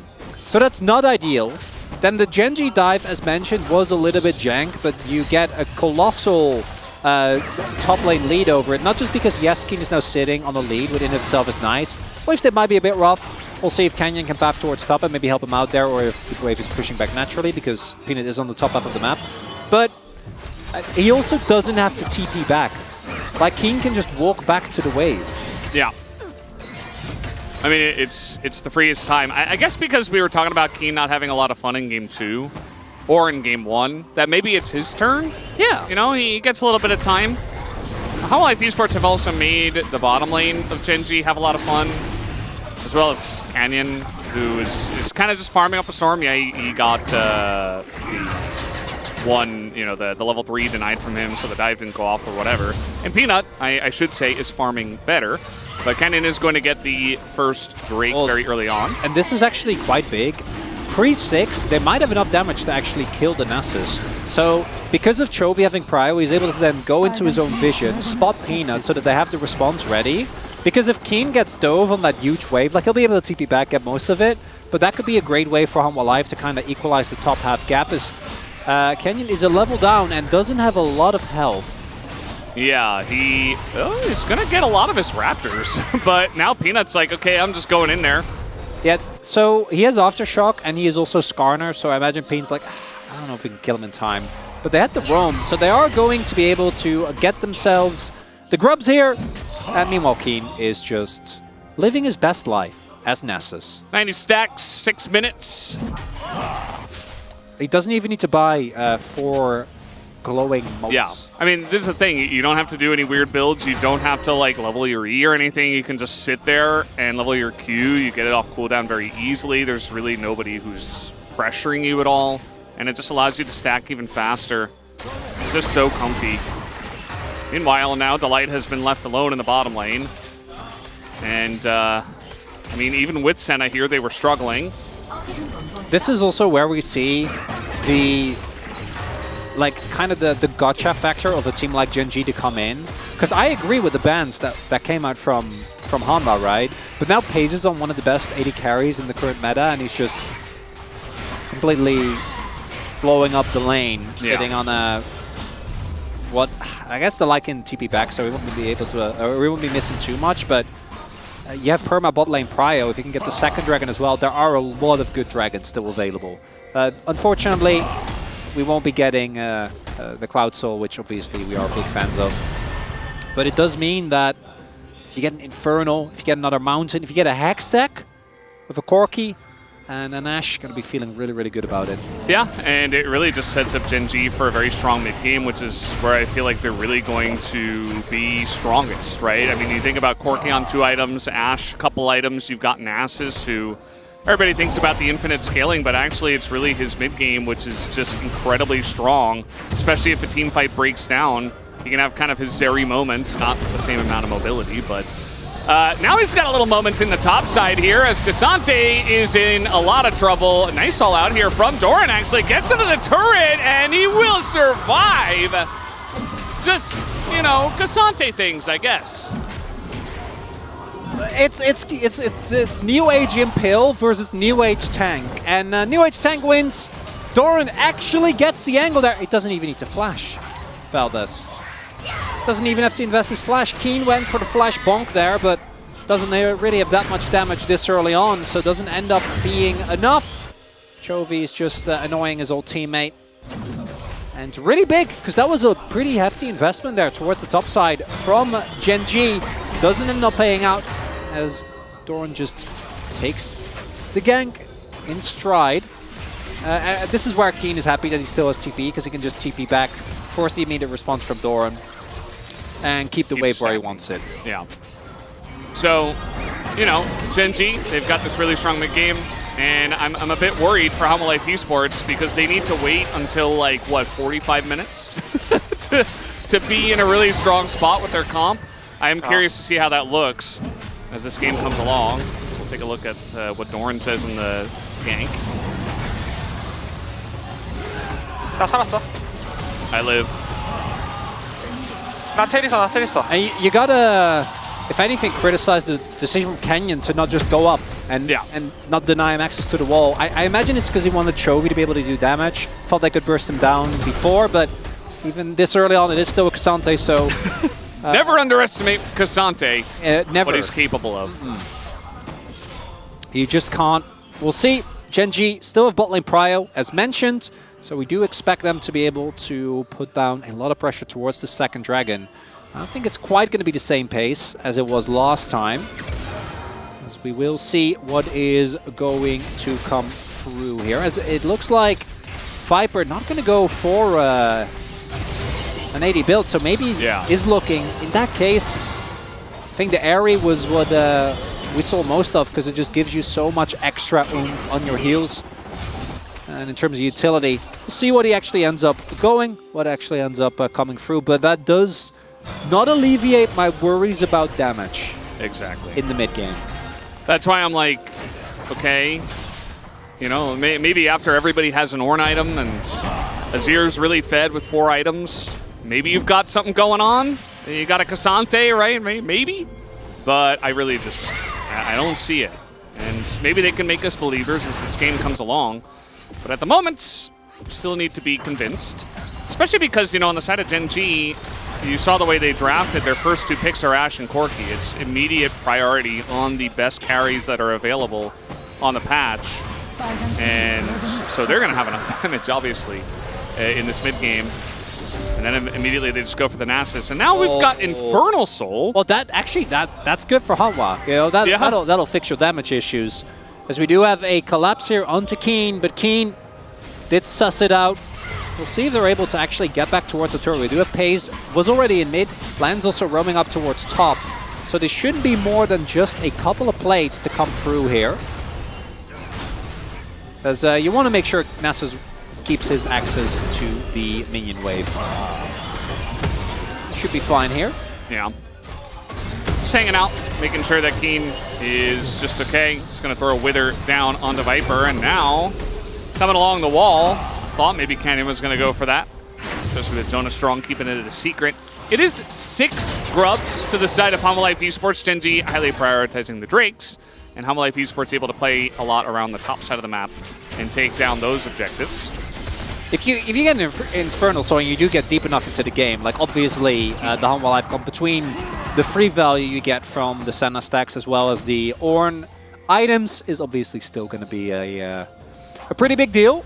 As I think, I'm not sure if Keen just got the cancel there with the E, but it looks like Viper and Doran were both looking to back and then weren't able to until now. And Jovi's just off in side lane farming along. And the real breaking point for this game, because I know that Hanwha have a slight gold lead here, but we haven't actually seen any 5v5 fights, and I think that's for good reason. How much value can Canyon get from the Impale? Can Hanwha Life deal with Keen in a mid-game fight? Because if they don't and they like give up the next dragon, then all of a sudden Infernal Soul remains as it is a Mikhail's first. Yeah. I'm not so sure. Just let that one sit. That I mean, one. it's into It's actually it's into Ash, right? So you deny that. There's also into Renata. It's into there's Nasus. Wither. Yeah. There's a lot of cleansable CC. And the engage for Gen.G is pretty lackluster, but I'm still not convinced. We'll see how it ends up going, Val. Yeah. You know me. I'm willing to give anything the benefit of the doubt for a game. Like I said before, though, we still need to be convinced. I'm sure there are a lot of unconvinced people at the moment, but we've got a lead in golds. I don't think we're going to see too much action because Homolife Esports don't want to force action just yet, and Gen.G not necessarily wanting to do that themselves. They had to try to make a couple of plays, but just kind of waiting for Corki to get online, for Nasus to get more stacks. Yeah, they want to get to Triforce, right? Yeah, level 6s to be hit. And so we've just kind of been hanging out. As Kraken is now done for Pace.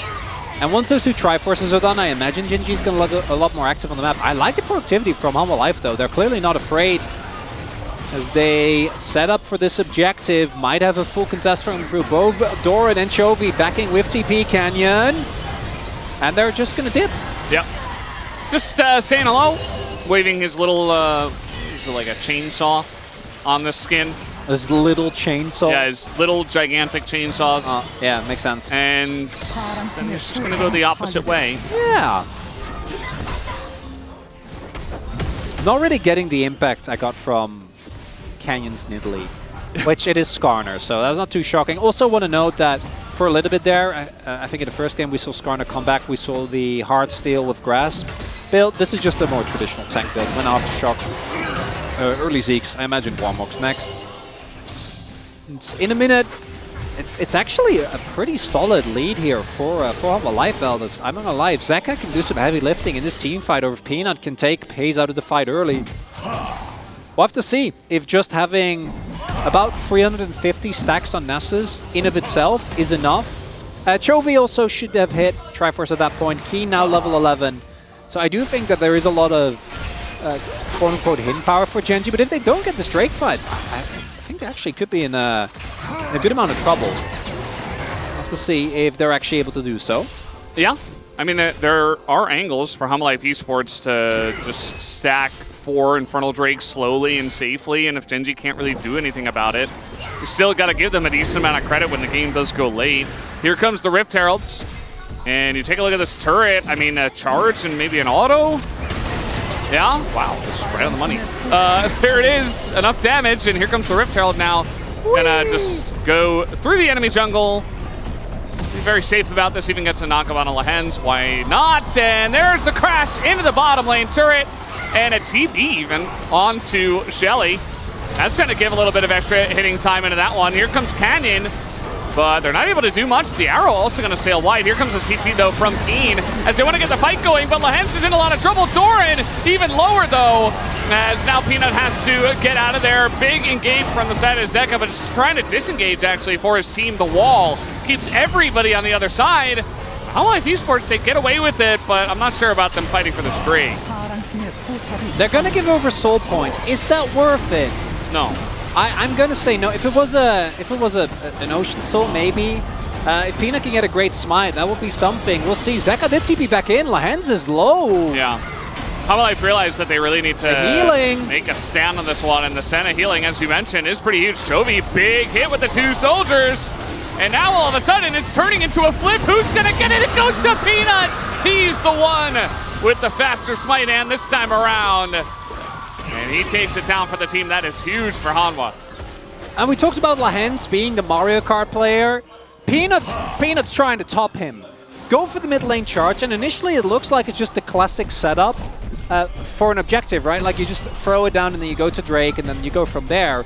But he gets the charge. It's only Chovy, so Chovy doesn't actually have any CC, so can't do too much to Peanut.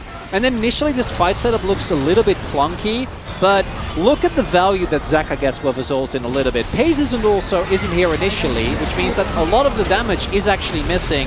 The ult from Lands is pretty good, but then the appeal on Zeka just doesn't do anything because he's ults them away, gets out, then makes his way back, and Genji actually used so many of their ultimates in that initial setup, meaning that Hololive deny a crucial soul point, get inner, get bot out, or get mid outer, get bot outer, and things are not looking bad here, Veldes. Doran trying to go all out onto an Asus. I'm not sure if he wins this one, but Cassante is Cassante. 1Q will do it, though. And here comes Peanut to save. No, it doesn't save him. And Keen, even fighting against the fight, nearly kills Peanut.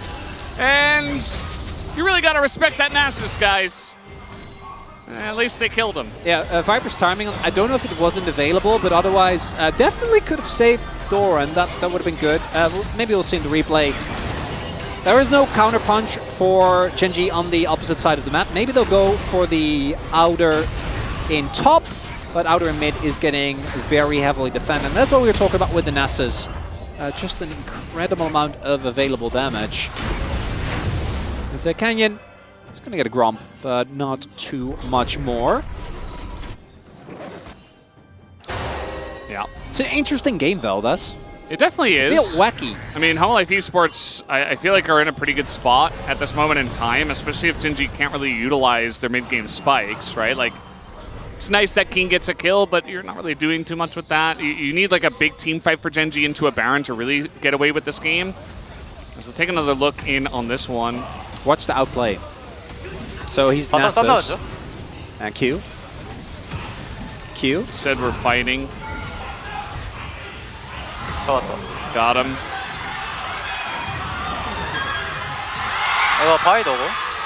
Bye, Noel. This is very matter-of-factly. I guess I'll have a lot more fun in this one. Obviously, you want to ideally fight with on the Spirit Fire to reduce the armor of your opponent so that you do actually get through the Iceborne Gauntlet-plated steel caps. Warden's Mill. Glacial Buckler. Doran ends up being not too bad, but are we... There's a lot of people here, Keen. Does he care? He's got a TP coming in and an Ash Arrow, but the Light's able to get out of there, has Mikhail's as well. And now Doran just on the run on the Cassante, but there's a Skarner coming in. Keen also trying to fight up top side, but the Senna ult with the all-out onto Canyon. Big impale, but no follow-up, and now trying to kill Doran, but Canyon's getting low himself. They're not able to take down Doran. Hololive Esports on the front foot here. They are going to get on top of Canyon, take him down. Zeka going too close to the sun there, eats a Q. And a bunch of damage from Chovy, but still a pretty nice scrappy fight here from Hanwha. It's the tanking from Doran, but also Lahens just got straight up 100 to 0'd Veldes. 0 value out of the Renata, which means that Pace can't walk up. And now it's looking like they want to try and turn this into a turn onto Nash. Hololive trying to take over this game. Well, I mean, take over this game. They've had a gold lead for a while, but if they can get this Baron, it's got to imagine Genji don't have any recompense. Pace does have teleport available, but I don't know if that's enough. Look at the damage to this one. They are going to take it down, and Genji just don't have an answer to get in. There's the TP, but it's way too late. And that is an early Baron going the way of Hanwha Life Esports, and they are the ones running away with the mid-game. It does. So before we were talking about the Genji composition, power gets on the Triforce spikes, the fact that Nessus is so strong mid-game. Plus, a lot of the early fights, when you have a Renata, can be very decisive. But we didn't really see any of that. The fights that we saw was the really weird fight where Peanut transferred from mid to jungle, or mid to bot, didn't really end up working out. And then here, again, I want you to pay attention to what happens to the Renata in particular, because I think taking this fight in of itself is fine. Nice buffer there from the light. McKill comes out. They try to turn onto Doran, but obviously actually killing Doran is a really tough ask. But particularly what happens, like, because they turn onto Lahenzi, the knockup comes through, Pace doesn't do anything in this fight, and Lahenzi just dies. And now, there's bounties, Valdez! Yeah, I mean, Genji are pretty massively behind. Hanwha Life Esports now, they've got the pockets. They've got so much gold ahead of their opponents that... Nash as well. Canyon is already quite chunked. We'll have to see a crazy ult from Lahenzi to make this work. Yeah, also the poke is really not sticking because they still do have the Senna. And now trying to get on top of Doran, and the CC layering is huge. He's able to buffer finally, and McHale's comes out to help him out a bit. And now Ornn gonna call the horn, but this is a very broken up fight now as the Impale totally gonna whip, and it goes to Canyon! He takes down the objective. Peanut gets burnt to a crisp, and nobody on the side of Hanwha to go in second. No, he's gonna dive to his death, and Doran goes down as well. Genji, they stay calm, they stay collected, and they take a big team fight. The insanity of Pace to just flash forward there, try and get the slow Viper. Will be able to make it out, but the soul point secured for Genji. And as it turns out, when they have Pace and Lahenzi in the fight, it looks a little different, but I understand from Hanwha, like, it felt like they had more than enough. Everything was going right for them, but now with the bounties going through, with Genji picking up 2 outer turrets, we're going to be looking at a very even game state again, Valdez. As we take another look at this team fight, so Kane's looking on a flank, trying to maybe get something going. Keen obviously can walk up. But again, the key thing for me is Pace goes unchecked in this fight. Doran goes very low early on. They don't actually get to follow up because Canyon's the only one that gets knocked off. I mean, the fight is a bit fragmented. Here, the attempt to turn onto Chovy doesn't end up working out, and then Pace flashes forward for a volley. And then Zeka, with an attempted ult to save the fight, just unceremoniously dies. As the burst damage is too much, and now Hanwha Life, I still think scaling's amazing. They got Echoes of Helia onto Viper now. That's the item that I think we were all expecting to come through right from the get-go. Peanut kind of a weird spot, but trying to poke forward, trying to see what they can see. It's the Wither. Jonas Strong is he's very happy with that. Get a little zoom in, and it is a big deal. I mean, especially when the enemy comp doesn't have much damage and you've got Nasus on your team, it's like, well, does Azir get to attack more than once or twice in a team fight?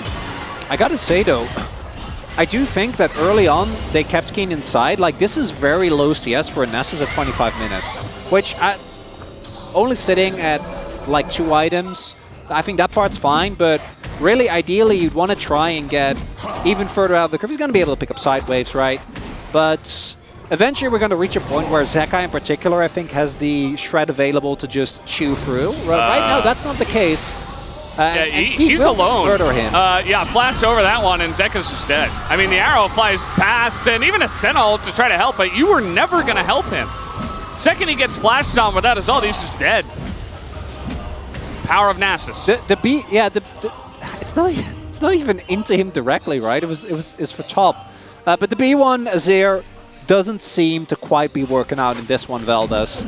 And lest we forget, Zeka hasn't always been the best Azir, but he's been a great Azir recently. It's not like this is a pick where we go and we go, cool, I don't know about that. Yeah. We have seen this man have great performances, but right now, not so much as Keen really isn't bothered. Maybe it should be a little. He doesn't have ult. Yeah, he doesn't have ult. That's the biggest thing. He also doesn't have flash. He's just trying to just sit here and take the turret. What is a solo kill? He's gonna live. And now we got an engage, a big Ornhorn. But again, once again here for Half-Life Esports, they don't really have the follow-up. They get some nice CCs, they get some engages, but nothing happens afterwards. Keen is showing everyone that he is the most important Shuriman on the Rift here today, okay? There is no one else. As we take a look, it's very straightforward. With the Wither, you're always going to be able to get on top of him as long as you flash over the ult. I think I got him. He did. And then this is hilarious. Love this.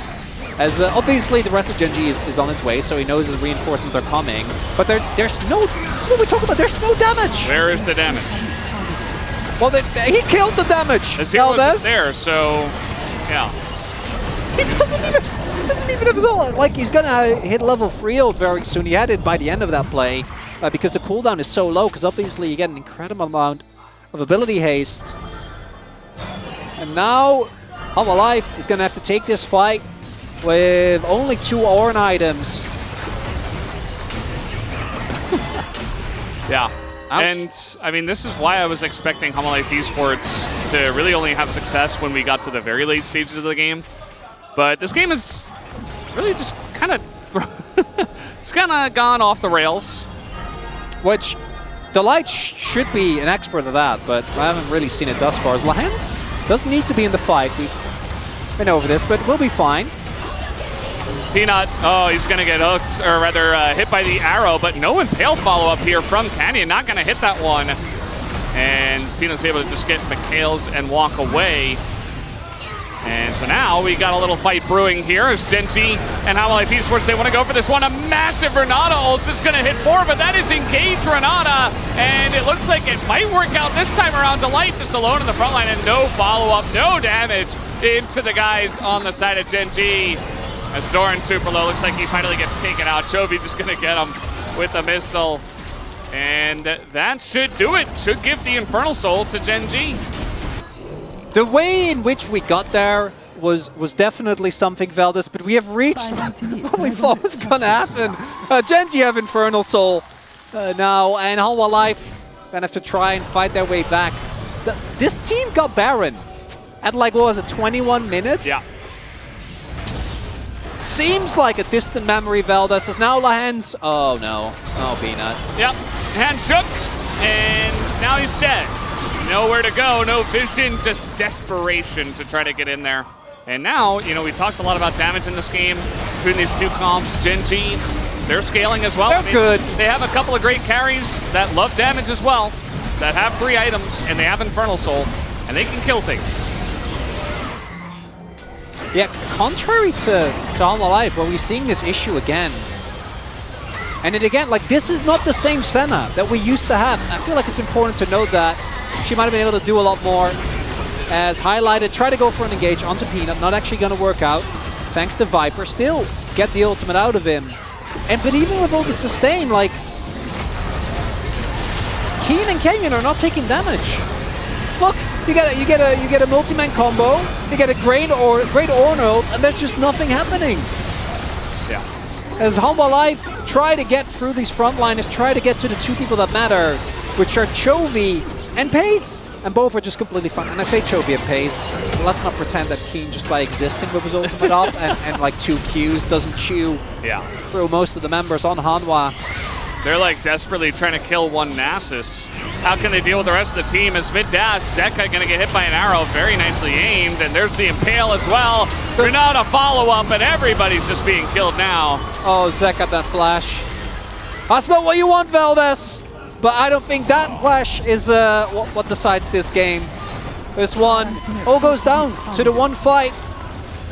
And a couple of picks found by this Nasus in particular.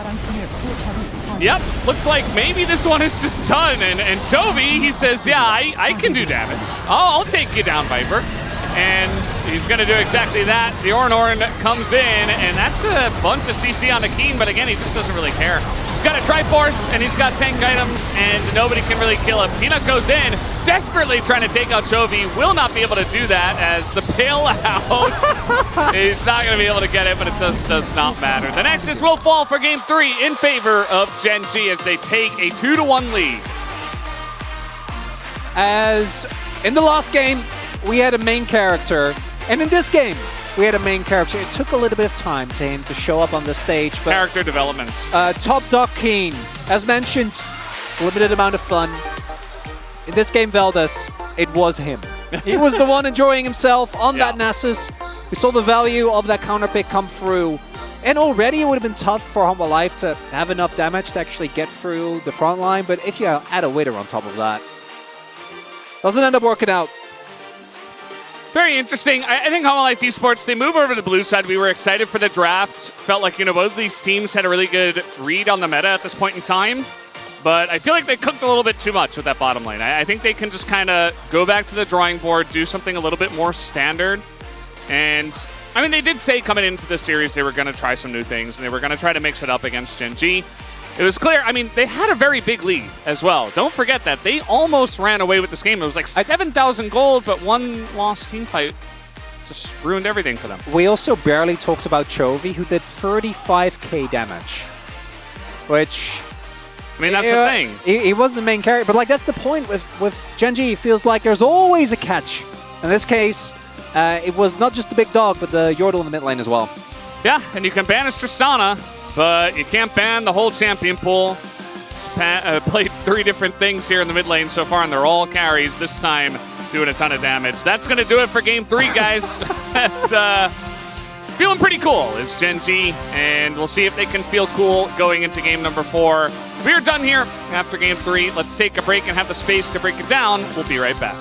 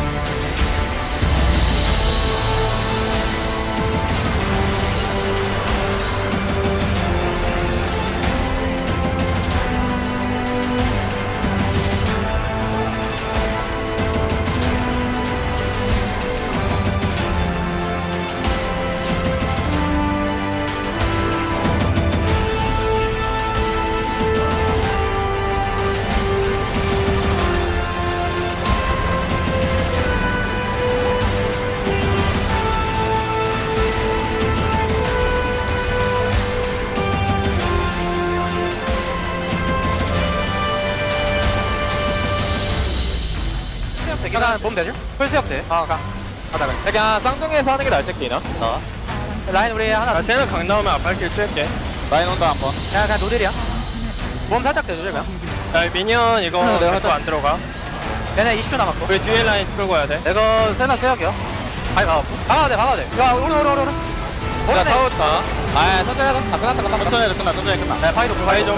아, 지금아, 형이잖아. 그래, 버리는 거야. 야, 지금아. 야, 다. 끝내주세요.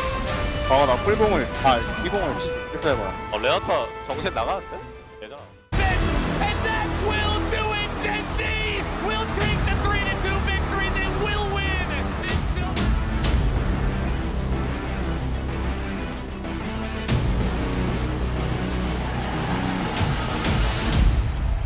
팬 여러분의 뜨거운 파도 함성과 함께 시작하겠습니다.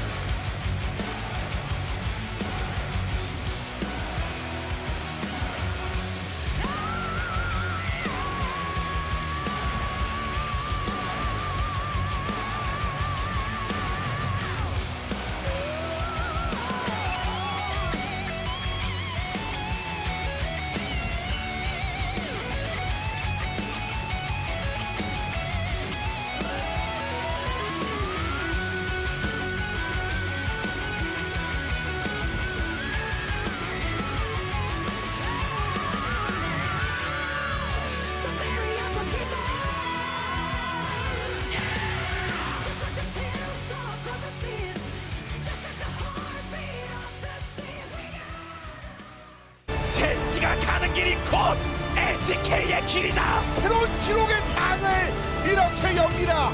한 번에 쓸어담습니다. 갑자기 어디선가 들리는 엔진 소리. 화약 향이 막 자욱합니다.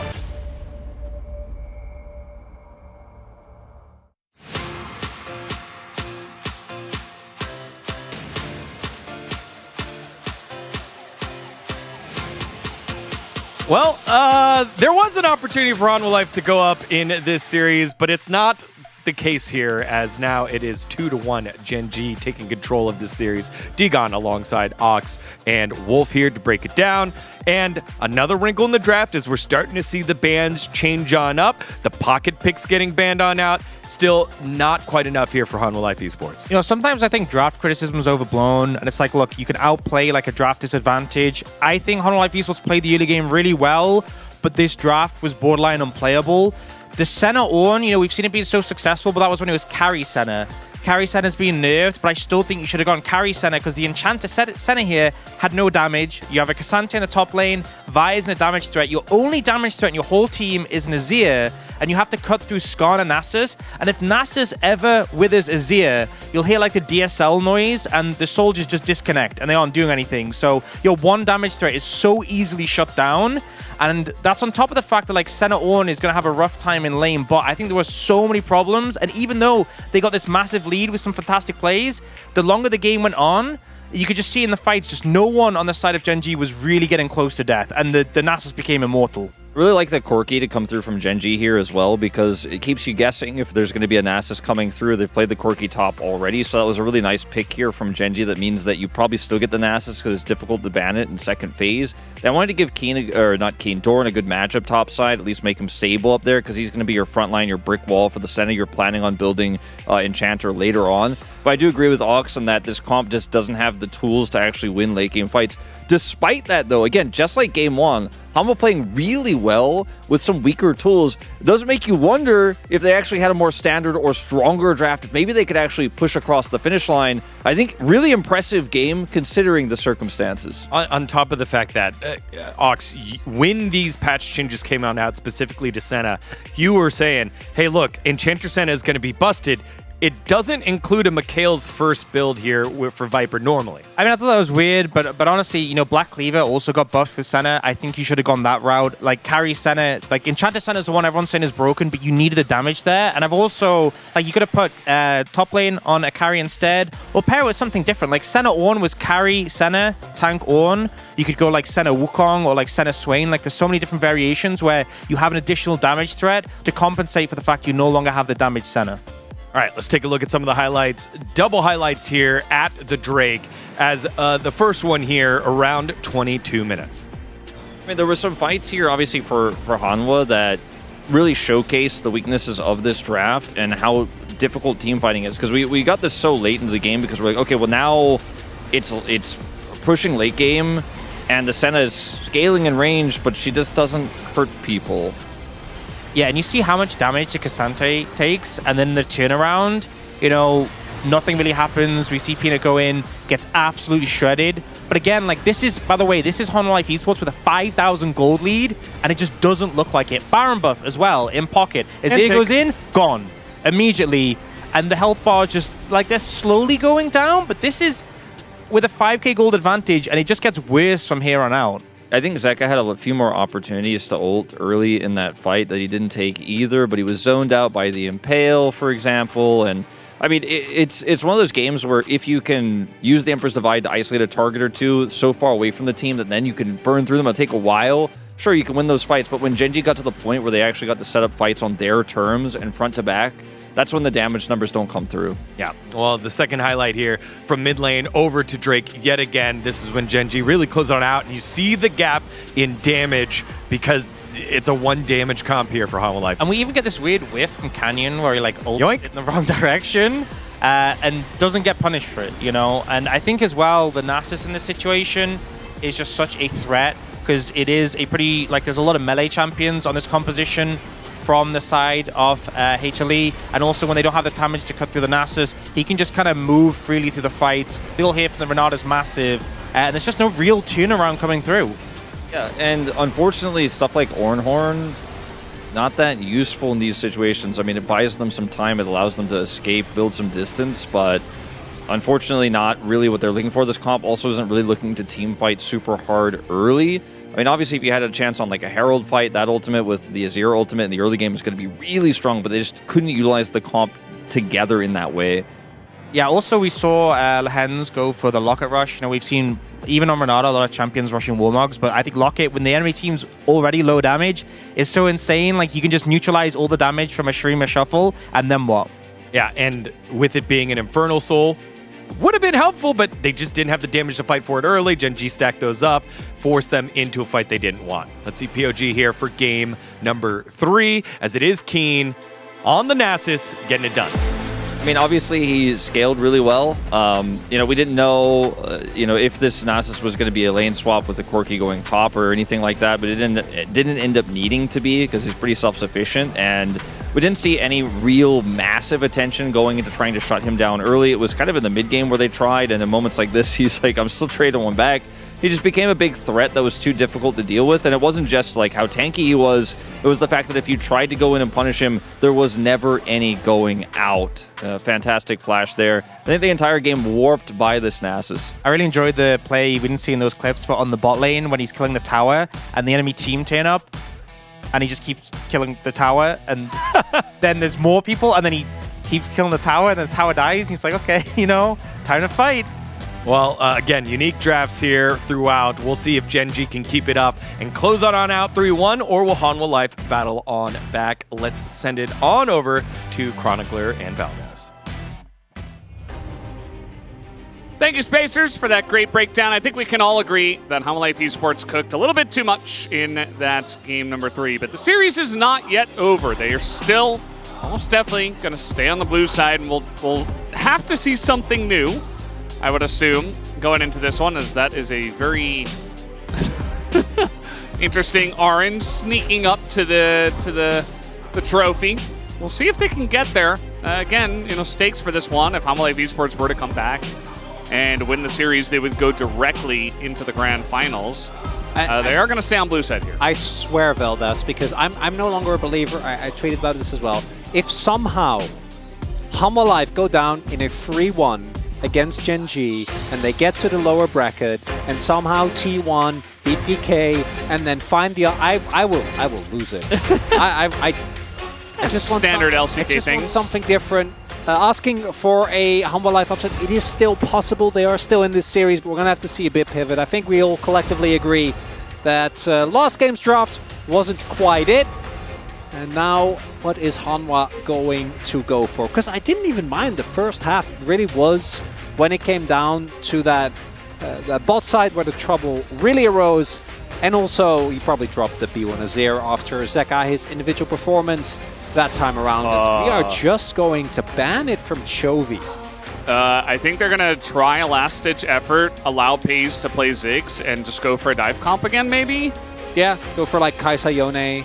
I mean, that's what this looks like, right? Because you bet Maokai. Ooh, Ziggs or Maokai. Yeah, I don't really know. I mean, it seems like Gen.G maybe have the same read, and they're like, okay, if you want to pick Maokai, that's fine. Because we get Ziggs. Yeah, we'll take your Yone away. Now, they're going to play the Ziggs. First pick here for Viper, which means that it is Gen.G who do get the Maokai, so we don't get to see this broken combo. But we do get to see both of the broken champs on opposite sides of the rift here. The only question is, what is Gen.G going to pick alongside of this? Maybe a Corki for Chovy again? It's pretty strong. Does Gen.G have an answer to the Ziggs? That is going to be the main question here. Because we did see the Kaisa come out, and I think that that's one of those things that can work in Fury. It worked very well in that game. But it's also really easy to see that T1 wasn't that well equipped at using the Ziggs and actually getting influence all over the map. And this doesn't give anything away. I think this is kind of a no-brainer. Just go Corki with the Maokai. Kenyon's game on Maokai, I don't think Kenyon is like a bad Maokai. It's obviously not his most impactful champs, but he needs to perform better than in game number 1. That was a really rough performance from him. Now, if they do lock in, I was about to say, if they do lock in Yasuo, there's also the potential that Gen.G still flex away this Corki. Not going to be the case. It's going to be the Zeri instead. And what do we pick for Paze here? Because I do imagine that Hanwha Life otherwise is going to ban away some of the possible counters Ezreal to the Ziggs. Anything non-stationary will work. If it's not like an MF, an Ashe.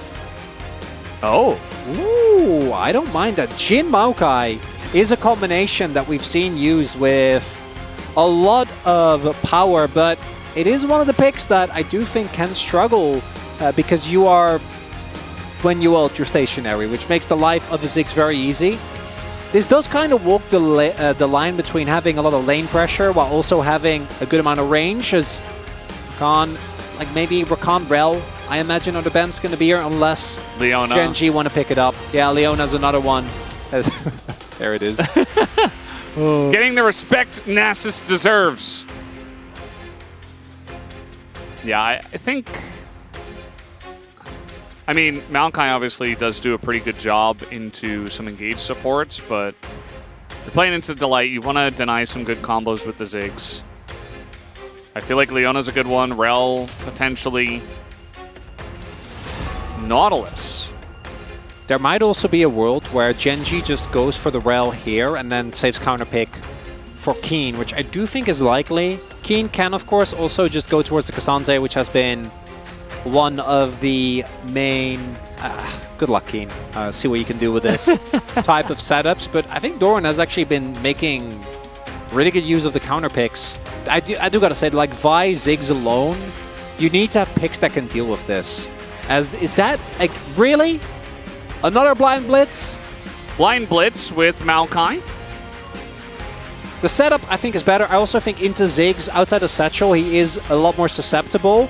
But whew, Lands, that's I mean it's the light, so he's not gonna pick anything too crazy. He's just gonna do his job. Yep. Walking to Leona. Leona, very expected at this point in time, unless you wanted to go for a Rel or something like that. But I think Leona works better in what they have already and what they're facing against. Now the only question is, what is the blind pick for the top lane? Keep in mind that the Corki could also be flexed. It's so easy though. You can always think of counter picks, right? Renekton, you can get GP'd. Cassante, we already know it's going to be Jax blind. All right, Keen. Give me that Gragas. I mean, honestly, sounds pretty good. Yeah, in this spot. We'll see. I'm sure Keen has plenty of ideas for what to play into this. It's got like a little wry grin on. I don't think you want to play Cassante here. Especially after game one. Okay, never mind. He's just going to play Cassante. I don't know. You guys can't see my expression, but Veldus can, which is why. It's not a very happy one. So you saved R5 counter pick. I'm gonna again say the thing. Do not think that like Keen. Go on, Chronicler. Say the thing. Keen has a big enough champion pool that he doesn't have to self counter pick Cassante in this scenario. So this is mostly reminiscent of game number one, where Gen.G are blinding Blitzcrank. They are this time self counter picking with the Cassante. I do think that game was also due to some pretty lackluster play from a bunch of the Gen.G members. But between the Maokai, between Pace being on an AD carry, it does feel a little bit more facilitative, right? Like the Ezreal. There's a lot of lines to be drawn here. That said, if Life end up winning this, we're going to go to a game 5. And I'm not going to be sad about that, Veldas, even though I did predict a 3-1 victory. A lot of, loss, win-win-win signs on the side of Gen.G. And at this point, not 100% sure about this one. I mean, I'm excited to see Viper on the Ziggs. We'll see if he can get a lot of value out of that one. As we once again see Cannon and Lahens high-fiving for the Maokai and Blitz combo, which has had a lot of success in the past. Will it work in game 4? Let's find out right now.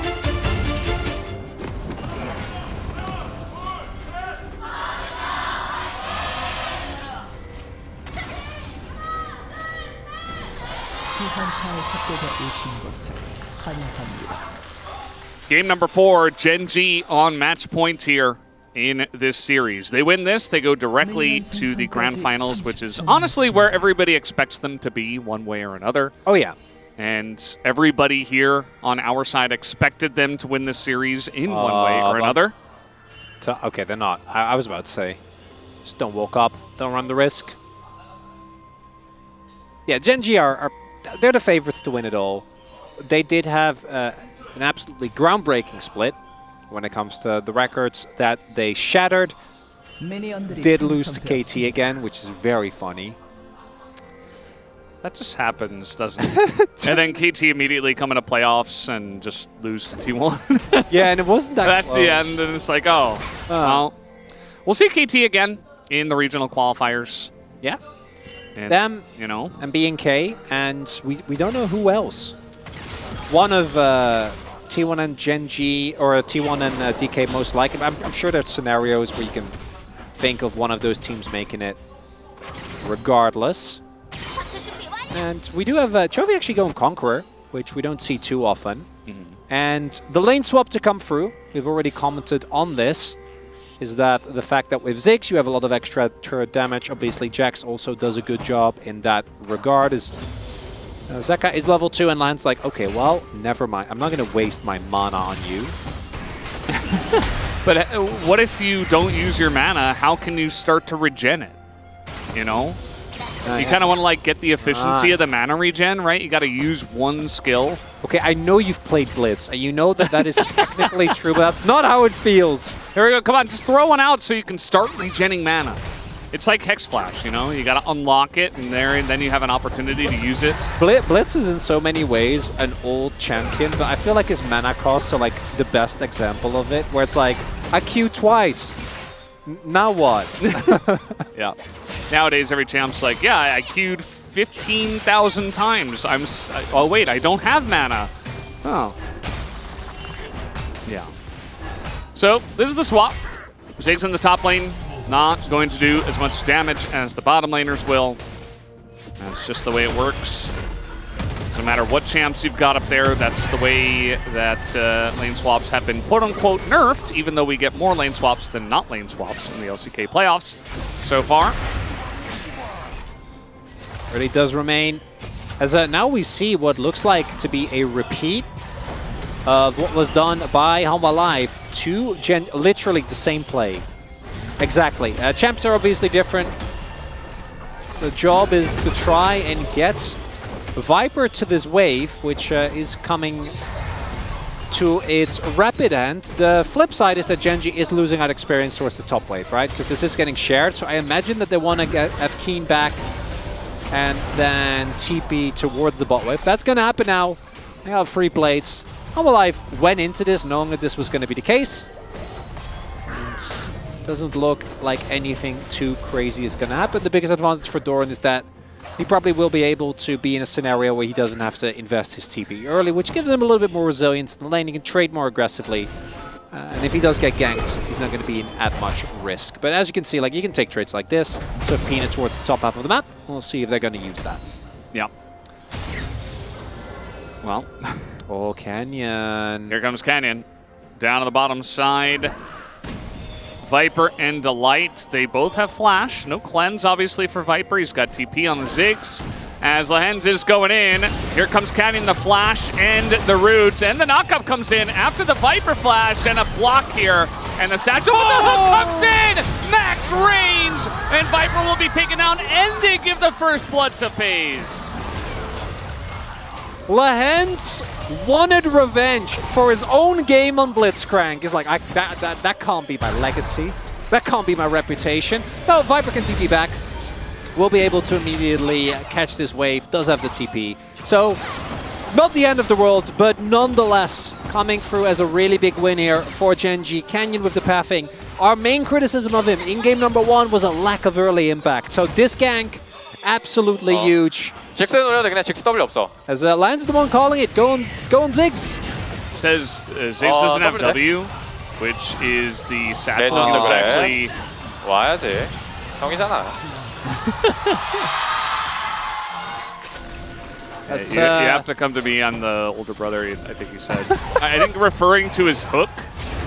It's also Lance and Viper have obviously played together so yeah. Makes it even funnier. He's just, you know, it's a little subtle. It's one of the fun talk against Viper. Doesn't have Flash. Yeah, they just have some teammates, but there's the Zeri, and a lot of damage is going into Canyon. That is going to be a Zeri moment, but the hook comes in, and Zeka pretty low. The damage, Jin actually does have a bit, and now the Lion in a bit of trouble, but Viper is going to come over and help heal. Chovy's 6. Yeah, Chovy's still getting in there. Doing a nice amount of damage, really escorting them forcefully out of the river. Pace was actually reloading for part of the fight. He was just reloading, standing there, looking at the fight transpire. 1-for-1 trade. Kill does go over to Zeka, which is something that Hanwha Life is going to be happy with. But that was a big investment because Zeka rotated over at the cost of a lot of minions, which is what we're going to be looking at here. Like, that's a cannon and a good part of a wave that's being given up here. They do get a lot of damage down in the Canyon. Canyon actually nicely dodges out, which keeps him alive for a little bit longer, which allows the setup of this play. Lehens, again, with some great hooks. Takes him a little bit of time to actually get it. Good sidestep by Delight, because even with Eclipse, I'm pretty sure that Pace just takes him out if he does get tagged. Now that is Zeri with Flash. And he's going to go over the wall. Actually, Kenyon could have been in some trouble there if he mistimes that. Yeah.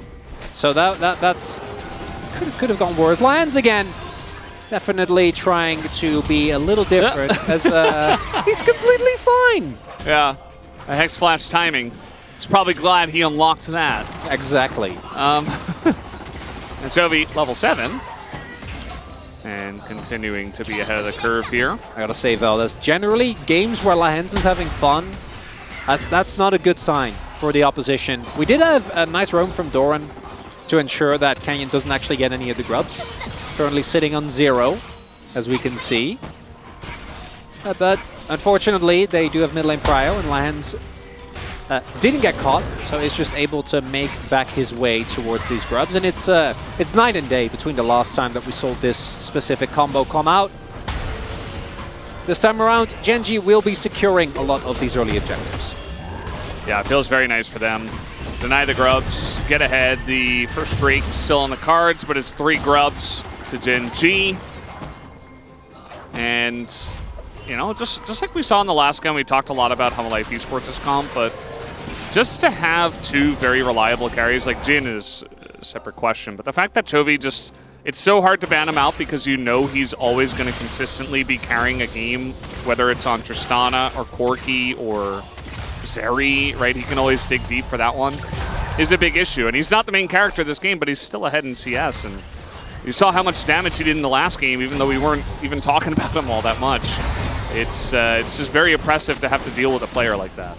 Really weren't. And one of the big things for me with this is that the amount of pick potential on the Gen.G comp is actually kind of insane to think about. Because if Canyon hits a sapling, you get the slow, Pace can then hit a root or can start and open up the ultimate. Even if Canyon just ults and Pace ult, that alone is a lot of substantial pressure.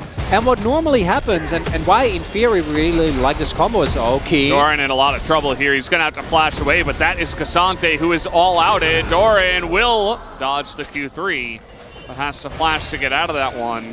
Yeah, I actually was wondering whether Key wanted to flash to try and get a reposition guaranteed at a hit. Oh no. Well, okay, they're actually going to back into the bush. Thought they would try to collapse onto, you know, level 4 Leona.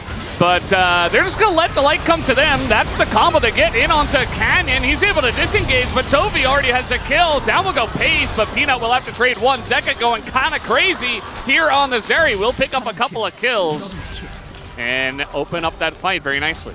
Big win for Humble Life there. Able to this time keep the backline safe, and you see what a difference it makes when all the damage goes into Peanut and Delight as opposed to into Viper and Zeka. Is yet another wave though that Zeka, or at least a couple of CS that Zeka was struggle with.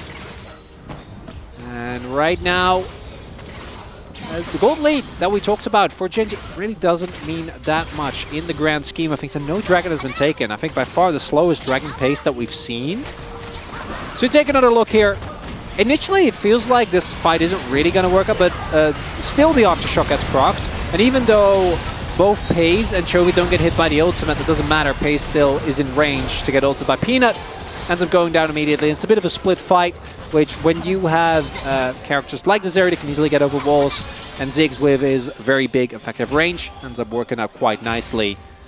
Drake is going to be one of the main things, and the one thing I do worry about for Hanwha is that once we get further into the game, is that actually getting on top of Gen.G is going to be hard. This was a jungle fight where there wasn't as much setup for Gen.G. We'll see if this time around can be the same as Land. Yeah, Delight's not going to fall for that one. Yeah. You mentioned it before, they have so many ways to get picks, and even just the vision of one sapling, it doesn't even need to hit them. Like, the fact that they know exactly where Leona is and that Delight has to respect the blitz hook means that you just control so much more space than you normally would. And, you know, that's the power of Maokai, that's the power of Blitzcrank just in general. And we've seen this combo really have a ton of success between these two players for a good reason. And it's not just because they're great players, but also the champions. We'll see if Zeka can, you know, run away in this game, because he certainly does have a lot of kills in this one. He doesn't quite have the CS that Chovy has. And Chovy got a kill and a couple assists himself. So maybe the gold is actually kind of even at this point, but it does feel like the best option for Humble Life at this current point in time. Zeri carry is a classic, right? We've seen this one countless times as with the lane swap to come out here from Gen.G looking to get 6 grubs. It's going to be a wave shoved towards the bot side of the map, so that wave is going to get lost. So in general, I think Gen.G have been way more proactive than they normally are. Dropped a lot of waves, and the TP's coming in. I don't know about this, Hanwha. I feel like we're a little bit late to the play. They are very late to the party. In goes Peanut alone, and they get a big Ziggs ult on top of everyone, but the follow-up is just so low, but now Zeka gets into that backline. Does he have the damage? He's got to do it all by himself. I mean, he's alone there with Delight, and Delight nearly dies, but they just turn onto the Zeri. Lahen's super low, gets taken out, but the snipe there onto Delight is big. And now Doran is going to go down as well. Humble Life Esports definitely overstepping their bounds in this one, and Pays just gets to do whatever he wants. Another root comes down, and Viper... He's running! He does... I mean, Jin is just so fast. I don't know if Viper can do much. Yeah, that's the cue to come through. The grenade gets him down. And that fight as a whole was just not the right call for Humble Life Esports, and Gen.G immediately fire back. Oh, Hanwha. As you're saying, I don't think that investment was necessary. Here, Ziggs! They left the bot lane wave! It was the bot lane highway! Look at all the pings in bot lane. Someone question mark pinged the turret as they were going for this fight. Oh, just let it go. Just take the turret! With this combo, even though you get so much value out of the Ziggs ult, it's just not enough. And again, pay attention to the position of Pays on this ultimate. It just splits the fight because you want to get out of the range of it, but you have on one hand Humble Life that's forced to fight and doesn't really have any opportunity not to, and the other hand can't get to their teammates. And it all starts with that initial engage where, like, we dive that deep onto a Corki. With the rest of the team already in a position. I love the 1-2 between Vi and Ziggs. I think it's an incredible combo, but it's got to be better coordinated if you want to beat a team like Gen.G in team fights. Yeah, and this feels like it really feels like Humble Life. When I saw the draft, I'm like, okay, you got the Ziggs, we'll see if they can play well around it. It feels like it's just a takeaway, and they can't play well around it. Because we've seen Gen.G play really well around the Ziggs. We know how to do it, and Humble Life are not doing it. Because you can fake an attempt to contest, right? Like you move in, and then they keep everyone there. And you just even have Viper TP the bot and just have him hammer away at the turret. It fails. If this ends up being a Gen.G win, again, I think Humble Life still have a lot of team fighting power. They have an incredible amount of scaling. I don't think that it's necessarily over. But what I do think is that if Gen.G win this game, it's going to be you losing the game over what amounts to free grubs. Yeah. When you could have just pushed that bot lane in. I mean, I said it before. Somebody question mark pings the bot turret from the side of Humble Life Esports. Oh, yeah. They're like, somebody, it feels like, wanted to push that turret. I'm guessing it's Viper. Just the fact that he was down there, but the team call was probably, no, you come up here. We're going to fight this. And somebody didn't like that. Yeah, I mean, that's my read, is based on the one ping, but... Yeah, we don't know, right? Yeah. It's not... The teleport's always going to be a team call, so it's not about Viper, it's about Humble Life as a team. That play, I think, is going to haunt them if they do end up dropping this upper bracket final to Gen.G. And right now, it's feeling pretty likely, Valdez. I'm not gonna lie. Yeah, this is just like the Ziggs team is supposed to be the one taking down the turrets, but Gen.G are just so far ahead after a couple of team fights that just doesn't matter. And Pays, you know, when we saw the Jin at first, I was a little bit like, ooh, I don't know. But it's got the range to deal with the Ziggs. It has a lot of setup with the pick comp that they already have. Right, Jin is fantastic. As well. Yeah. The Jin is really good with the Maokai and the Blitz, right? You have so many ways to get picks, and now he's got 6 kills, so he's actually doing damage. He's not just reloading. Oh, that ward. Yeah. Thank you, Jonas Strong. They knew as well.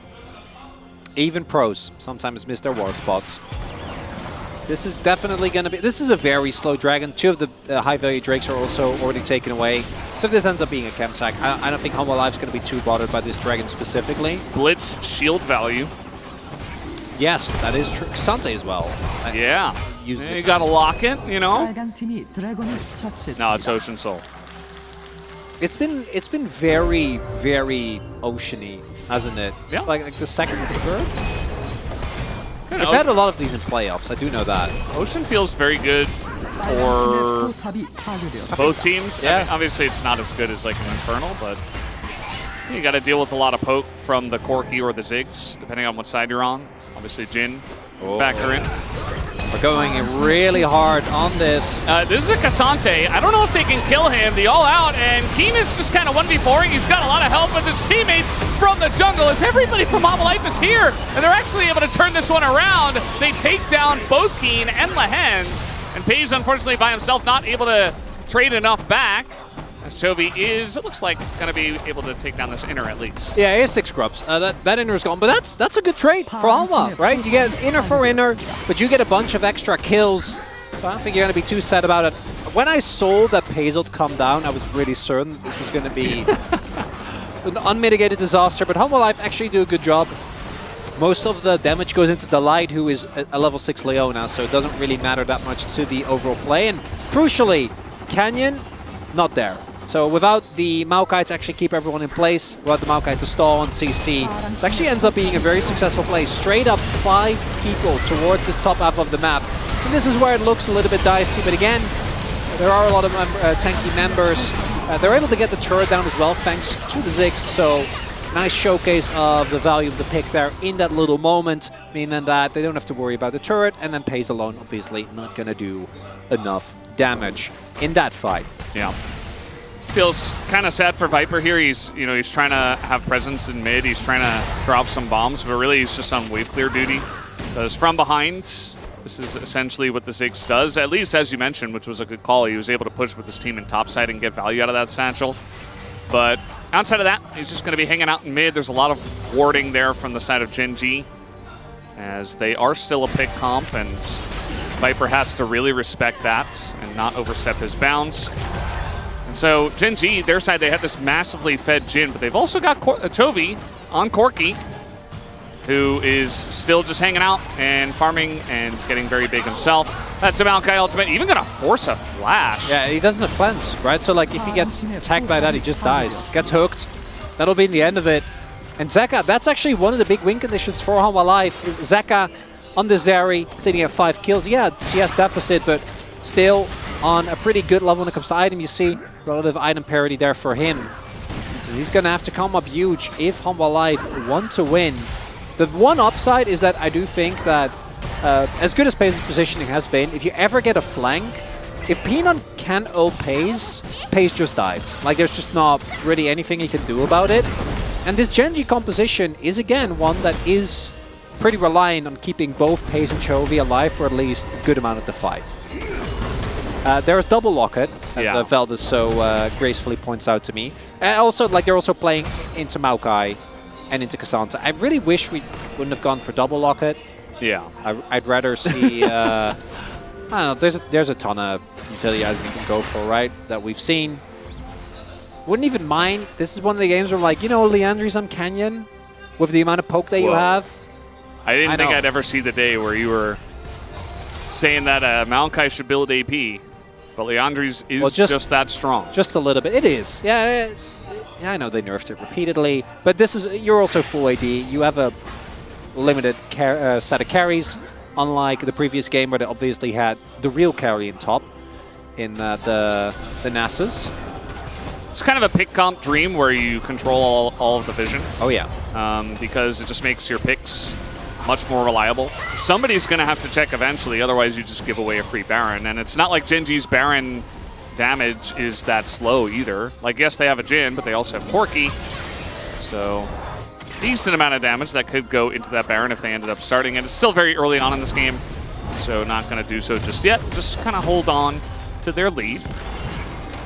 Yeah, taking Baron is also, against the amount of AoE that's available for Hanwha Life, you have to be very confident to do that. I don't think that they're going to do so anytime soon. Unless they get a pick on Zeka and or Viper, then I think you have the opportunity. But if you're in the Baron pit and you get hit by, like, even a Viper on like 2-3 people alone can be enough to lose the fight. I'm also pretty sure Hanwha is just going to sack this dragon and just leave it be. I don't really think that this is the type of scenario where you want to try and go and lose the game. Well, you could have done that at Grubs, which they didn't. but they're not doing it over Ocean Soul, or Soul Point rather, which is good. 빨간 팀이 드래곤을 처치했습니다. Yeah, you know, I think the grubs have value, and I think that just kind of got stuck in the back of their heads, and they're like, we have to fight this, we've got an angle. Still don't think it was the right call, but yeah, they make the right call here. Just let the one go, and you can fight for the next one. Peanut is kind of doing a pull bay flank, where he's really just out in the middle of nowhere, flanking forever, really looking for some kind of play in mid. Which is fine if mid lane turret was down, or if Paze or Chovy were nearby.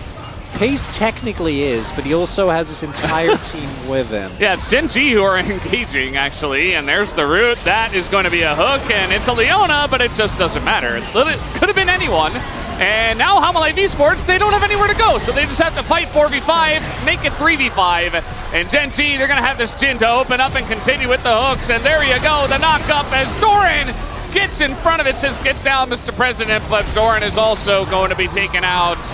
And down he goes. Viper as well just takes a couple of shots from Chovy, and he's out of the game. This one, Chronicler, is looking very solid for Gen G. And that's that Maokai Blitz combo that we never got to see in game number 1, where it just feels kind of crazy how good. Oh, no! They don't know! They don't know. And look at the damage that comes out from Chovy. That's going to be the end of this area. Now they're all alone here, 2v3. As everybody on the side of HLE Esports trying to get in. And Gen G, they say, yeah, you know what? We don't need that Baron. Let's just go kill them again. And that they will. Down will go the lights. Another double for the side of Paze as he runs away with just 10 kills. That's Chovy. You know the rest of the team's like, Chovy and Lahans. Come on, guys. We could have just taken Nash. Just do the Baron. Just do the... No, they will not. As we take another look, it really does feel unfair. The fact that they have vision there as well is just icing on the cake. I think this is a decent call by HLE. Like, the idea is good, try to get him paid with Chovy if they overextend, but not only does that not happen, they can't really quite sync up with the damage onto Viper, or the damage from Viper onto the back line. And Gen G, complete blowout in the fight. And then this very funny moment as Lan's like, I don't know if he didn't want to X Splash, didn't end up getting it. It doesn't really matter. Him and Chovy are definitely having a bit of a funny time here, which definitely should have just gone for the Baron. You could have zoned them away and it would have been completely fine. Instead, we're just going to donate some more kills to the... what I'm certain is going to be a pretty good boom boom damage vote. That's a quality one. You know, at least Jin's got some extra utility in his kit, at least. Keen is kind of all alone here, and the follow-up from the Ziggs is big. Paze, he's the main carry. He's going to walk away from this wall somehow, and now he's going to open up with his ult here, do a bit of damage. Chovy finally gets on over. It's almost like this fight kind of surprised Gen G, and you saw Keen kind of got roped into it, wasn't able to get away, so HLE Esports get 1 kill. That's not bad. That takes again, I feel like it felt like Gen G got a Baron, but they actually didn't get the Baron. And Paze now won't have sums, which means his effective range is going to be severely mitigated. And Viper can also get a lot easier angles with the ultimate. Don't necessarily need Peanut to actually get to him quite in the same way that you need for guaranteed lockdown otherwise. And it's going to be a kill on Keen. Outside of that, not too much here, but definitely a little bit of an opening for Humble. The problem is that the Dragon timer doesn't really line up with this. So there is still plenty of time for Gen G to now shove out mid and bot, retake control of the bot side jungle because they are still so far ahead, and then create a scenario where no one can really walk up as... I did kind of miss why Keen was this far up. And then actually really well done here. So Peanut gets the flash ult to keep it, and then also the Q to make sure Pace stays on top of the center of the Ziggs ult. And if Viper had just a little bit more gold, that would have been a guaranteed kill. Again, is that enough for a Baron? Maybe. Like, taking Pace away is actually a big deal because, again, with Keen already gone and the fact that Pace will be dead, that means that only Chovy is the damage dealer on Gen G. I'm just going to count Sante because we all know. Yeah. Also, only Chovy. He's just 5-1 and 7. Yeah, no, you're right. But yeah, it still would be big if they take out the Jhin for sure. Yeah, Lion's kind of standing on one. And they're taking Banana Brush control. HLE Esports, they're identifying that this is their best shot. in this game, and they really can't give Ocean Soul away, but here comes the engage. That's the combo. The lockdown from the Jin is not going to hit, but it's not going to matter either. Delight goes down, and now we got the curtains coming out here as well. Peanut's all alone in the front line, and Paze is just sniping people from screens away as Chovy is able to front line. Look at that. Oh no, the root comes down, and Doran flashes just to die. And that's going to be 4 kills. A triple already for Paze, and Canyon barely is going to get away. That will be the Ocean Soul to the side of Gen.G. Oh, Viper does get away with it. No vision there, otherwise they could have gotten him. But we already kind of knew this game was looking to be Donzo Veldas, but that fight really cemented it as, again, like, Humble Life can't go in there. Like, you can't. You can't go into the choke point against the Jin, against the Mount guy, but you have to try to do something, because otherwise you're just going to give over Ocean Soul. They just don't really have a good angle, and the timings just don't quite line up. This time no one on Gen.G is out of position.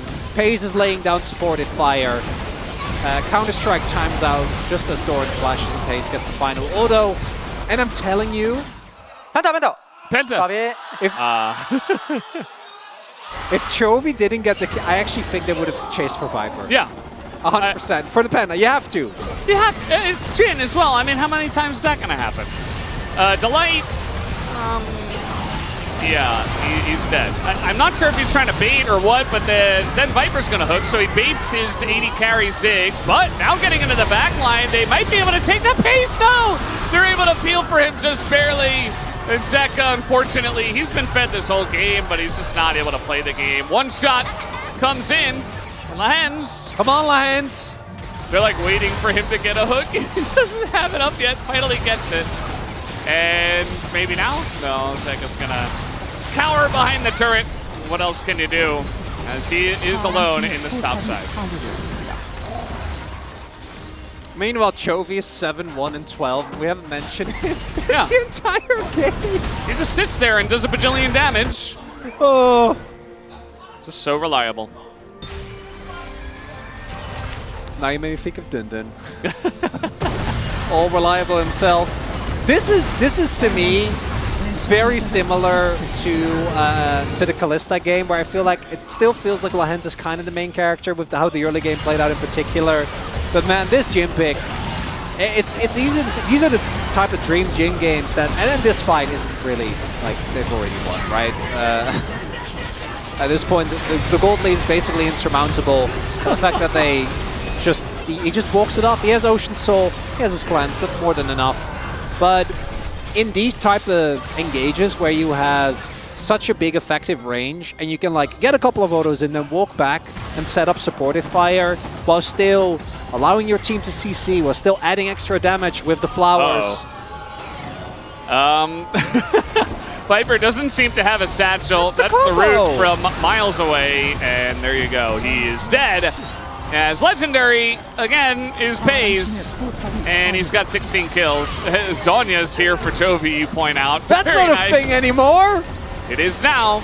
It is when you've got oodles and boodles of extra cash that you can just throw away into fantastic items.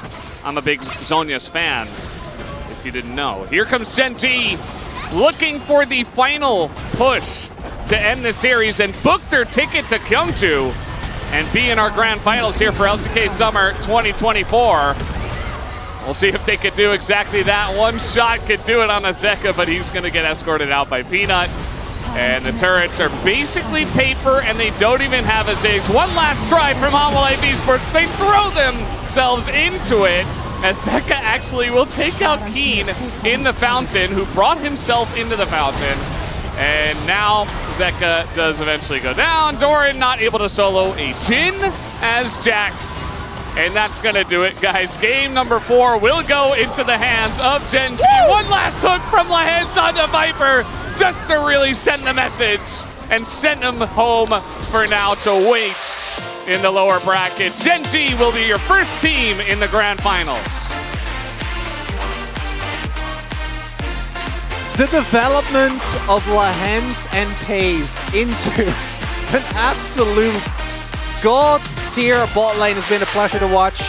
They were, and I keep going back to this because it was so true. The top half of Gen G was, even in spring, reigned supreme, right? They were universally agreed to be just the best players in the role in the LCK. Obviously, were what was expected to be a big power point for this team coming into MSI as well, and they were. But coming in to MSI, there was also the expectation that FaZe and LaHens, which had been the weak point for much of spring, were not going to make it happen. But man, do they look good. I know in game number 1, the Blitzcrank didn't quite hit the mark, but that Jhin Blitz combo, it just adds another tool to the toolbox, Valdez, and it makes this. It makes the fact that Chovy plays like multiple Corki games, a champion that was perma-banned against him for so long, is like, oh yeah, I guess that makes sense. Like, why does that make sense? That shouldn't make sense. That's not okay. It's just what they do. Oh no! You got hooked by LaHens. Our cameraman is fantastic, and that just says LaHens is the best. And just one final wave. I feel like FaZe kind of learned that from LaHens. LaHens always does that as well, just waving to everybody he can in the whole arena. There he goes. And yeah. Coaching staff happy as well. Keen got the one fun game, which is not bad for a top laner. Yeah. And this is something that really has transformed Gen G from what they were last year, and it's, I think, something that's important to note, and what makes them so much more formidable is the fact that after that game 1, complete pivot and draft. We swapped to an aggressive bot lane. We tried different bans. We banned away what were, or rather, they picked away the Smolder, and it means that trying to take down this team in a best of 5 has become even harder. Some good early fights from Hanwha. I do think this game, it wasn't so much the draft, which definitely felt like it's this fight. It's the fight at Grubs. It's right here where, imagine a world where Viper is just happily pushing away towards that bot side turret where we don't overextend and give FaZe. I don't know how many kills it was, but I know it was a bunch. And so much gold in the pockets of Gen G with a composition that we're playing from ahead. Just doesn't let you play the game. Yep. And, you know, Atlas, not the biggest Jhin fan, but I think even he could be a fan of the Jhin in this game. Just the way it got so super fed, totally controlled everything, and really just the composition itself. The fact that, you know, when I first saw the Jhin, I was a little bit worried, but when you think about it with the Maokai and the Blitz together, it's just so insanely oppressive. And then the other two champs are just very viable, high-tier champs that do a bunch of damage and win lane. And you have a recipe for success. Even the Corki, right? The poke can set up for a W. There's just a lot of setup and follow-up. As I think FaZe ended up with 18 kills, so not quite the 20 that you're looking for. You can do better, FaZe. Gonna have to wait for the grand finals though, Valdez, because Gen G are gonna take a well-deserved break. Yeah. Is there any team in the LCK that can challenge them in the finals? In spring, T1 were able to bring them into 5 games. In summer, I'm not so sure, Valdez. I think the development of this team, it's a little scary. It's a little unfair. At least they're in the LCK. Seems like Gen G still reigns supreme. That game number 1 really gave us hope, but the free 1 predictors, the boring. It's me. I'm boring. Yeah, it's now it's Andy Newson with another correct prediction. And you weren't the only one. I mean, we did have a lot of 3-1s. I think, you know, expecting Hanwha Life Esports to find one way to do it, but then Gen G to be the overall better victor and to, like, pull apart these drafts in a best of 5, I think was a good call. But it's basic. It is basic. I went for the 3-0. I thought, you know, Gen G would just slap him down right from the get-go, but wasn't meant to be. Hanwha Life did show some life in this one, but Gen G's going straight to the finals. They're looking for their 5-peat, looking for their 5th finals win in a row. We'll see if they can do that, and we'll see who is going to face off against them as we find that out in the rest of our playoffs. But we're done here on the caster desk. Let's throw it over to the space to break this one down. Thank you very much, Corraldez. There's their nickname. as it is a 3-1 victory here for Gen G over Hanwha Life Esports in a very dominant fashion here in Game 4. Digon alongside Ox and Wolf to break it down. And this one, you know, maybe a little bit more equal going into the first major fight, but ended up being a big one that dictated the rest of the game. Yeah, no, honestly, I think OnLife's draft was okay. You know, I think it was completely fine. They had the tools. You could understand playing into like a 2-carry composition. You have like the dive threat of the Vi, you have the Leona, you have the Ziggs to throw on top, the Zeris for the cleanup. Like, it makes sense. They are playing the Maokai Blitzcrank again, which, you know, they managed to deal with in Game 1, but we've seen before it can be a struggle. But the key thing is they need to be really decisive in this game, and I feel like they struggle with some of the engage timings, all syncing it up. And also, you know, they have the Ziggs. I think swapping with the Ziggs has a lot of risks, you know, and you gave loads of plates over the other side. You potentially give a lead to the Jhin, but they also missed opportunities to get plates for the Ziggs. That's something I always talk about, always highlight. To me, Ziggs getting plates is like Kindred getting marks. Like, it's part of the champion's kit. You should lean into that if you're playing Ziggs. Yeah, I also think that you weaken the Jax as a side lane win conditional knee lane swap, and the power of the Jax pick goes way down. I do also feel like the duo of Maokai and Blitzcrank has been a Gen G exclusive. We've seen this so many times. You set up the hook so easily. Casters pointed out even a sapling can also set up the Jhin route. Then the hook comes through. There's so many ways to catch Hanwha on their engage. And while they have a really strong dive comp that can pick a single target, those targets are inherently very safe because it's Corki, who has Valkyrie, and Jhin, who's just going to be a million miles away. So I do feel like while in isolation, Hanwha's comp was really good, Gen G had the right answers, and they played really well around their win conditions and their ability to then kind of fish for picks while you see Hanwha trying to go in there and take those carries out. All right, highlight time. Let's take a look at the big fight there that dictated everything. 12 minutes as it started on the bot side of the map, then rotated up by the Grubs. This just makes me so sad. I mean, the enemy team is doing Grubs on the top side. Just hit the tower. You know, you're playing Ziggs. Just take the plates. You know, with them all investing time on the top side of the map, you have the potential to just take that entire tower. And instead, you know, you even see it getting pinged on the bot side. The call is made. Actually, guys, let's fight. But look how broken up the engage is on this fight. Right, Peanut goes in after we just saw Doran go out. Yes, we get the Ziggs ult following up, but then the Leona gets rooted. So Peanut gets obliterated, but then we get the flash coming in from Delight to follow up, and now Doran's in position to go in. It's like, it's so staggered, so broken up. It's prime disengage opportunity for Gen G. Yeah, and I think the crux of this fight, when you watch it all break down and what Hanwha were trying to do with all of those broken up engages was to just set up Zeka's ult. And sure, you're going to get a lot of value out of it in this situation, but once the rest of the pieces are dead because you committed so heavily just to set up Zeka for a big R button, it doesn't matter that he gets it because, yeah, the health bars are low after the Ziggs ultimate, and with the chain damage, he should be able to get a lot done. But at this stage in the game, you can't carry on the Zeri alone. Yeah, and the Ziggs, you know, doesn't even have that first item, doesn't have that spike that comes through there. And also on top of that, like playing into the Jhin specifically, in a situation like that where you overcommit and then the Jhin can pop R when everyone's low cooldowns, it's so punishing. And PEI's constantly found windows to do that this game. Yeah, Viper TP'd to the mid lane, not to the control ward that the original TP was put to. He gets there so late. Too late for the fight, and that was just a huge gold lead for Gen G.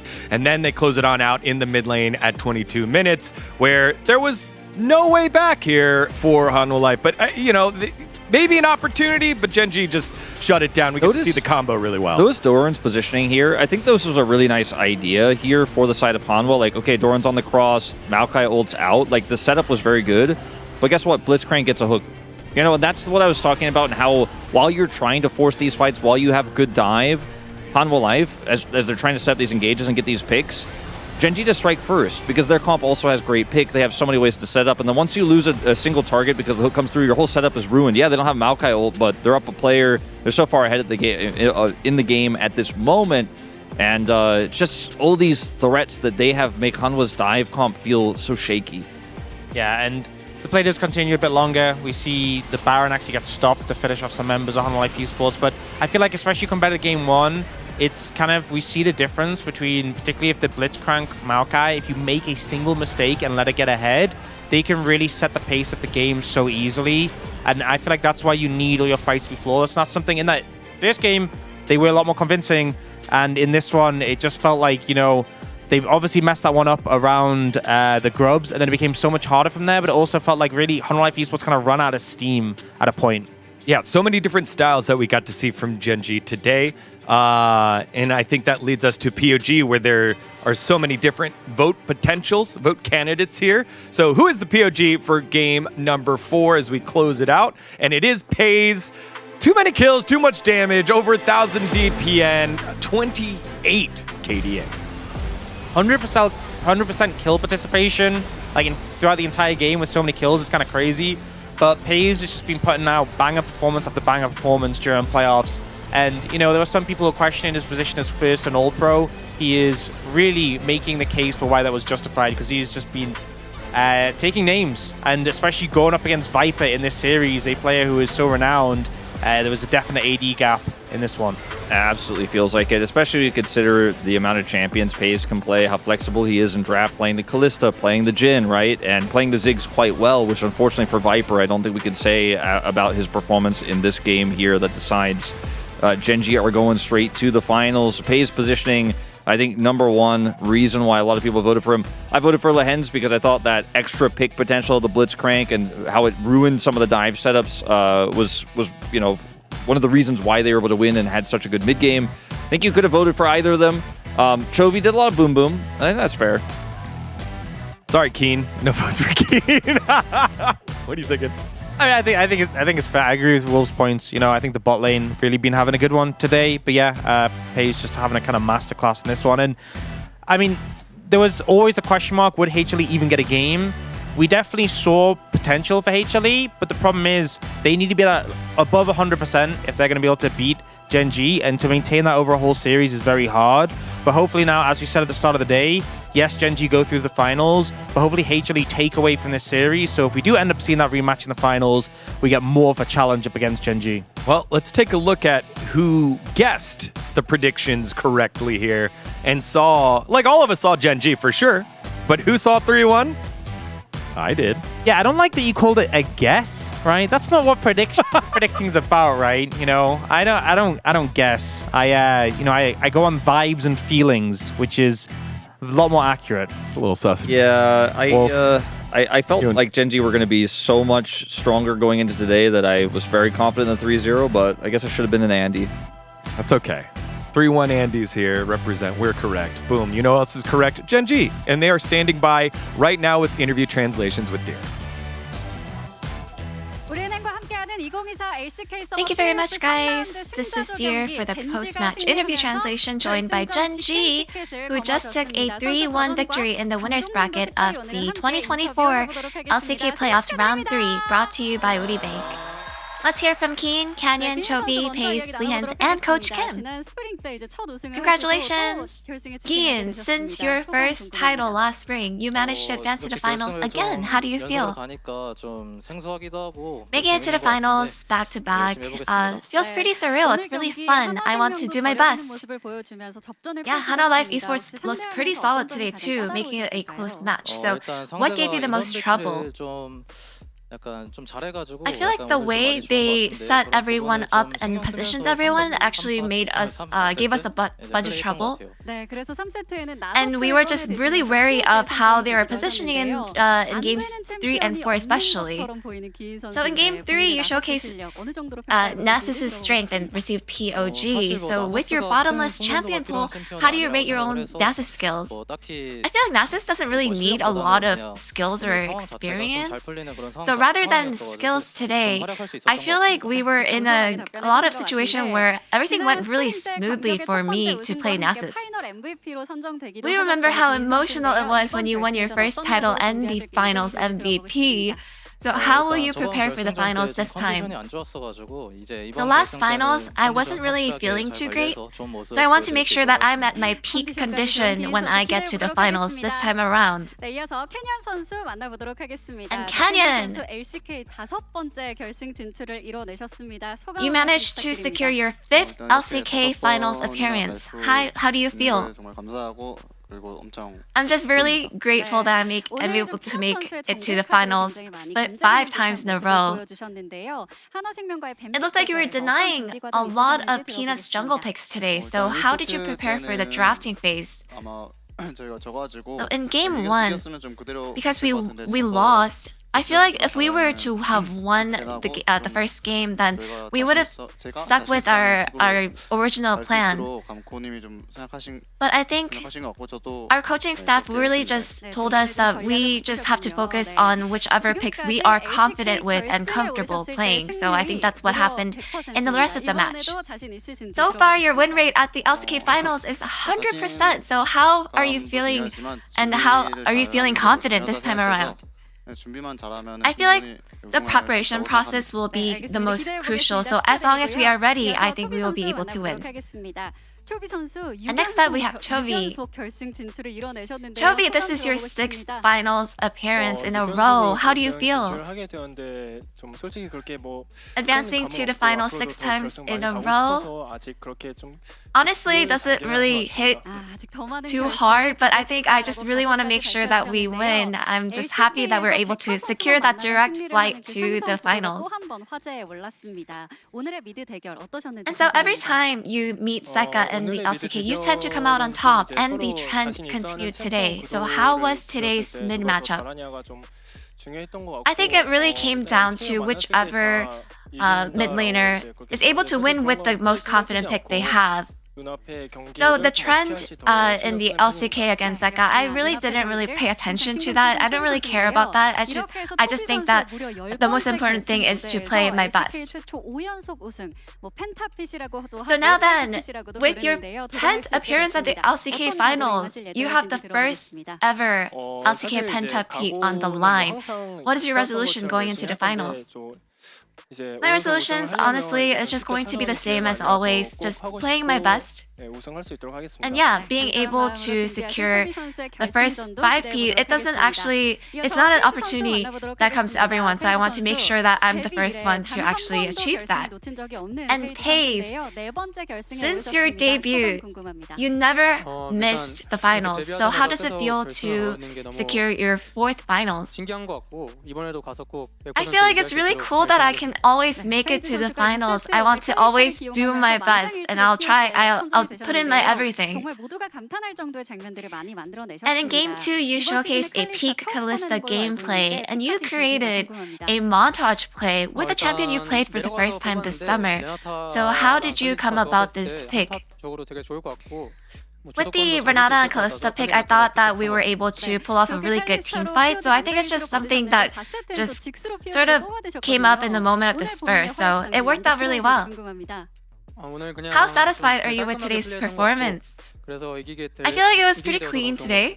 I'm just happy that we were able to win. And so after your debut, you have managed to take the LCK title at every finals. So what is your resolution to keep your 100% finals win rate? You know, as always, I want to be fully prepared to win the finals. And I think with my teammates, nothing's impossible. I want to make sure that we're all ready. And Lihan, this is your 7th appearance at the LCK finals. Congratulations. Honestly, today, I was pretty scared, but I'm so happy that I'm able to make it to the finals, and I think I'll be happily stepping onto the LCK finals. So in game 1, you lost with Blitzcrank, but you pulled him out again at game 4.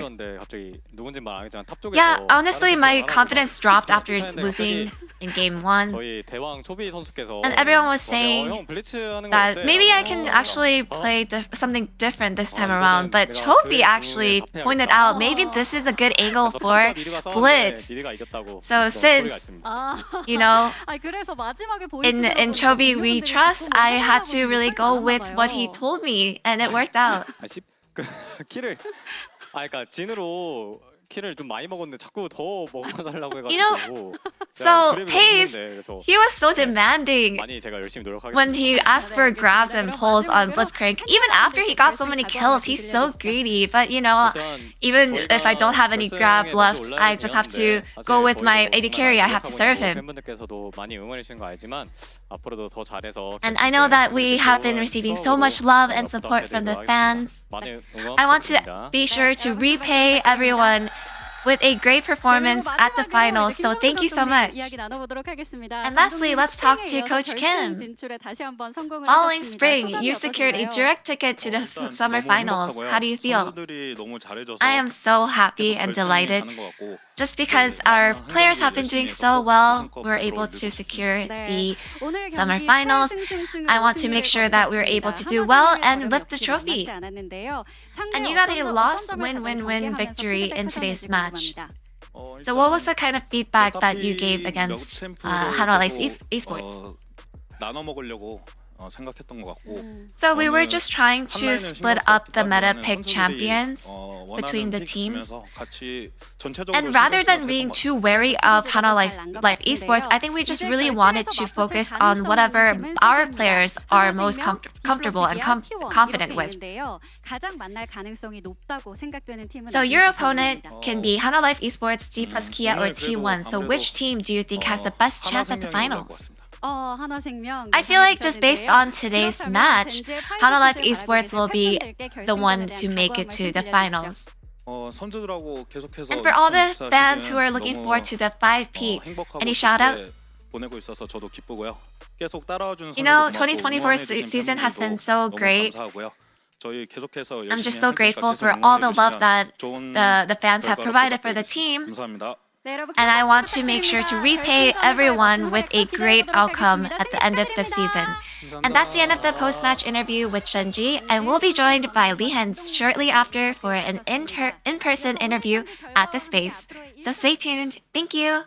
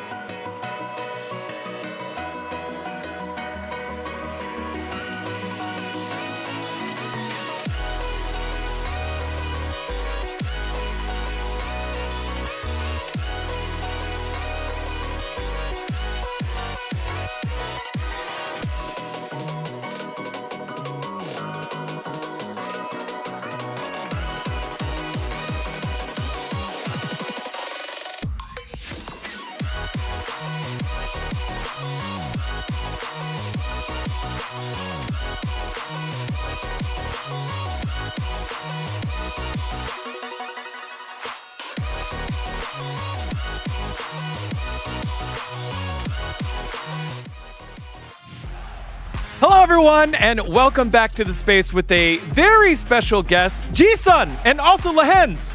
Welcome. Congratulations on your victory, Lehens. So we want to welcome you here to the Global Analyst Desk and ask if you have anything to say to all of your global fans out there.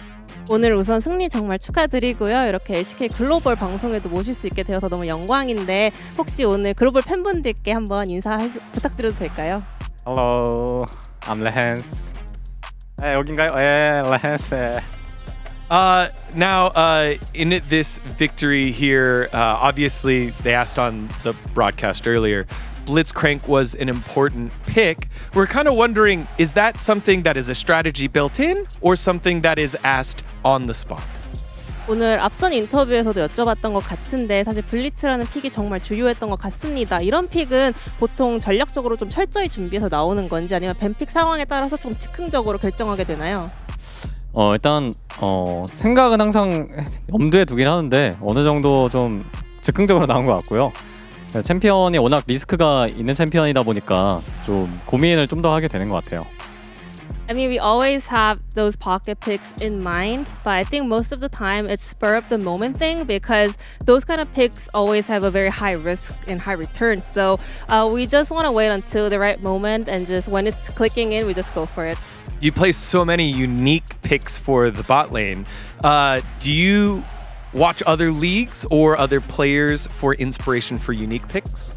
또 리엔즈 선수가 워낙 블리츠뿐만 아니라 정말 다양한 좀 특이한 서포픽도 많이 활용하시잖아요. 이런데 영감을 얻을 때 뭐 본인 스스로 조금 떠오르는 건지 아니면 가끔은 해외 리그나 다른 선수들의 좀 플레이를 보면서 영감을 받으시나요? 물론 당연히 잘하는 선수들 것도 많이 보고 그리고 혼자서 생각을 해봤을 때 어떻게 조합을 해야 상대방한테 더 압박을 줄 수 있을까 뭐 이런 연구를 해보는 것 같아요. I want to say kind of both. I always, watch other support players play. I go through their VODs and get inspiration. But also, I just always think to myself, what are the best picks to kind of add more pressure to the opponents? Is there one player that he can name that he gets inspiration from? 그럼 영감을 가장 많이 주는 또 다른 리그에서 활약하는 선수가 있다면 뽑을 수 있는 분이 있을까요? 오늘 온 선수랑 EKX 선수 네 그렇게 좀 많이 참고했었던 것 같아요. That was Mickey X for all of you at home that didn't catch that one. Obviously, G2 great. Now, in this matchup against Hanwha Life Esports, you've played against so many of these players before and played with so many of these players before. How is it different than other matches where you haven't played with them? So like against like T1 or D+. 그리고 오늘 상대한 하나생명은 워낙 함께 좀 활동을 같이 했던 전 동료가 많은 팀인 만큼 준비하는 데 있어서 다른 점이 있었는지 예를 들어서 같이 뛰었던 동료가 없는 T1 DK 전과 비교했을 때 준비 과정에 좀 다른 접근 같은 게 있나요? 아무래도 같이 했던 동료들이었어가지고 사소한 습관 같은 게 어느 정도 남아있긴 하지만 게임에 지대한 영향은 안 미치는 것 같고 굳이 수치로 따지자면 한 3%에서 4% 정도로 생각하고 있습니다. I mean, because I know their little habits, I can kind of use that, but I don't think it's like crucial, So I think it gives me an impact of 3 or 4% of, impact. Since you've played with so many teammates, who is your funniest teammate? 그러면 오늘 정말 함께하는 그리고 함께했던 동료들이 정말 많았던 한 판인데 10명 중에 가장 재밌었던 웃겼던 동료는 누구인가요? 재밌었던 동료는 아무래도 바이퍼 선수가 좀 재밌었던 기억이 많은데 제가 방송에서는 말 못하는 것들이라서 그렇습니다. Well, I have to say it's Viper actually, but it's his like funny moments are not for the broadcast. It's mostly for off the record. All right, we'll keep it off the record then. Gen.G is so close to an unprecedented 5 wins in a row in the championship, 5 championships in a row. What is your one focus going into this finals that will make you successful? 젠지가 이번 결승에서 정말 전무후무한 5연속 우승이라는 기록을 눈앞에 두고 있는데요. 리엔즈 선수는 그럼 본인 개인적으로 딱 한 점에 정말 집중해서 좀 준비하고 싶다 하면 가장 중점적인 부분이 무엇인가요? 일단 당장 눈앞에 있는 경기가 제일 중요해서 사실 그것만 생각하면 저희의 커리어나 이런 것들은 신경 쓰이지 않는 것 같아가지고 그냥 결승 어떻게 하면 그날 제일 잘할 수 있을까를 항상 고민하고 있는 것 같아요. I always solely focus on what's in front of me, which is my opponent, rather than the career or the record. So as long as we can focus on our opponents and our play, I think we'll be able to do a great job. Thank you so much for the interview. Is there anything else you would like to say to all of the fans that have been supporting you throughout your career? 마지막으로 정말 오랜 기간 동안 또 리엔즈 선수를 응원해주신 팬분들께 하시고 싶은 말씀 있으면 부탁드립니다. 일단 저희가 오늘 경기로 결승에 올라가게 되었는데 앞으로도 계속 좋은 모습 보일 거고 그리고 더 나아가서 월드에서도 좋은 모습 보일 때까지 팬분들께서 많은 응원 부탁드리겠습니다. Thank you so much for your support. With this victory, we made it to the finals, and we will make sure to continue this great form. But I will also look forward to your continuous support at Royals as well. All right, everyone, let's please thank both Jisun for translations and Lahenz for his time here in the space. 감사합니다. Thank you. All right, and with that, let's go ahead and take a look at the match results here as Gen.G take care of business against Hanwha Life Esports with 3 victories in a row after dropping the first game, but they will find themselves in the grand finals of the LCK Woori Bank 2024 Summer Playoffs. Welcome us back is Wolf and Ox. And you know what? I think one of the biggest takeaways for me is that Hanwha put up a much bigger fight, I think, than anyone really expected them to. Yeah, the scoreline is what a lot of people did predict, but in terms of how they played out some of those drafts that looked a little bit subpar, they gave me hope that we're not going to have a Gen.G T1 finals again. I think maybe we might see some diversity there. I think they're favored to go to the finals. And maybe in that rematch, they can make some tweaks to give us a great finals. I mean, I really did walk away from today feeling like Hanwha could actually be a challenger. I mean, we've seen plenty of times with the double elimination format, not specifically in the LCK, but just in that sort of bracket where a team gets knocked down to the lower bracket and then fights their way back up, learns from the experience. And I think the main thing is for parts of the season, genuinely, Gen G looked unbeatable. I don't think they look unbeatable. They're very good. They're very hard to beat, but I think they are definitely mortal. And if HLE played 100% for a whole series, I think they have a shot. Yeah, especially given the way that some of the drafts were prepared and the macros you were talking about as we were analyzing the game back here. But there it is, Gen G in the grand finals. Hanwha Life Esports will play in the round 4 matchup in Gyeongju on Saturday. And their match will be against D+ or T1, the winner of that. Let's take a look at that. Just a quick preview here, guys. Tomorrow's match, T1, D+, the roadshow on the line here. Yeah, I mean, I was just going to say, I feel like this one's so tough to predict, you know? I mean, either way, it's going to be a good series against Hanwha, but I feel like T1's form has been so inconsistent, you just don't know who's going to show up. Yeah, I think both teams obviously reeling off a really rough defeat in the previous round, but a lot of opportunity to sort of re-examine what went wrong, what was different from the regular season for D+, and I think T1 are always a team who will go back and think, okay, what can we change to make things work? So I think it's going to be hard to predict what will happen on the day, but both teams will undoubtedly have done a lot of prep to come in and give their best. All right, well, the first series in round number 3 was a 3-1, 4 games. Will we get 4? Will we get 5? Or will it be a clean sweep? We'll find out tomorrow's D+ take on T1. On behalf of everyone here at the LCK, thank you so much for watching, and we'll catch you tomorrow for more LCK action.